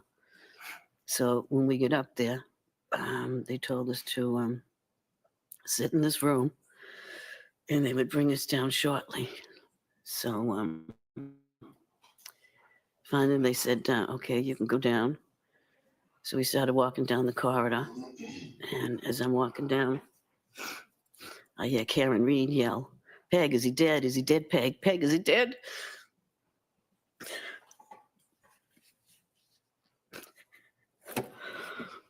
And I just kept walking. And then I asked, I don't know who it was, a nurse or a worker at the hospital. And I said, what is she doing here? And she said, oh, she's being psych evaluated.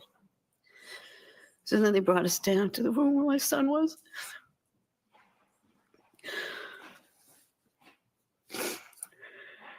He's bruised up, his eyes were closed. It's just not a good scene. Okay.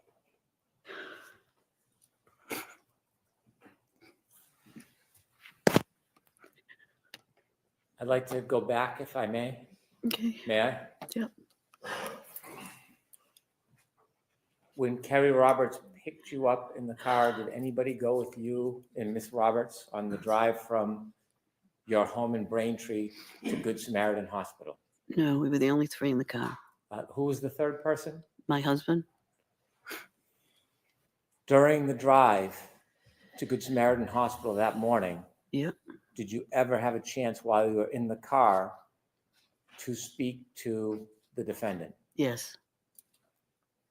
Please tell the jury about that conversation.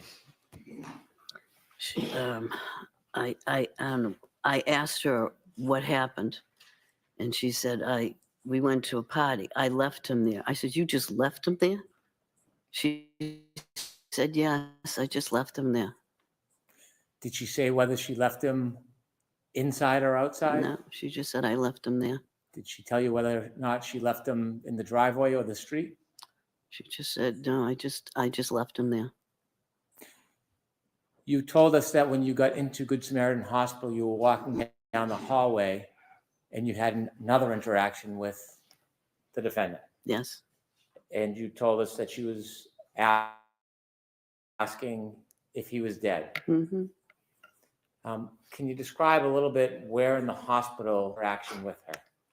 When they took us down to the emergency room, the doors open, and there was a corridor to go down to the other rooms, and she was on the left-hand side, and that's when she saw me come in, and that's when she started yelling, is he dead, Peg? Is he dead, Peg? So when she was yelling, could you describe her mood or demeanor? Was she animated?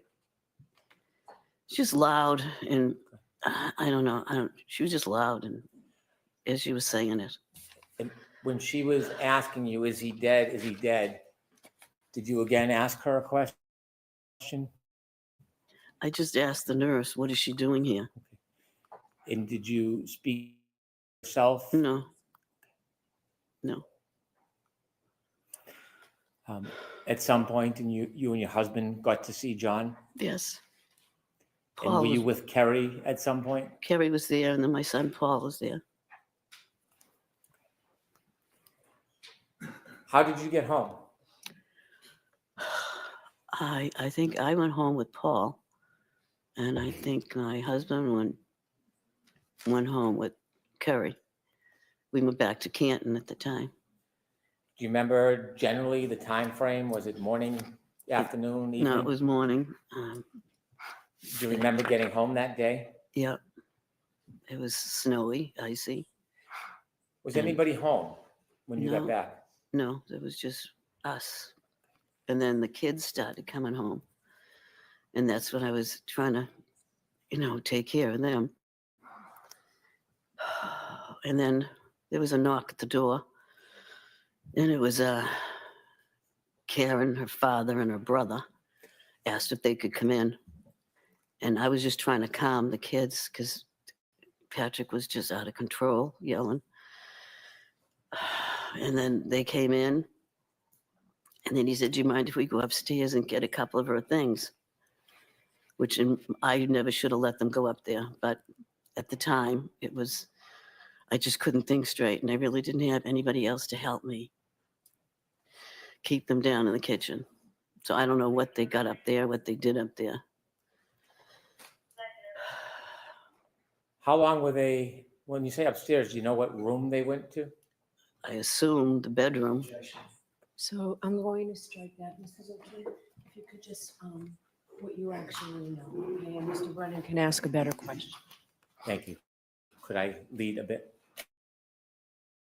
Yes. Ma'am, how many rooms are upstairs in John's home? 1, 2, 3, 4 bedrooms and an office.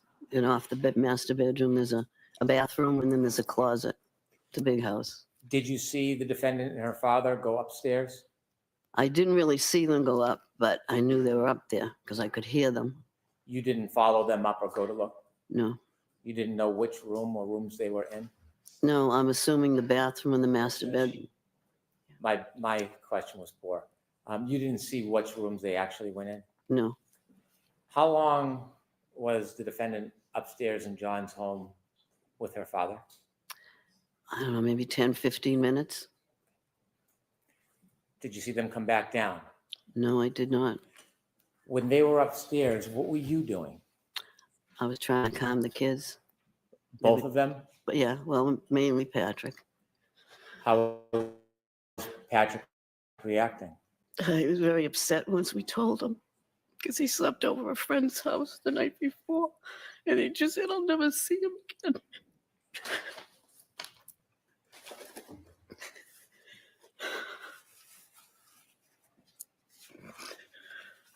Sorry. Would you like a moment?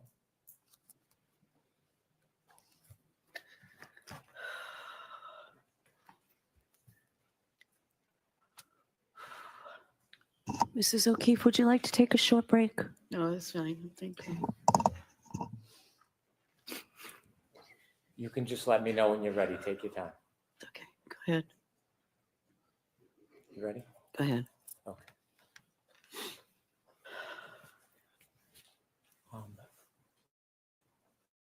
That morning, when the defendant and her father came into your home, did you personally interact with the defendant? No. Was there any hugs, condolences? Nope.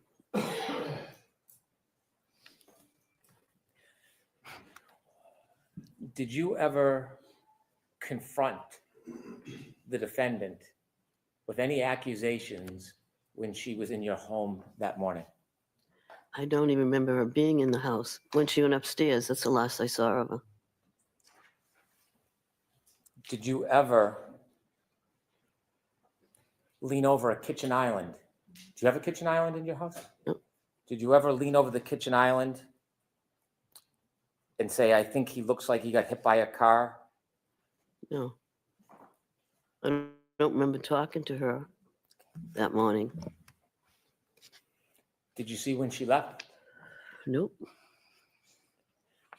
Did you ever see her Lexus in the driveway? No. The children, who's their guardian and custodian now? Well, there's still 4 of us.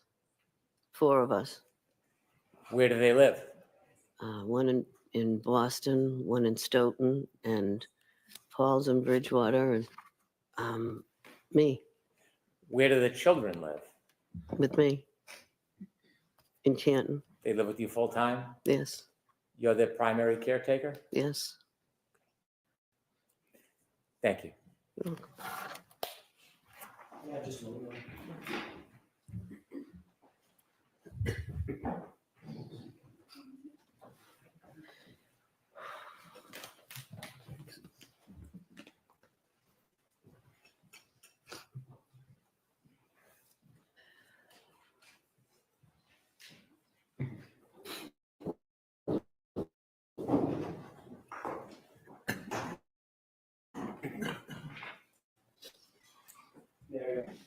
Okay.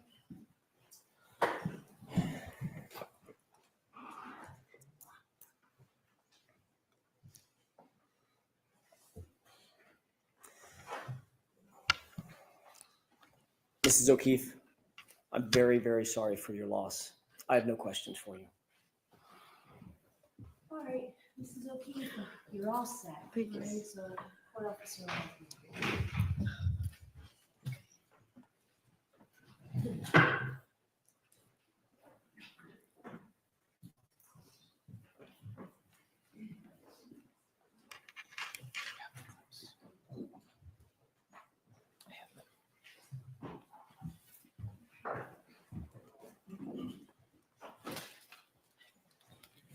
I would like to introduce 2 clips, labeled 4 and 5.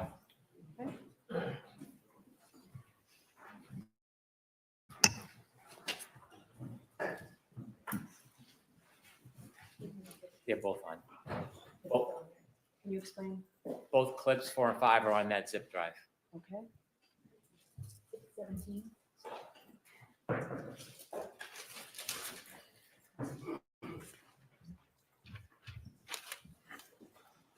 There's no objection to these?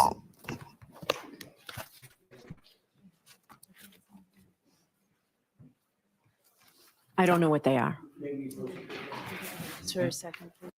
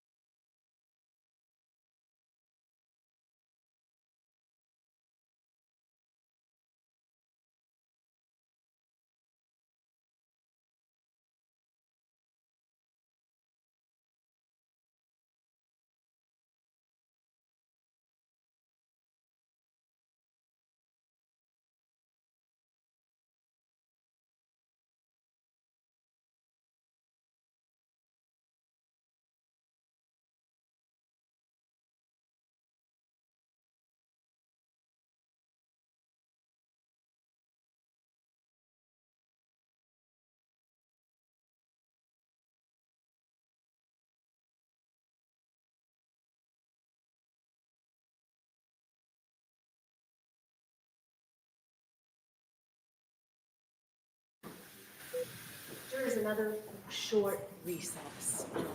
Hopefully you'll get to walk right through the first session courtroom this time. Thank you. Court, all rise, please. Jurors, close your notebooks and follow me.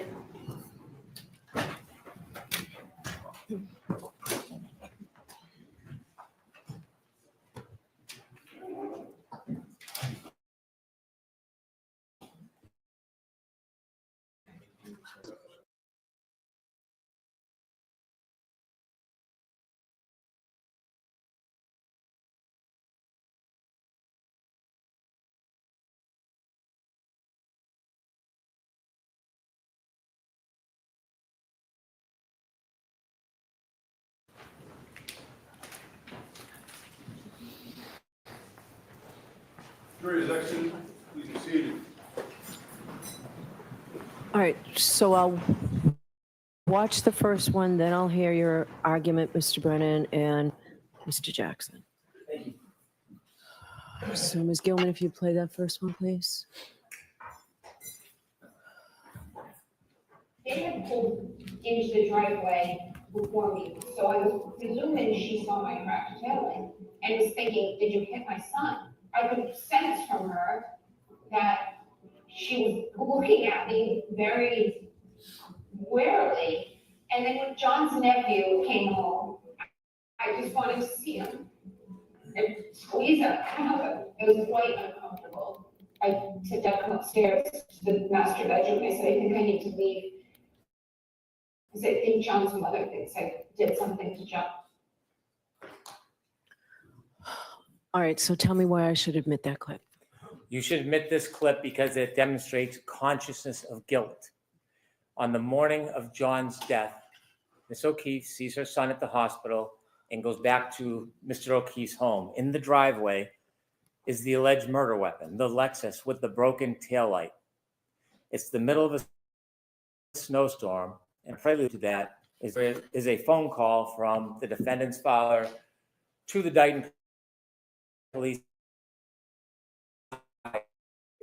Go and see him in hospital. He's a police ride because the weather conditions are so terrible. When the Dighton Police Department declines that ride, he gets the assistance of his son and his son's wife pick him up and bring him to the hospital. At the hospital, there are a number of comments made. I think I hit something. There is evidence we have where the defendant, her mother, and her father, the broken taillight. It is an issue that is primary on their mind. In this tumultuous, grieving moment, the taillight is central between these parties. Uninvited, the defendant and her father go to the O'Keefe house without invitation. They knock on the door and they ask to come in. They go into the house. There does not seem to be any interaction, at least with Peggy O'Keefe. And curiously, they go upstairs for 15 minutes. They stay at the house for less than an hour. This is a family that's grieving the loss of their son. Less than an hour, they go back outside.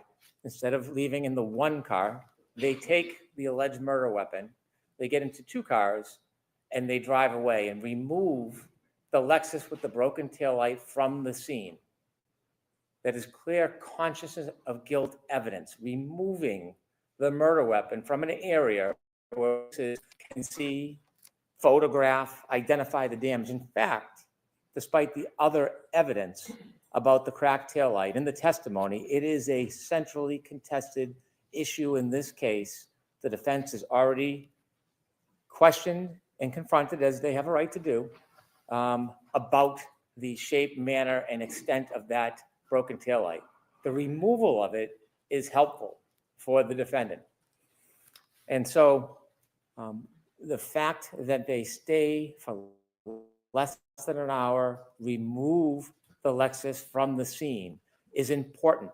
This statement by the defendant is clearly an attempt to create an excuse, a ruse, for why they removed the murder weapon from the scene. It is an attempt to suggest that she somehow is targeted. She somehow on that morning is victimized. She somehow on that morning is the intent or the object of something that is abusive from Peggy O'Keefe.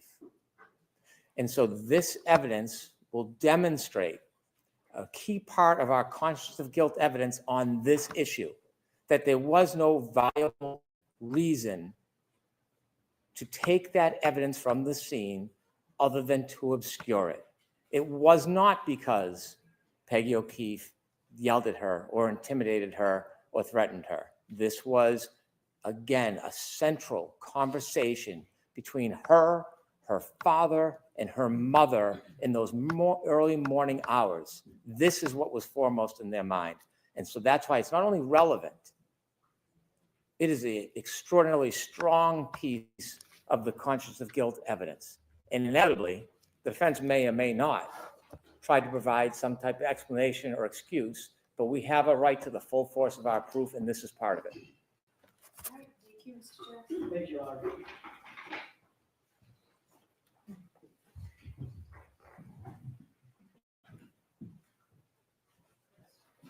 With regard to the first clip, which is clip 4, That's the only one we're discussing right now. then in that case, now that I look at it and I see the transcript, I'll withdraw an objection. I don't care. It's not, I don't agree with anything Mr. Brennan just said. It doesn't go to consciousness of guilt. As a matter of fact, I think it very clearly shows the opposite. But Okay, so there's no objection. So there wasn't an objection until I said, is there any objection to this? And then you all came to sidebar. I mean, they were just going to play. So there's no objection to the first clip, right? yes, correct. Okay, so let's hear. I made an objection at sidebar. I'm withdrawing. Okay, so Mr. Brennan, play the second one, please. Yes.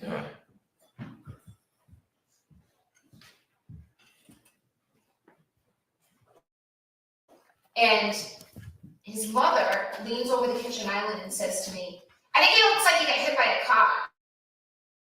It looks like you got hit by a car. Okay, so tell me how this comes in. Similarly, consciousness of guilt evidence, the defendant making what we allege is a false statement to try to excuse her conduct of removing evidence of a crime from the scene. This has additional import. It has two facets to it. One, equally as important for consciousness of guilt in the first part, as I supported for clip number 4 or 5. Secondly, it is important because we've heard testimony from Peggy O'Keefe that this claim never happened. So we now have direct testimony that she did not have a conversation with the defendant, did not make these claims to the defendant. And so while also consciousness of guilt evidence, it has additional support from the previous clip. All right, Mr. Jackson. Thank you. With this video clip, Your Honor, it's very different. It has absolutely nothing to do with consciousness of guilt. The argument is baffling. How could that possibly be consciousness of guilt if my client is simply reiterating something that she believes somebody else said? This clip is obviously, very obviously, and strategically being used to try to vilify my client with something that's completely irrelevant. In Massachusetts, you can't call a witness just for the purposes of impeaching them. What this clip would be doing is purporting to impeach Mrs. O'Keefe, who just testified, I never said that. I never said it. I never leaned over the island counter. Never happened. So bringing this in would be used to impeach their own witness. And that's what can't be done in Massachusetts. With regard to consciousness of guilt, how does my client reiterating or stating that something that the victim's mother may or may not have said, how does that relate to consciousness of guilt? It doesn't. This is simply a wolf in sheep's clothing. They're trying to get it in because it makes my client look bad. They've just put on a very, very sympathetic and empathetic witness, John O'Keefe's mother, and they're trying to make my client, Ms. Reed, look bad by saying something that they perceive to be pejorative in a tone that's pejorative about that very same witness. He's trying to, at this point, there is no issue about whether or not Peggy O'Keefe leaned over and said something about the car, being hit by the car. He's trying to create the issue so that he can put this video clip in. It has nothing to do with consciousness of guilt. It's not for impeachment of Peggy O'Keefe. We don't take the position that Peggy O'Keefe is lying. This is a statement of the defendant. It's in the form of an admission or a statement, which qualifies for admission substantively, not for impeachment purposes. The defendant should not be able to pick and choose which of her statements do not look good for her and do not look bad for her.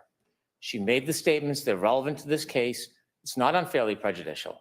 It's a statement that they embraced and they chose and they publicized, and it goes directly to the issue of conscience of guilt. Just because it hurts, just because it's incriminating, just because it's difficult for the defense is not a basis to preclude it. It is an admission, a statement of the defendant. It's admitted substantively.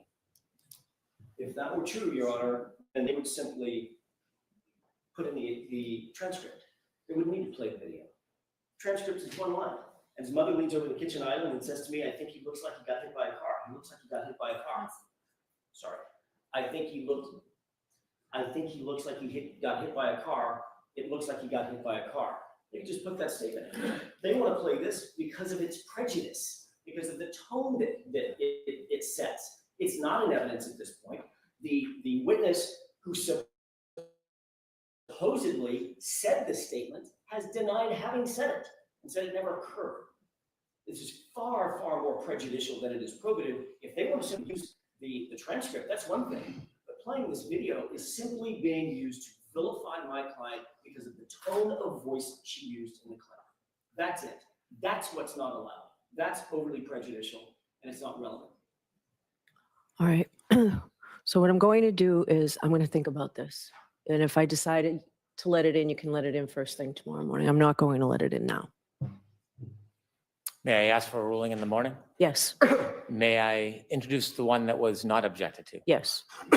Do you want a consciousness of guilt instruction, Mr. Jackson? No, we don't believe that So you're in agreement that that statement just comes in? we're not objecting. I'm not trying to introduce it. Don't put words in my mouth. I'm not trying to. No, I introduce said it. you're, But- okay. But I'm not objecting that it, at this point, that it should come in. Okay. We'll bring the jurors back and we'll do that. Tony, can they come right in or is it going to be 5 minutes? Can they come right in? Thank you. Oh, yeah.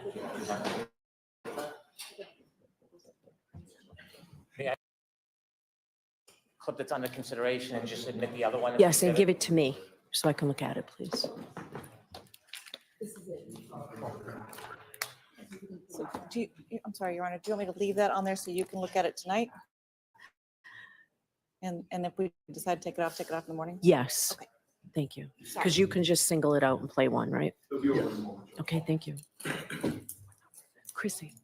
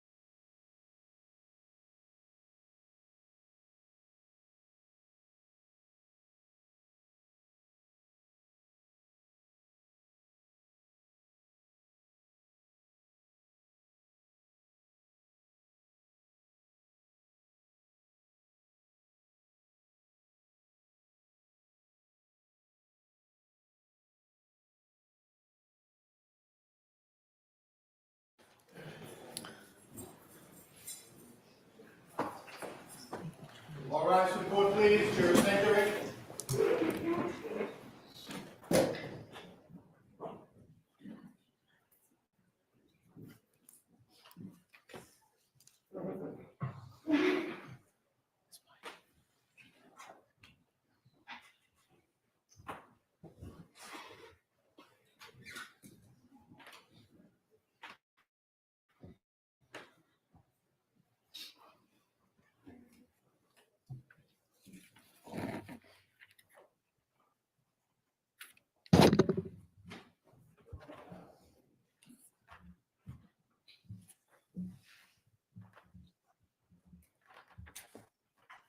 Court is back in session. You may be seated.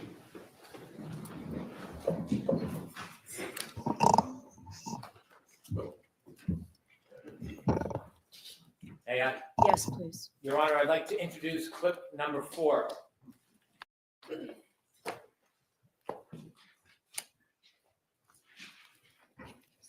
They had pulled into the driveway before me, so I was presuming she saw my cracked tail light and was thinking, did you hit my son?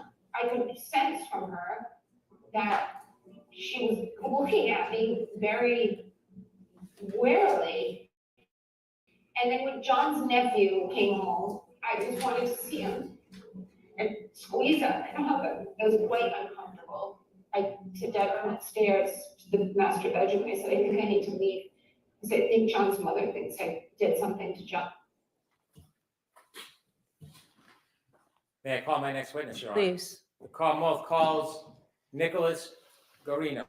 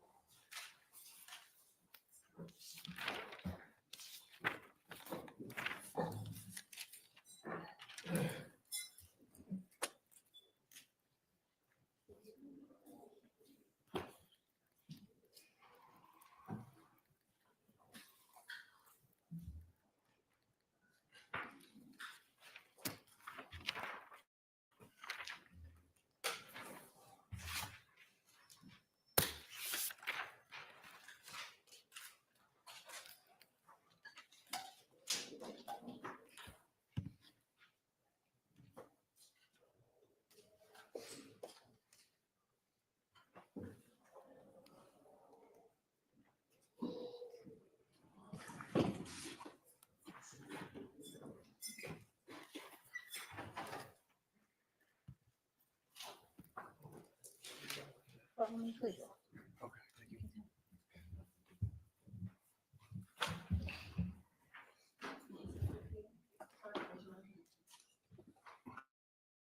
Do you solemnly swear the evidence you give the court and jury in the case now and here and should be the truth, the whole truth, and nothing but the truth, so help you God? I do. Thanks. She can take it. Hi, stand or sit, however you're most comfortable, okay? Thank you, Your Honor.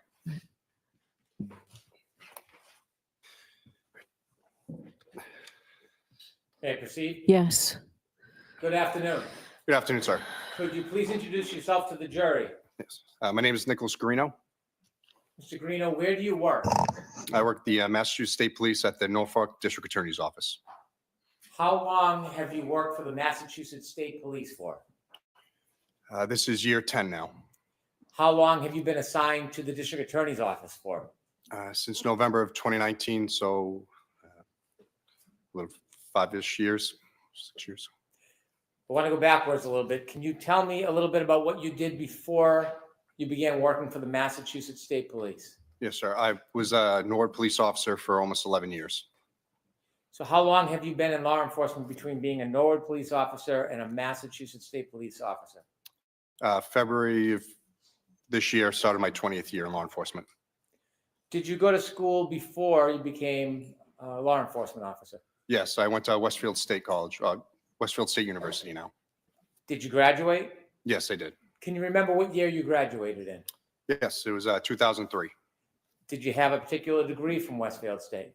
Yes, I double majored. I got a major in criminal justice and mass communications. When you began as a police officer with the Norwood Police Department, did you have to go into any type of specific training? Yes, I went to the police academy. And how long is the police academy? 6 months. Generally and briefly, what was taught at the academy? How to conduct investigations, respond to calls. They did a standard field sobriety testing week, physical training, Massachusetts law and criminal procedure. When you began as a Norwood police officer, were you a patrol officer? Yes, I was. And did you remain a patrol officer for the 10 or 11 years you were there? Yes, I was also part-time in the detail office, but What does that mean? handling jobs when we're off. So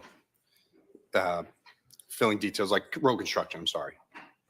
When you left Norwood and began working with the Massachusetts State Police, based on your prior training, did you have to go through further training or were you ready to just begin?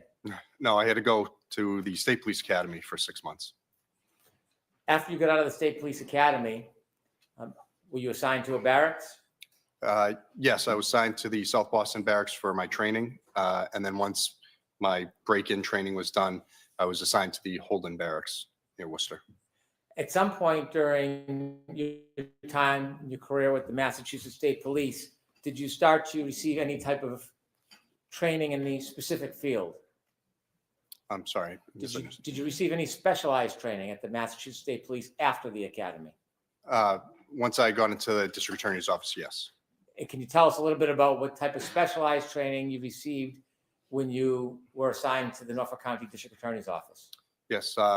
So I was hired by the district attorney's office. I do cell phone and computer forensics, as well as I'm a sexual assault investigator. I had prior sexual assault investigator school done, and I went for digital forensics classes as part of my now daily duties. In order to work with cell phone forensics, did you have any particular background in it at that point?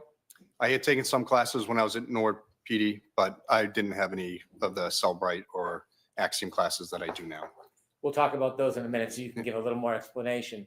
Did you ever receive a specific advanced degree in data forensics? No, I didn't. Did you ever receive any specialized further degree, a master's in data forensics? No. So your training came while you were a Massachusetts State Police officer through the Massachusetts State Police? Yes, that's correct. What type of courses did you take to learn about forensics? The first one I took was Cellbrite certified CCO, CCPA is their intro course that teaches you how to use the program and how to extract cell phones using Cellbrite program. There's a couple words I want you to help us understand. Yes. The first is an extraction. What is, as simple as you can, a cell phone extraction? Yes. Quite literally is plugging the phone into specialized hardware or software, and it pulls the data from that device to make a digital copy of it, so that way we can load it up later to look at it. So when you extract the phone through a download, it basically mimics the content of the phone, but it's in a different shell. It's in a different form than inside the actual phone itself. Yes, exactly. That way we're not manipulating or changing any data while looking, because if we were to open the device, it would change data by going through the phone itself or computer. When you plug it in, can you explain a little bit about what you're plugging it into? Yes. So the main program and hardware that we use is GrayKey. It is, again, specialized software and hardware that once the phone's plugged into it, the software is able to extract the information if we have the passcode. If we don't have the passcode and the phone is supported, it's able to guess that passcode depending on how long, like for an iPhone, if you have a 4-digit, it could take months. If you have a 6-digit, it could take up to 35 years. So does the phone have to be accessible to actually do that download through GrayKey? Do you have to be able to open the phone with the passcode? No. So if we don't have the passcode and it's supported, it can guess the passcode without making the phone useless after, say, for an iPhone, I believe it's 10 passcodes. Is it a quicker process if you do have the passcode? Much. It would take hours to download the device, depending on how much information's on it. How do you ensure that the information that you extract from the actual device is accurate and the same when you're making a copy? How do you ensure the integrity of it? So with GrayKey, it produces a progress report as it goes through its process. The only two fields that we can sort of amend in that PDF that it spits out is the ID number and then the investigator name. So after the data is pulled out, it creates a hash value, which is like a digital fingerprint for that specific information. So if you had gone in and to edit or change it, that digital fingerprint would change. It would change the big long string of numbers that it attaches to that file. The digital fingerprint, is that the same thing you're referring to as the hash value? Yes, exactly. And how do you ensure that the hash value of the product, the copy, is the same as what's on the phone? You can run the zip file that it creates with the information into a hash calculator, and it will give the same hash as what is produced from the Gray Key PDF report. So if something had changed or there was an error with it, the hash would not be the same as what was given from the PDF. And that's how we know that the data was not the same.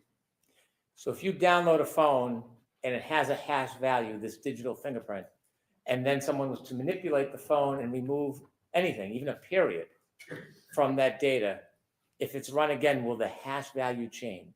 Yes, it would not be the same because Even it if will it's show. just, I'm sorry, even if it's just a period? Yes, any alteration to that initial extraction with that number, it immediately would change. So if you have an item, a computer or a phone, and you put it through the Gray Key program, and you do an extraction, a copy, where do you store that copy of information if it's not on the phone that you originally have? What do you do with it? So once the program pulls that information, we have to place it onto our secure server at the office, and we'll take any of the files that were given via the extraction process, and it's saved there for us. And so you copy it on another link or another digital file? Yes, we'll save it to the server at the district attorney's office. Can it be put on a physical item, like a zip drive or a hard drive? Yes.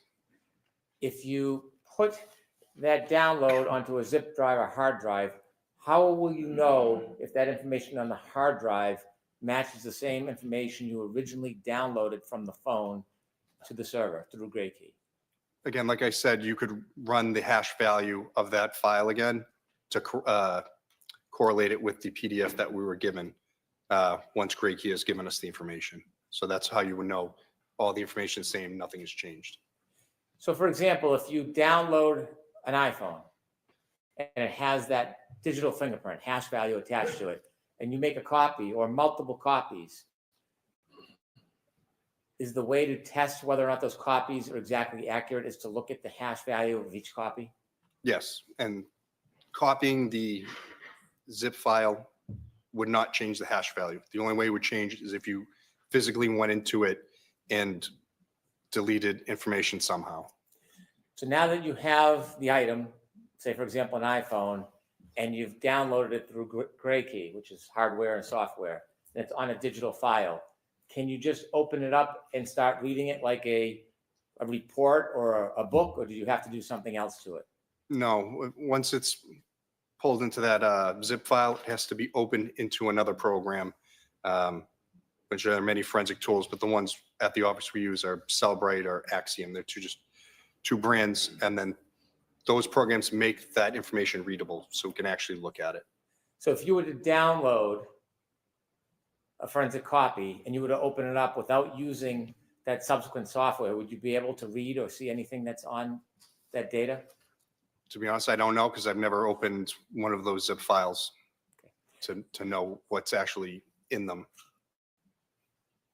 After the extraction happens, after there's that copy made, did you mention this further software you would use to be able to actually read the data? Yes, so that's Cellbrite and Axiom. They're two different programs, but those programs will make the information readable.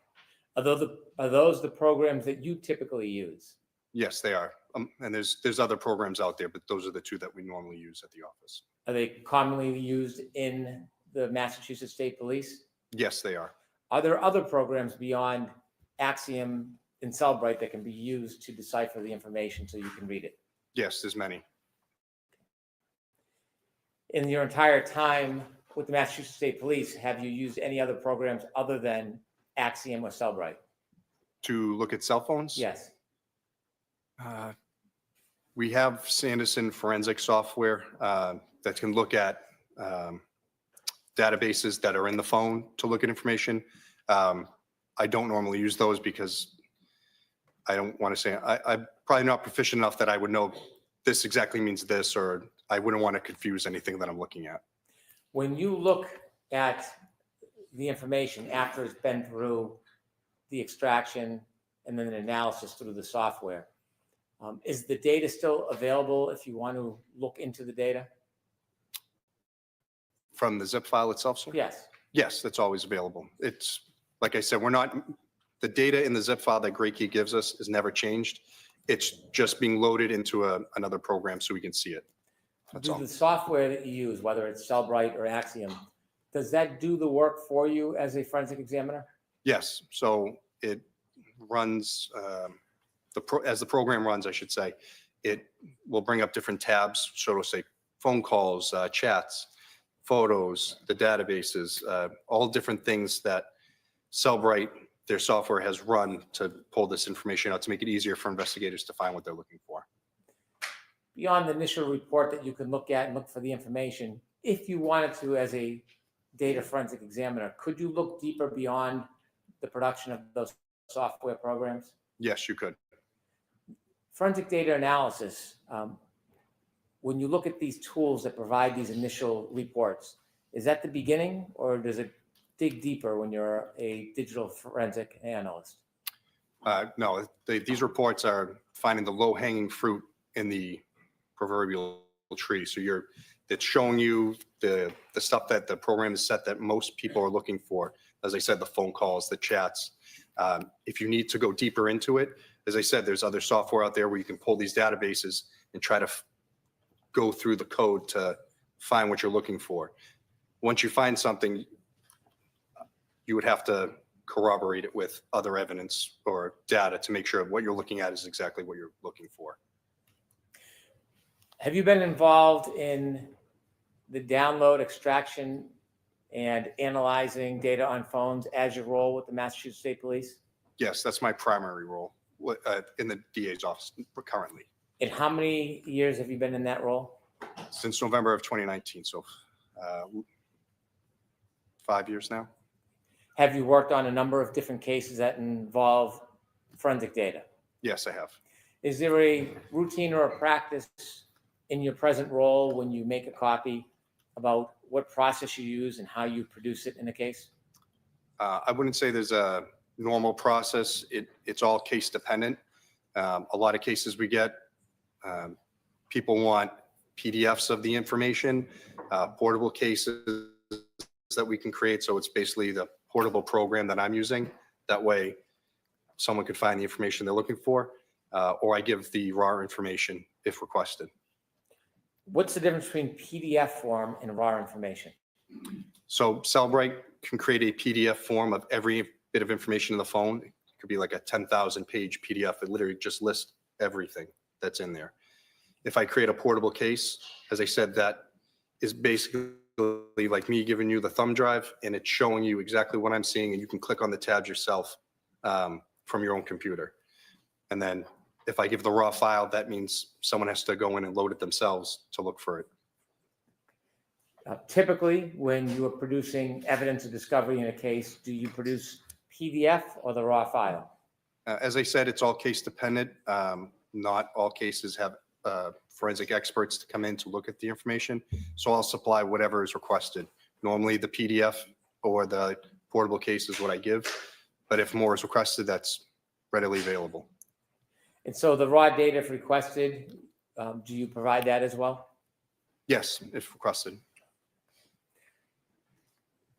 In this case, were you involved in any type of forensic data extraction? Yes, I did the extractions of multiple phones and analyzed multiple phones in this case. You mentioned that there's a software and hardware, the Gray Key unit. Where's that located? That's located in the digital forensics laboratory, which is keycard access and alarmed. Excuse me, at the Norfolk DA's office. Are there other cases or the multiple cases that are occurring at the same time? Yes, we constantly have phones coming in and out and being worked on. What if you have a phone and the Gray Key unit's being used? What do you need to do? We need to wait for that phone to finish, because if we say we unplugged it, it would interrupt that data transfer and we could lose it. So we wait until the phone's done and then the next phone goes up. Did you become involved in some way in this case? Downloading devices, sir? Well, I'm asking generally first. Oh, yes, sorry, yes. Were you involved in investigating this case as far as speaking to witnesses or going to the scene? No. Can you describe the best you can what your role was relative to this case? Yes, so I was brought, as I said, phones from this case to have the data extracted and then have it ready in our Cellbrite program for the investigators to look at.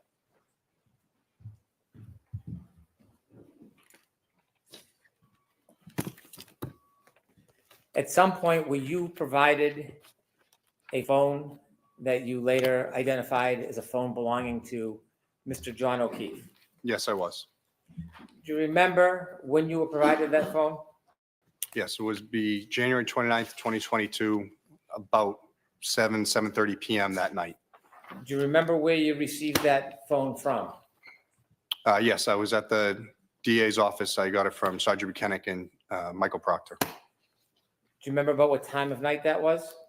As I said, about 7 to 7:30 p.m. Thank you. When you received that phone, did you have the passcode? No, we didn't. Without the passcode, what were your next steps? So the phone was placed in our digital forensics lab until we could get the passcode. I was told that a family member was going to be bringing it in so we could download the device. Did you ultimately get that passcode? Yes, we did. And do you remember when you received it? January 31st, 2022. After you received the passcode for Mr. O'Keefe's phone, can you walk us through the process of what you did? Yep. So once the passcode's obtained, we'll unlock the phone and then plug it into GrayKey, and then it's able to pull the full information from it without having to guess the passcode. How long does that take? Again, depending on the size of the phone, a few hours. After the information was downloaded, then what happened? We placed on our digital evidence server at the DA's office, and then if the phone is evidence, it would go into evidence. If it was a consent, we'd give it back to the person who gave it to us immediately. Did this phone go into evidence? Yes, it did. When you downloaded the information through GrayKey, which you said was the hardware and software, does it produce a report with that digital imprint? Yes, it does. It produces a report from the time you plug it in to the process it completes, and then the amount of data, and then, like I said, that digital fingerprint hash value at the end. And did you do that with this phone, Mr. O'Keefe's Yes, phone? May I I did. approach, Your Honor? Yes.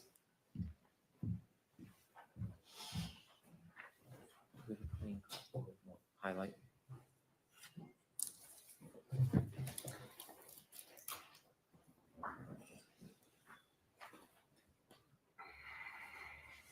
I'm going to show you a document, sir. Okay, sorry. Yes, thank you. I'm sorry. Did you show it to Mr. Alessi? I'm sorry. My apologies.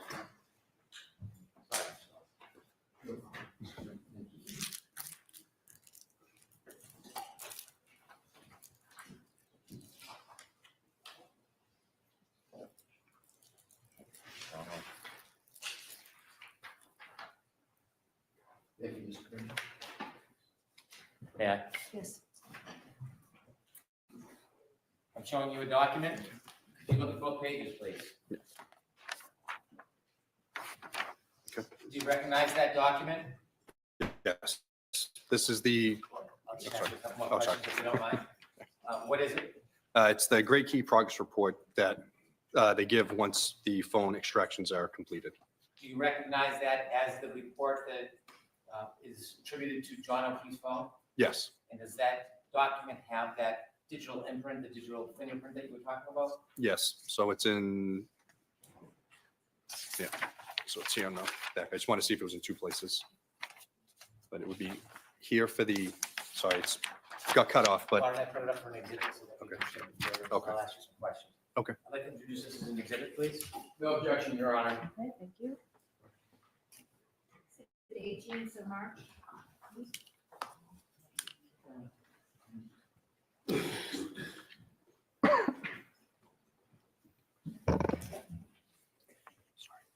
May I show that exhibit to the jury?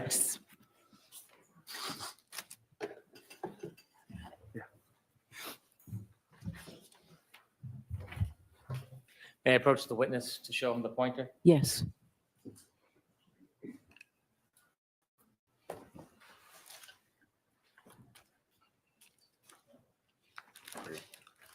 On this top button will be the pointer. The middle button will change the screen. So Oh, the top button, please.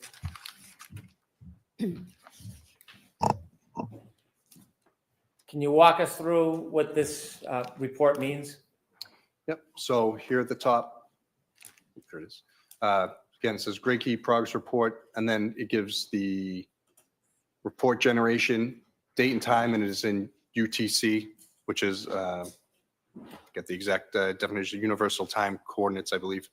So you'd have to minus 4 or 5 hours depending on daylight savings time. So this one would have been January's -5, 1610, so it'll be 1 noon, 12 o'clock for the actual time on the 31st. As we go down, device name is Johnny. The software version is the Apple iOS that was running at the time. Model number, iPhone 11. And then if you were to look up the N104AP is also a model number. The unique device ID. This one is what Gray Key assigns to the zip file that it creates. Serial number of the phone, the unique chip ID, the Wi-Fi address, the Bluetooth address, and then the phone number. And then there's more information underneath. Could we scroll that, please? Thank you. This here is the IMEI, which is the International Mobile Equipment Identifier. It's not uncommon now to have multiple of those identifying numbers. The data partition size of the device, which is 83 gigabytes. The lock state, if the phone was locked, it would say locked. This one is unlocked because we had the passcode. This was the Gray Key agent version for the software. And then this is the last time that the phone was backed up via iTunes or iCloud. This is the owner's name. You can have anything in this, but his phone had John O'Keefe set as the iPhone owner name, and then the different accounts attributed to the phone. Okay. Can you show us where the digital fingerprint is? Yep, it's down. So that, the top part here is literally every time when it's plugged in to every process that it completes until the progress report is generated. Here, there's the full file system was created on this date and time. And then even though the partition size was 82 gigabytes, it actually pulled 125 gigabytes of data. Underneath this, if you're on the next page, is that unique fingerprints right here. So it has two, a SHA-256 and an MD5. They're just two versions of hashing to show that the file, the unique fingerprints, and that's what these numbers are here. So there's one for the image of the extraction, and then one for the keychain for the other documents that Gray Key creates. And you mentioned that if anything has changed, even a period, that number and letter sequence will change as well? Yes, that's exactly right. Did you have an opportunity to download and extract any other phones? Yes. At some point, did you have an opportunity to download and extract a phone from the defendant? Yes, I did. Do you remember when you received that phone? I got the phone the same time as I got Mr. O'Keefe's phone on the 29th at around 7:30 at night. And so you received both phones at the same time Yes, from the same people? correct. Trooper Buchanan? Yes, Trooper Proctor? yes. What did you do with that phone? Again, that was brought down to the digital forensics lab for holding until we could get into it, or a warrant was written, or whatever legal process was going to be done, so we could get that information. Do you secure it? Yes, that room is locked with keycard access that only myself and two others have, and it's also alarmed. Do the case officers or investigators that aren't part of your unit have access to those items? No, the only ones that had access were myself, Trooper Connor Keefe, and then the director Samantha Vogt. She's a civilian that runs our lab. And at that point, were you able, after there was process, were you able to get into the phone at first? No, it wasn't supported by Gray Key, the phone model and number. What do you mean it wasn't supported? So the software, even if we had a search warrant, we plugged it in, Gray Key wouldn't be able to recognize it because it just wasn't supported at that time. When you say it wasn't supported, does this have anything to do with a passcode? For both. So we didn't have the passcode. So because we didn't have it, it wasn't supported for us to download that information from the device. If you had a passcode, would it have been supported? Yes, it would have been. So is there a process when you have a phone that you don't have a passcode for to be able to access the content of the phone? Yes, that's correct. We have to wait until we either have the passcode or the software and hardware is supported for the device where it can try to guess the passcode. Let me ask you some questions about software. In forensic data analysis, does software change frequently? Constantly. When the software changes, does it advance? Does the software get better? Yes. Yes, it does. At the time you first had the defendant's phone, the software you had was unable to access the contents? That is correct. What do? Do you look for other software or do you wait for updates? What's the process? If there is another software out there, we will use it to try to get the information. If not, we are at the mercy of waiting for the developers to come up with the information for us. Did you wait in this case? Yes, we did. We had to wait. Ultimately, did software advance so that without a passcode, you were able to access? Yes. How long did you have to wait before you were able to access?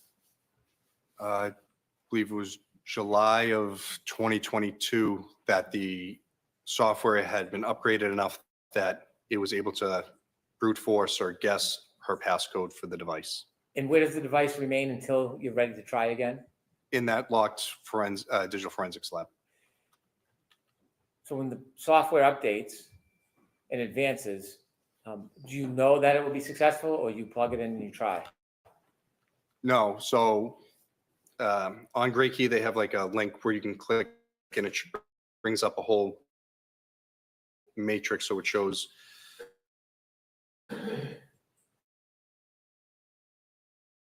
every make model of phone and it tells us. So when there's a new update, we'll check that to make sure that the devices we have can be accessed. Did you make an attempt to have the software access the phone without a passcode? Objection, Your Honor. Move the approach, please. Okay.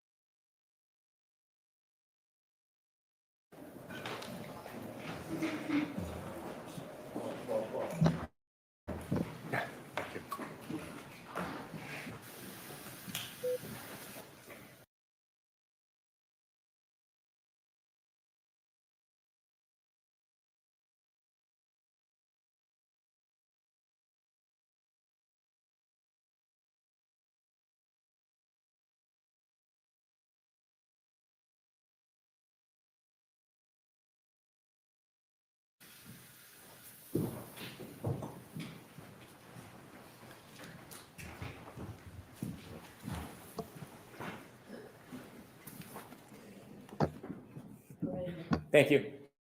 Did you use software inevitably to open the defendant's phone? Yes. And how many times did you download? So there was 2 downloads, one, thank you. One of the partial part of the phone, and then we, in the same time that we had it plugged in, we had the password brute force guess software installed onto the phone, so we would try to guess the passcode. So there were 2 downloads, one with very limited data, and then one with the full file system extraction, which is everything on the phone that it can get. May I approach? Yes.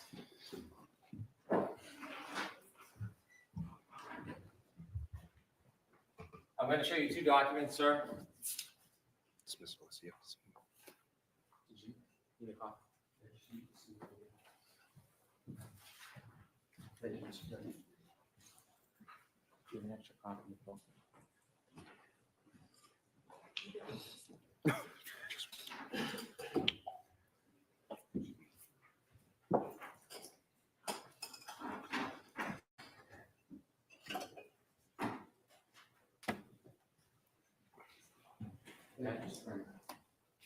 I'm going to show you 2 documents that actually, look at the first one. Do you recognize that document? Yes, I do.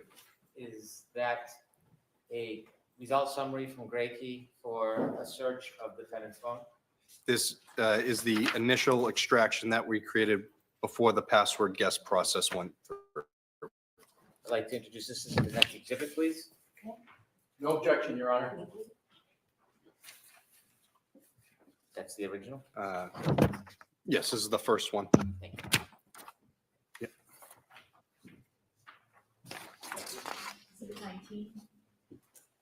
I showed you a second document. Do you recognize that? Yes, this is essentially the same information, except it goes further of all the password guess attempts longer until we actually get all of the information from the phone. I'd like to introduce this as the next exhibit, please. No objection, Mr. Leslie? No objection, Your Honor. 20, somewhere.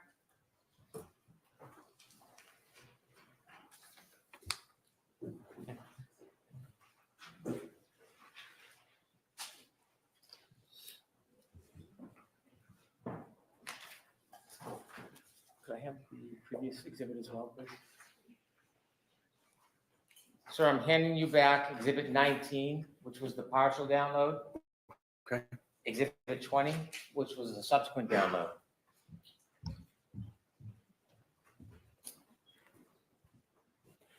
You mentioned hash value changes with the content of each download. Yes. Is there hash values specifically assigned to each download? Yes, there is. Are they the same number and digits in digital fingerprint? No, they're not. And explain again why they would be different. Again, the first one was the partial. It was only 45 gigabytes of data. So it has one number. The second download was 109 gigabytes of data once it got the passcode.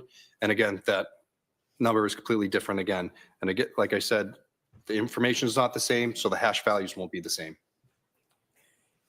Were the 2 other phones that you inevitably analyzed? Yes, there were. Let's start with the first one. Did you have an opportunity to create a file on a phone that came from Kerry Roberts? Yes, I did. Now, you said it's a 2-step process. First is the extraction, the copying, and then it's creating the file. That's exactly right. With Kerry Roberts' phone, did you make the extraction? Did you plug it into the Gray Key? No, I didn't. Who did? Trooper Connor Keith. How do you know Trooper Connor Keith? He went to meet with Kerry Roberts, received the device from her. He brought it back to the office and did the extraction. His name is also on the extraction Gray Key progress reports as well. And he wrote 2 state police reports regarding it. Do you work with Connor Keith? Yes. He works with, I'm sorry. Yeah, I would say we do the same, essentially the same job working together. So he's in your unit? Yes, he is. In the digital forensic unit? That's correct. That phone, did it come with any paperwork, any forms? Yes, he had 2 signed waivers of consent from both parties for each device, one for each device. And so as far as the copying, the extraction, you did not do the extraction on Kerry Roberts' phone? No, I did not. After it was plugged in and a copy was made, did you then access it? Months down the road. Were you assigned at that point to analyze or look at any of the data on that phone? Initially, no. At some point, did you create a file so that you could provide it to the parties? Yes, I did. Was that upon request? Yes, it was. And separately, did you know, or did you, ask it a different way. Was a phone from Jennifer McCabe extracted? Yes, it was. Did you do the extraction? No, I did not. Was the information after extracted again provided to a digital file? It would have been, yes. Did you, at some point later, did you make a copy to provide to the parties? Yes, I did. Can you tell us what a USEF reader is? So the UFED reader is a portable case that I can create through Cellbrite. Again, like I said, it's the exact same program that I would be viewing if I was sitting at my desktop. Instead, it can be made into a thumb drive to give to defense, prosecution, investigators, whoever. And there's no chance for the data to be manipulated because it's just a reader. When you have the digital file that's been extracted and then created into a PDF or a form that can be read, can you print the entire file on paper if you'd like? Yes, you could. Would that include, could you print it so it includes the entire content of the phone? Yes, it'd be thousands of pages, but yes, you could. Is there any way to isolate particular things of interest that you might want? For example, if you wanted just the chats between two people, is there a way that you could have a program isolate just those chats and then give you all of them in a form that you could read? Yes, so you can go in to cherry pick whatever information you're looking for to create into PDFs or other, it gives 5, I think, different mediums. You can have it output HTML, portable cases, XML files. If you wanted to create a document that had a number of people in communications, could you do that as well? Yes, you could. So you can pretty much set the parameters how you want if you want to search for particular items. Yes, it's very generous that way of being able to search for keywords, phone numbers, whatever it is, and then you can export that out into a PDF so you can print it. May I have a moment, Your Honor? Yes.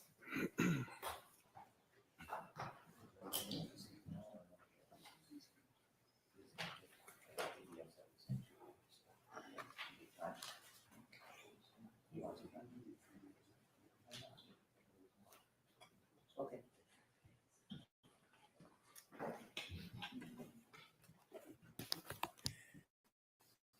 Did you go through the program and create a number of documents that isolated specific information that you wanted? Yes. For example, did you go through and create a report for all of John O'Keefe's calls for a period of time? Yes, I did. Did you go through the program and create a report for all of the calls between John O'Keefe and the defendant for a period of time? Yes, I did. Did you go through the program and create a specific document that would show just the text messages between John O'Keefe and the defendant? Yes, I did. Did you go through the phone and create specific separate documents for communications, phone calls, and text messages between Mr. O'Keefe and other people, not the defendant? Yes. For example, Ms. Roberts, Yes, that's correct. Ms. McCabe. Yep. Did you go through any of the phones and create documents to show any text or conversation between parties not involving John O'Keefe? If directed, I could, but I don't believe I did. When you took on the task of creating these documents, was it something you did on your own or something that you would wait for a request from a prosecutor or another officer? I would wait for a request. Again, my knowledge of most of the cases is very, very limited. So if they're looking for something specific, I can assist them. If they need some type of help, I can assist them. But normally I will open it up for them and they have a better knowledge of the case, so they know what they're going to be looking for. Everyone in our office is Cellbrite trained, or if someone new comes in, that's the first thing they'll go to is to a Cellbrite training, so they know how to use this program. And it doesn't put the burden on myself and Trooper Keefe to try to find everything for every case. Thank you. Your Honor, at this time, I'd like to conclude this witness's testimony to be recalled again. You're in agreement with that, Mr. Lessie? We are, Your Honor, Okay. subject to the recall. Okay. All right, Trooper, you're all set. Thank you, Your Honor. We'll see you again. Should I? You could just leave them right. Thank you.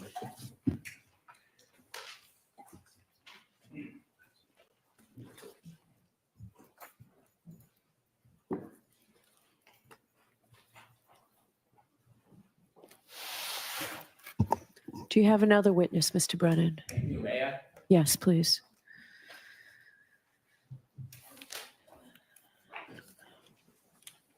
Commonwealth calls Mr. Whitley.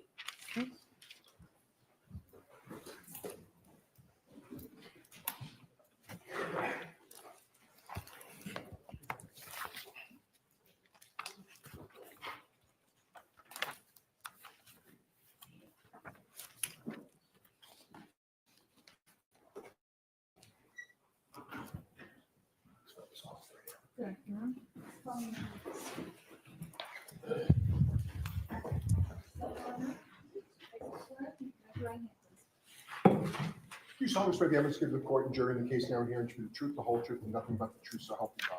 I do.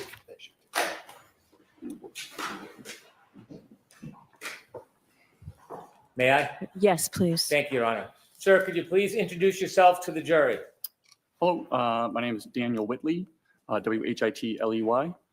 I'm a paramedic with the Canton Fire Department. I've been a paramedic and firefighter there since March of 2006.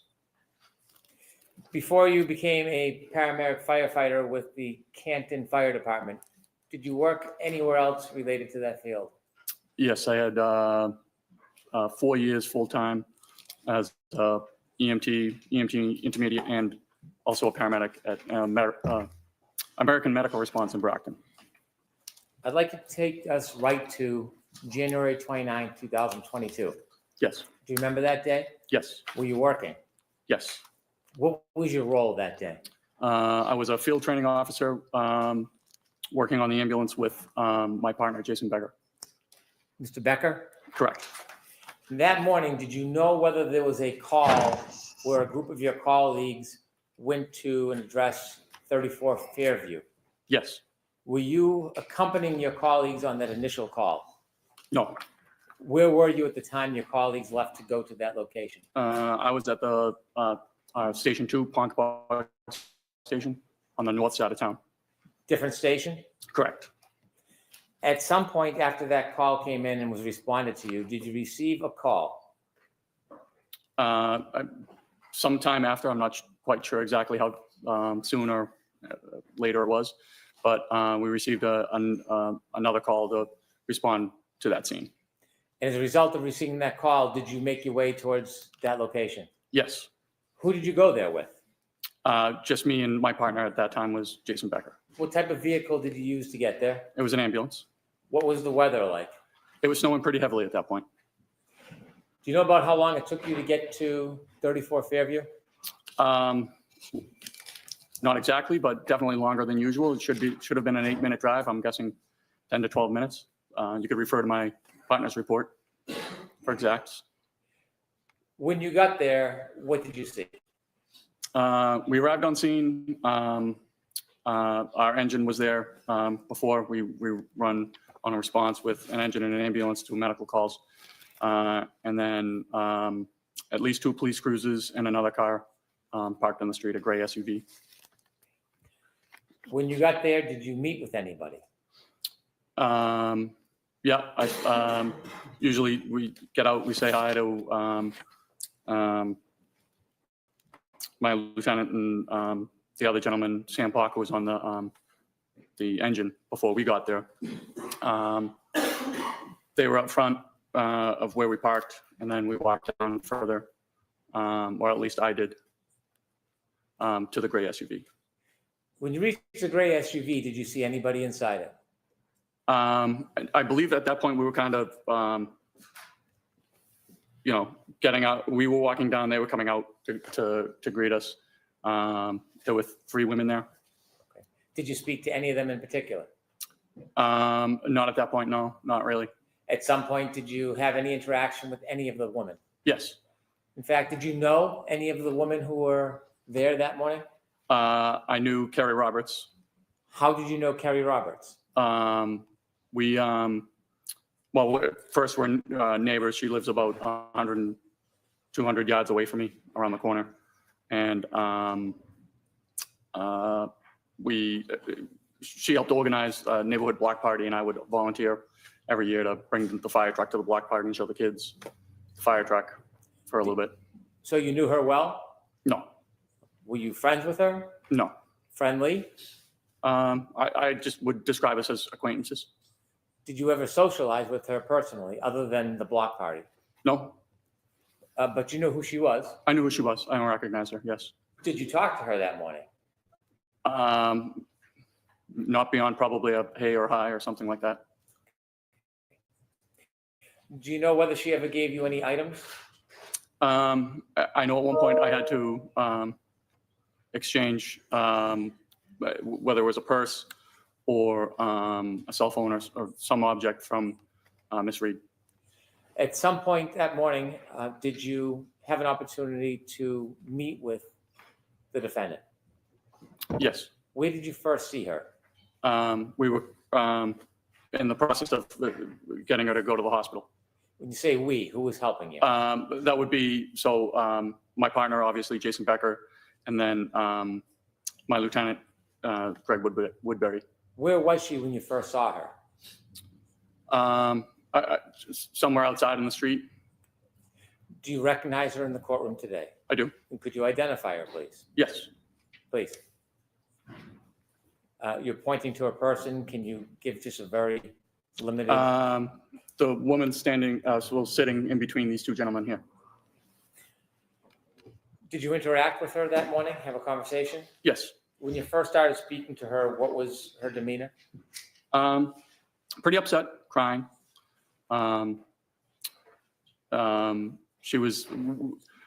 We had a Section 12 in hand, which is a medical order or police order to be taken to the hospital for a psychological evaluation.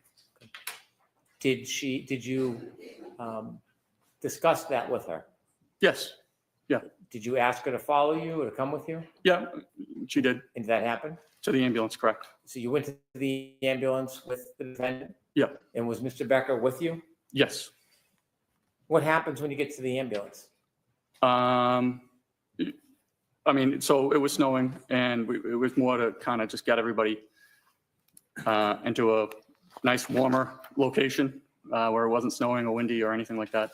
And we would discussing that, we have a Section 12 that states we have, regardless of if you want to go, we have to take you to the hospital.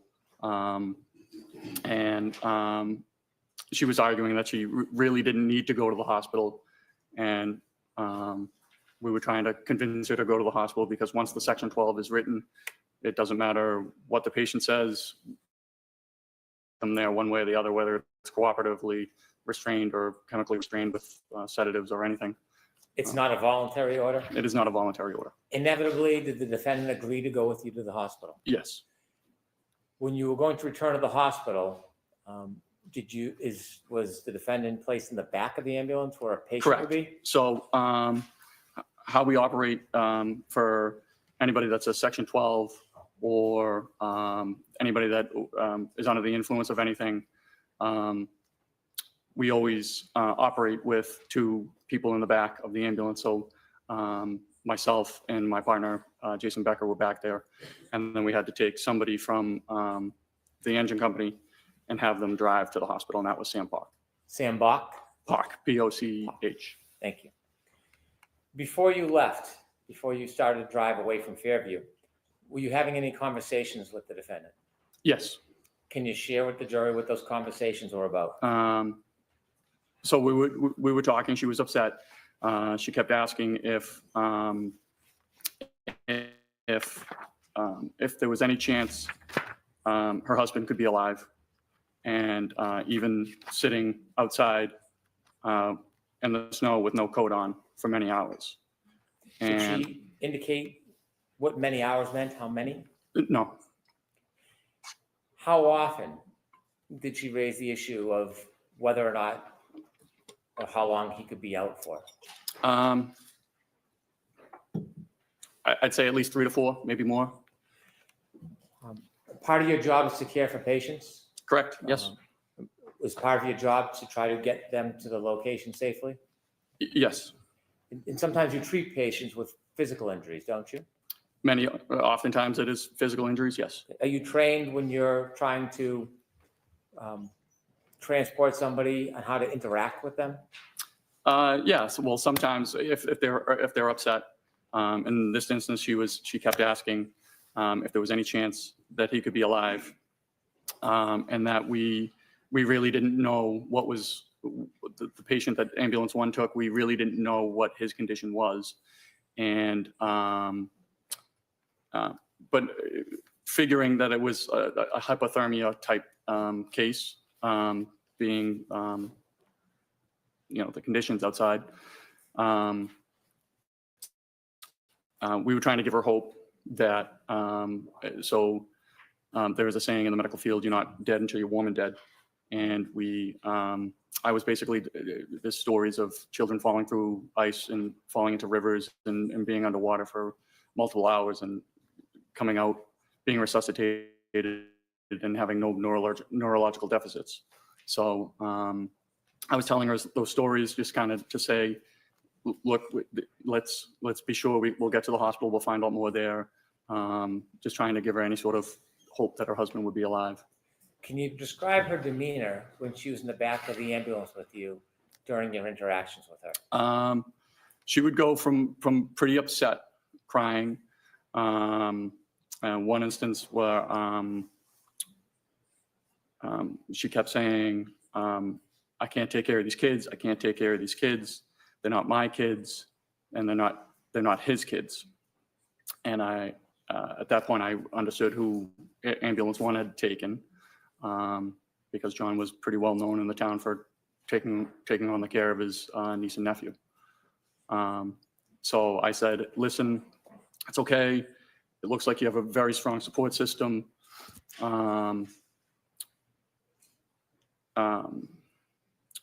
And then Miss Reed said, do you know Kerry Roberts? And she had been crying. And she picked her head up and said, do you know Kerry Roberts? And I said, a matter of fact, I do. And she said, anybody who knows Kerry Roberts wouldn't say that about her.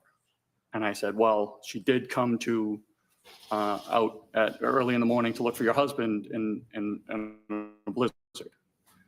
And she just rolled her eyes and put her head back down. And I thought it was just bizarre. Objection, move to strike. I'll strike that last sentence. Would you describe her demeanor as even through that ride? No.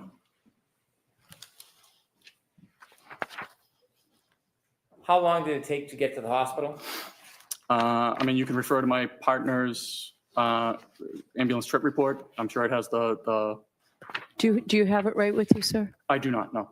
Well, let me ask you. I would guess about 15 to 20 minutes, somewhere in there. You don't have an exact memory? No. When you get to the hospital with a patient under these circumstances, do you leave them at the door? No. What do you do? We have to hand off care. So we go in and we have to give a report to a nurse to let them know what their condition is, why they're coming to the hospital, and what we found taking them to the hospital. When you got to the hospital with Miss Reed, did you interact with the hospital personnel? Yes. Do you typically, after you hand off a patient to staff, do you leave? Typically, yes. This time, Miss Reed was, I'm going to say, not really cooperative with the nurse there. The nurse was asking her to get into a Johnny, give a urine sample. She was not cooperative. The nurse tried to work with her, had an ER tech go and ask the doctor if she had to get into a Johnny. She came back. She said, yes, she's a patient. She has to do all normal stuff. We really didn't feel comfortable actually leaving the general area. I don't know if it was just shift change or what, but security wasn't there. And with her demeanor, we just didn't feel comfortable leaving the nurse by herself with Miss Reed. You said that there was some difficult times. Was there some difficulty about the defendant accepting wearing a Johnny? Yes, she was refusing to get into the Johnny, and the nurse kept saying, well, you got to get into this Johnny. The nurse did try to work with her and asked the doc if. Objection. I'll allow that. And so the ER doc, the ER tech had to come back and say, yes, she has to get into the Johnny. And at that point she did. She seemed to have calmed down and was getting into the Johnny. Security personnel had shown up, and we felt comfortable being able to kind of leave the nurse and the tech on their own. Before security came, was there difficulty in her providing a urine sample? Objection. Do you know the answer to that? Can you ask the question again? I'm sorry. Why don't you ask it a little different? Sure. Do you remember whether she was giving the nurses a hard time about a urine sample? Yes. Objection. So break that down, Mr. Brennan. The objection is sustained. You said that she was giving nurses a hard time. She didn't want to give a urine sample. And then the nurses kept asking her to, this is the cup, you pee in the cup. Objection. Not funded. No, I'm going to allow it. You were there and saw this, right? I saw it, yes. Oh, thank you. I have no further questions. Yes.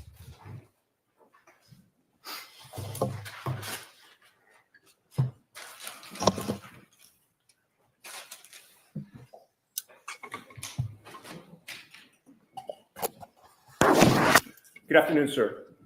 Good afternoon. Sir, you knew before you got into ambulance 2 that you were heading to Fairview Road for what is called a Section 12, correct? We would dispatch for a Section 12, correct? Right. And that was not your first call for a Section 12, right? No. You had been in that job since 2006? Yes. You've handled a number of them over the years, correct? Correct. The fact that the call came in as a Section 12 gave you some idea of the nature of the issue that you might be dealing with, correct? We had an idea that it was for a psychological issue, correct? Right. It told you that somebody at that location was suspected of being in some type of either psychiatric or emotional distress, correct? Yes. And on your crew, or of your crew, I should say, you were the one to drive the ambulance 2 to the residence, correct? I drove to the address at Fairview. Now, you've said that when you got to Fairview Road, you don't recall the time, but you do recall that there were still emergency vehicles on scene, correct? I do. There was nobody lying in the front lawn of 34 Fairview at that time, correct? Correct. And do you know how much later after 6 a.m. you would have gone there? You'd have to refer to my partner's report. You don't know if it was minutes or hours? It was minutes. It was within the hour. I don't know. Within the hour. Yep. Okay. And you said that there were, or you testified that there were 2 police vehicles on scene, correct? At least 2. At least 2. There could have been more than 2. It certainly could have been. And those police vehicles in such a situation, particularly with the snow falling down, would have had their blue lights flashing? I'm not exactly sure if they did or they didn't. Sometimes the police shut off their lights when they arrive on scene. Sometimes they don't. Okay, so you don't have a memory one way or the other? No, nothing sticks out. But those police vehicles certainly were not hidden. They were in plain view, correct? I would say so. Minimum of 2, maybe more. Correct? Yes. And there was also a gray SUV parked near that residence? Correct. And there was a fire engine there as well, correct? Correct. You called it our engine, right? That was from well, it would be engine 3. Engine 3 from or at your least station. the station 1 engine. I'm sorry? The station 1 engine. So Canton Fire has 2 fire stations. We were coming from the second station. The station 1 engine is the one that responded to Fairview. Okay, and that was a typical large fire engine, correct? Yeah. And did the fire engine have its lights on? I assume it did only because we rarely shut our lights off on a scene. Sure. And there were police officers walking about, milling about? Yes. Do you know how many? I know I spoke with Officer Saraf and Officer Mulaney, Okay. And so were at there- least two. And you know them by name? Yeah, Canton's a fairly small town, so you run into the police on a regular basis. Sure. And you work cooperatively with them, correct? Yes. Were there other police officers besides Saraf and Mulaney? I'm sure there could have been, but I don't recall ever speaking with them or interacting with them. Okay. Were there other EMTs or firefighters there when you got there? Just my Lieutenant Woodbury, and then firefighter Sam Park. Okay. And they were in charge of engine one? Well, the Station 1 engine. The Station 1 engine? Okay. And there were also civilians on scene, correct? Correct.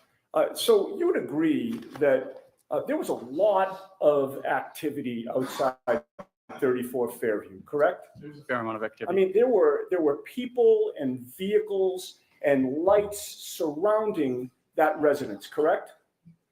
I assume so, yes. Well, you were there, so Yep. you don't really have to assume, you know, right? There was at least 2 police cruisers and a fire engine. Right, and civilians, And and police officers, and firefighters, correct, and civilians. Correct. All right. With all of that activity outside 34 Fairview, did you ever see the homeowner come out of his house? I wouldn't have known the homeowner. Do you ever see anybody exit the house? I was not focused on the house at all. All right. You were there to do a job, correct? I was there to take somebody to the hospital. Right. And you were there also to do a medical or psychiatric assessment while you were on scene, correct? Well, yes, my partner was. Correct. When you got there, you learned, well, I have to strike that. You knew going there that your patient would have been Karen Reed, correct? No. Okay. When you got there, you learned your patient was to be Karen Reed, correct? Yes. All right. And given the nature of the call, you knew when you arrived that you would be transporting her to the hospital, correct? Correct. One of the first things that you tried to do was to get a medical history from her, correct? Or my partner. All right. And you were present for that, correct? I may or may not have been. Getting a medical history is important so that you can pass along information to the hospital when you eventually arrive there with the patient, correct? Yes. And you know that when assessing and treating somebody, getting more information is always better than getting less information, correct? Not necessarily. Okay, so there are times when you'd like to get less information from a patient before you transport them? So it would be pertinent information.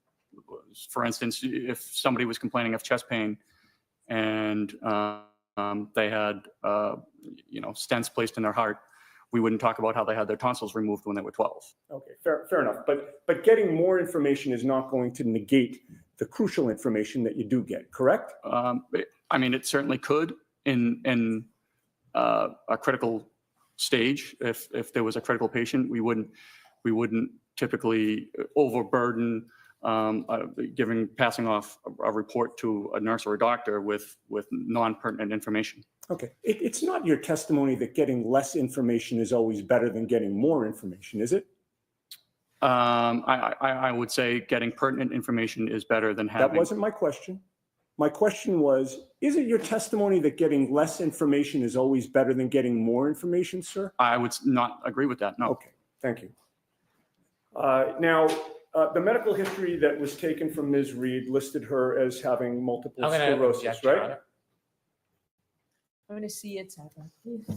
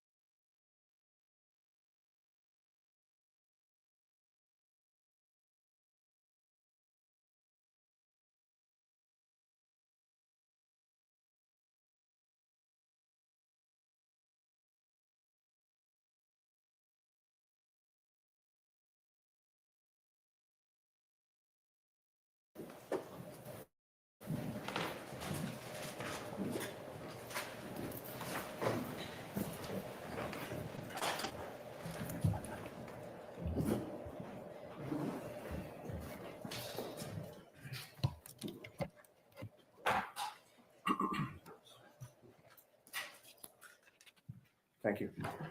Sir, the medical testimony, history that your partner and you took from Ms. Reed listed that she suffered from multiple sclerosis, correct? Correct. And you know that that's a chronic disease of the central nervous system? It's my understanding. And what does chronic mean? I believe any disease lasting more than a certain amount of time. It could be 2 years, 3 years, Sure. 4 years. Persists for a long time or Persistent. constantly recurs? Correct. And it's a disease that affects neurological muscle control, correct?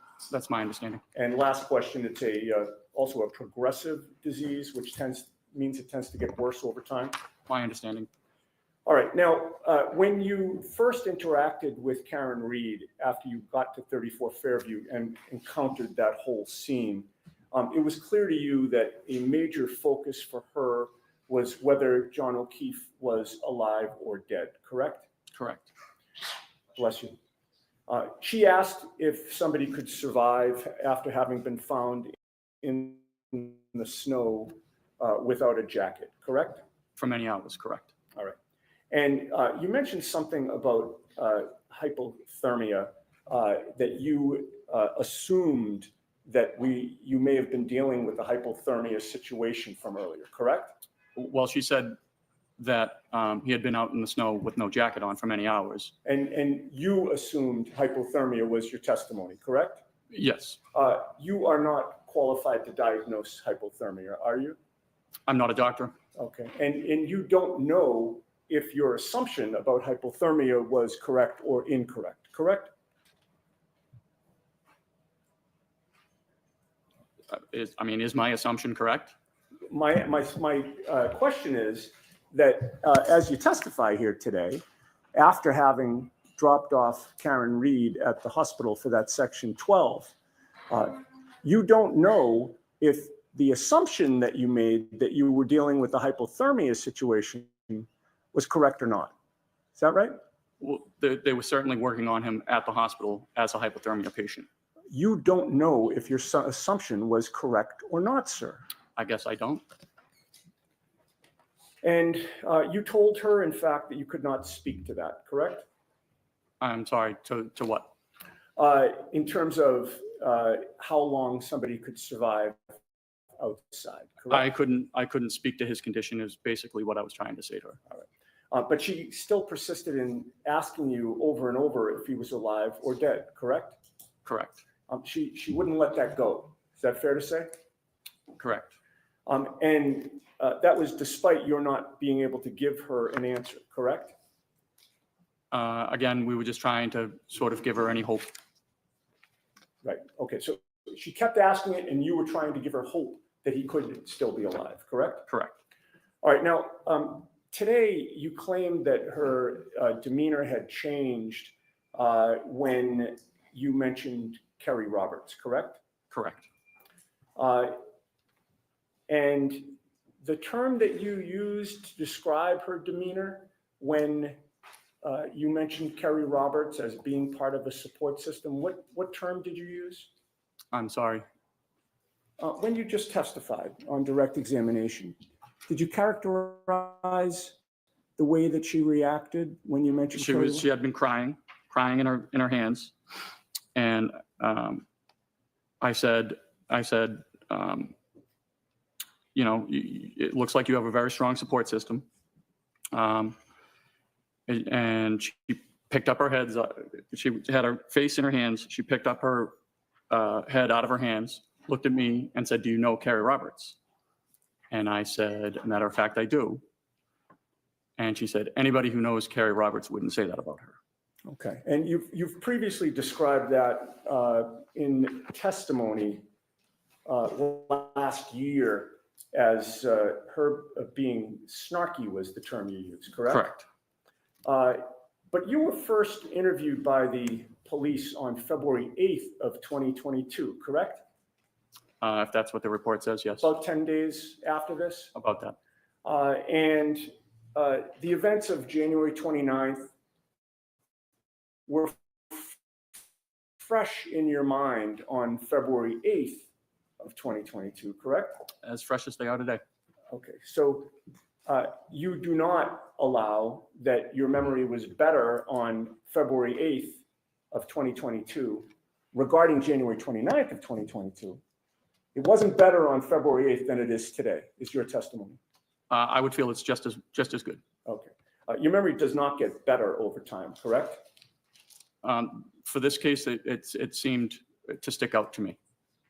Okay, so are you testifying that your memory gets better over time? No, but that would be crazy, wouldn't it? Correct. In that February 8th, 2022 interview, you were asked about Kerry Roberts, right? I'm sorry, what day? February 8th of 2022. Okay.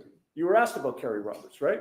I do not recall if I was or was not. You told the police that you knew Kerry Roberts from your neighborhood, correct? Okay, yes. And you've testified today that she just lived 200 yards away from you, right around the corner, right?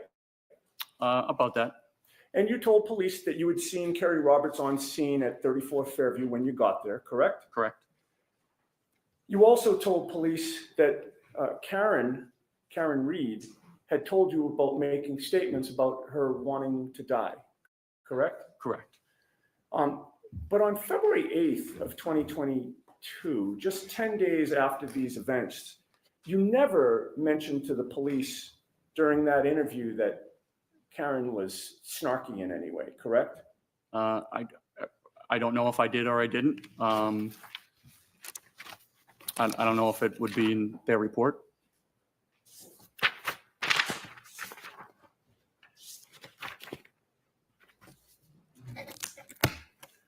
If you saw that report, would it refresh your memory as to whether or not you mentioned snarkiness? I don't think I mentioned snarkiness that day, no. Okay. All right, well, that answers my question. Okay.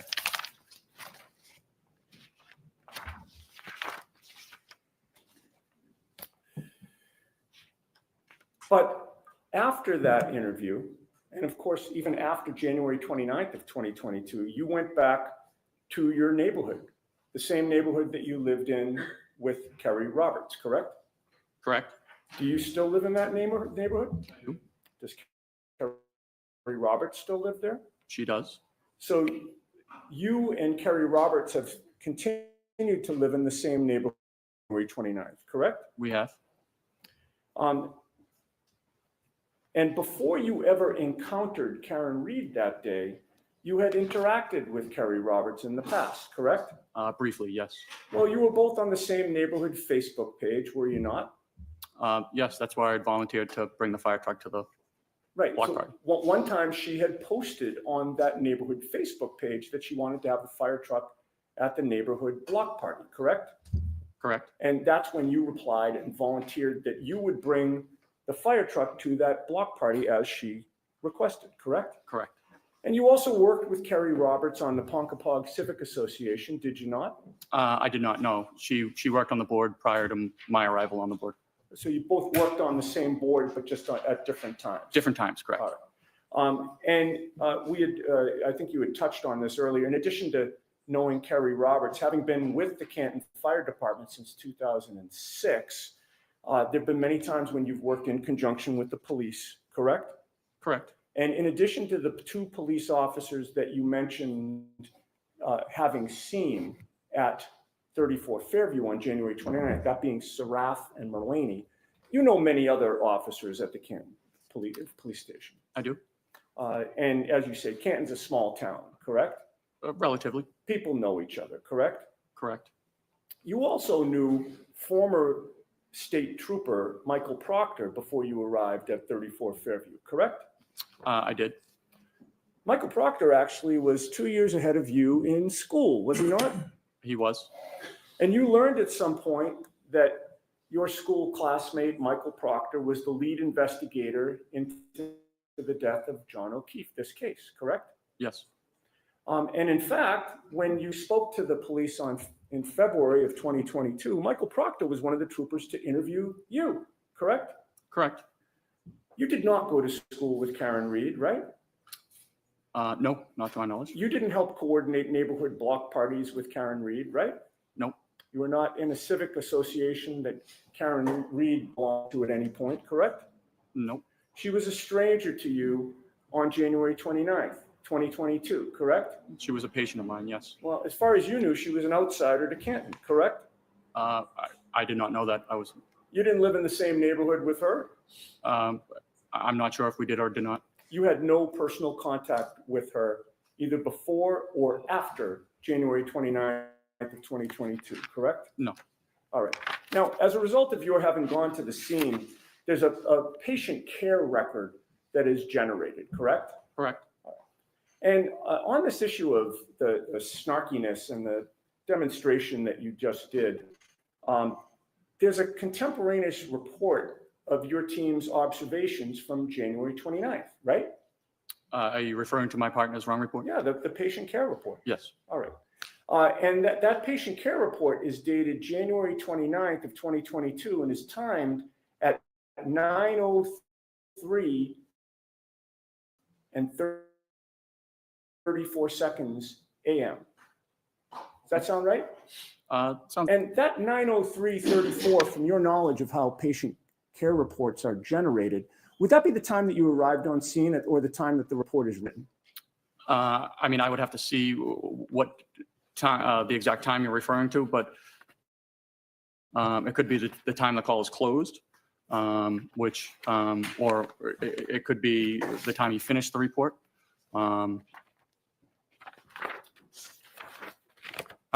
There could be multiple reports. I'm not exactly positive which report you're talking about. Okay. In any case, it was from that morning, correct? Well, I assume so. I mean, there was only one morning that you went to 34 Fairview. Well, no, but there could be two reports. So the engine has to write a report and the ambulance has to write a report. But they're both about that morning, correct? Correct. All right. Now, there are boxes to fill out on the patient care record, correct? Correct. One of the boxes is primary impression. Yes. What does primary impression mean? That is just what we believe the patient's not complaint is, but what we believe the patient is suffering from. Okay. And that is listed on the patient care record for Karen Reed as a behavioral/psychiatric episode, correct? Yes. So that's a box we check for just about any section 12. Sure. And of course, that mentions nothing about box for secondary impression, correct? Correct. What is secondary impression? That might be like just a secondary complaint most of the time. A lot of the times, patients don't have a secondary complaint. Okay, but in this case, it's listed as anxiety/emotional upset, correct? Yes. All right. And again, that mentions nothing about snarkiness, correct? That's my partner's report, yes. There's also a box for signs and symptoms, right? There is. And nowhere in the signs and symptoms box is snarkiness mentioned, correct? No, I don't think that would be medically appropriate. And then in the patient care record, it's recorded that Karen was found sitting in the front passenger seat of a friend's car, crying and visibly upset, but cooperative, right? If that's my partner's words, yes. All right. And those words, actually nowhere in the patient care record is it listed that she was snarky in any way, correct? Again, that would not be something we would put into a patient care report. And you did not put it in, correct? It was my partner's report, and no, we did not put it in. Okay. And once Ms. Reed agreed to go with you in the ambulance, it's fair to say she was still upset and crying, correct? At times. If I may have a moment. Sure.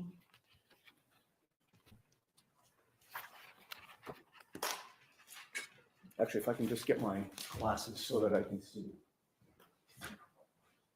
Thank you.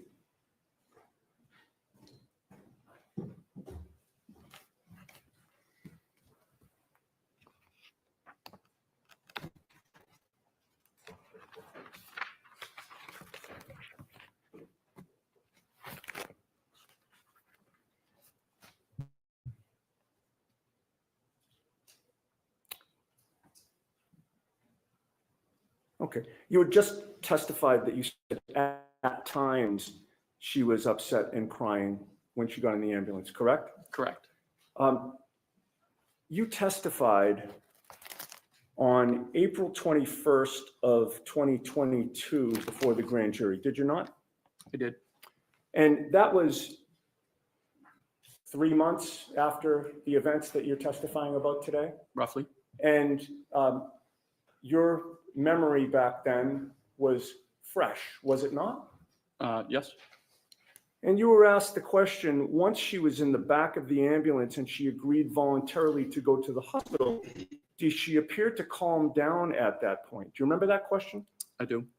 And your answer was, I mean, she wasn't arguing against us at that point. I mean, once she, agreed to come with us voluntarily, I mean, she was still upset, crying, and talking on the phone. Do you remember that answer? I do. All right. You didn't mention in that answer that it was only at times that she was crying and upset, correct? No. Okay. The whole time, from beginning to end, Ms. Reed was constantly worried about John, was she not? Objection. Sustained. You recall that she was on the phone at one point speaking to someone that she called Papa, correct? Correct. Did you later learn that Papa was John O'Keefe Sr.? I am just learning that just now. And in any case, you heard her say to Papa, is he Yes. dead? He's dead, isn't he? Sustained. You could hear on the other end of the line that Papa was saying something to her, correct? The objection sustained. May I approach? The witness or me? Sidebar. Okay.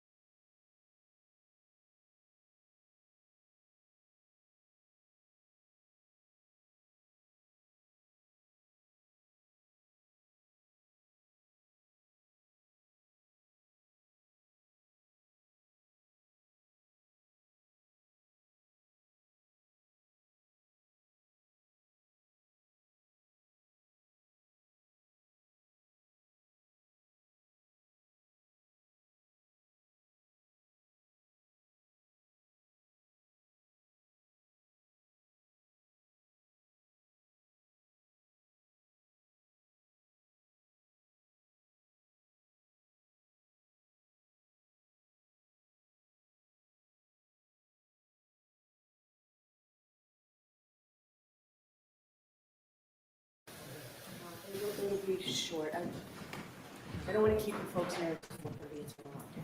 So I'm going to release you today, have you come back tomorrow. We'll make every effort to start right at 9 tomorrow. Please follow those cautions. Do not discuss this case with anyone. Don't do any independent research or investigation into this case. If you happen to see, hear, or read anything about this case, please disregard it and let us know, and be very careful on your social media, okay? Thank you. Have a good night. All rise, please. Please follow me.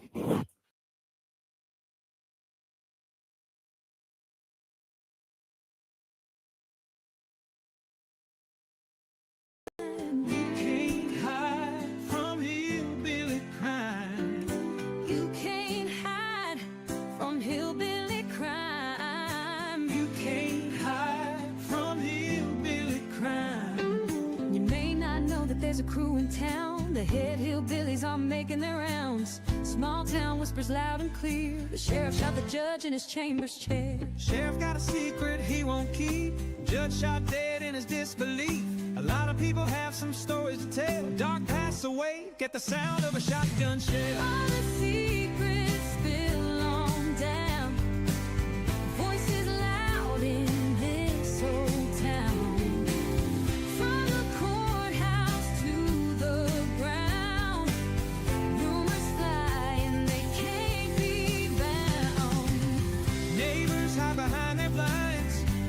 Tales of troubled minds, skeletons covering the mountainside, a treacherous reality in the pines. Winter reveals the hidden lies, moonlight couldn't mask their cries, shadows caught in sunlit skies. There's no covering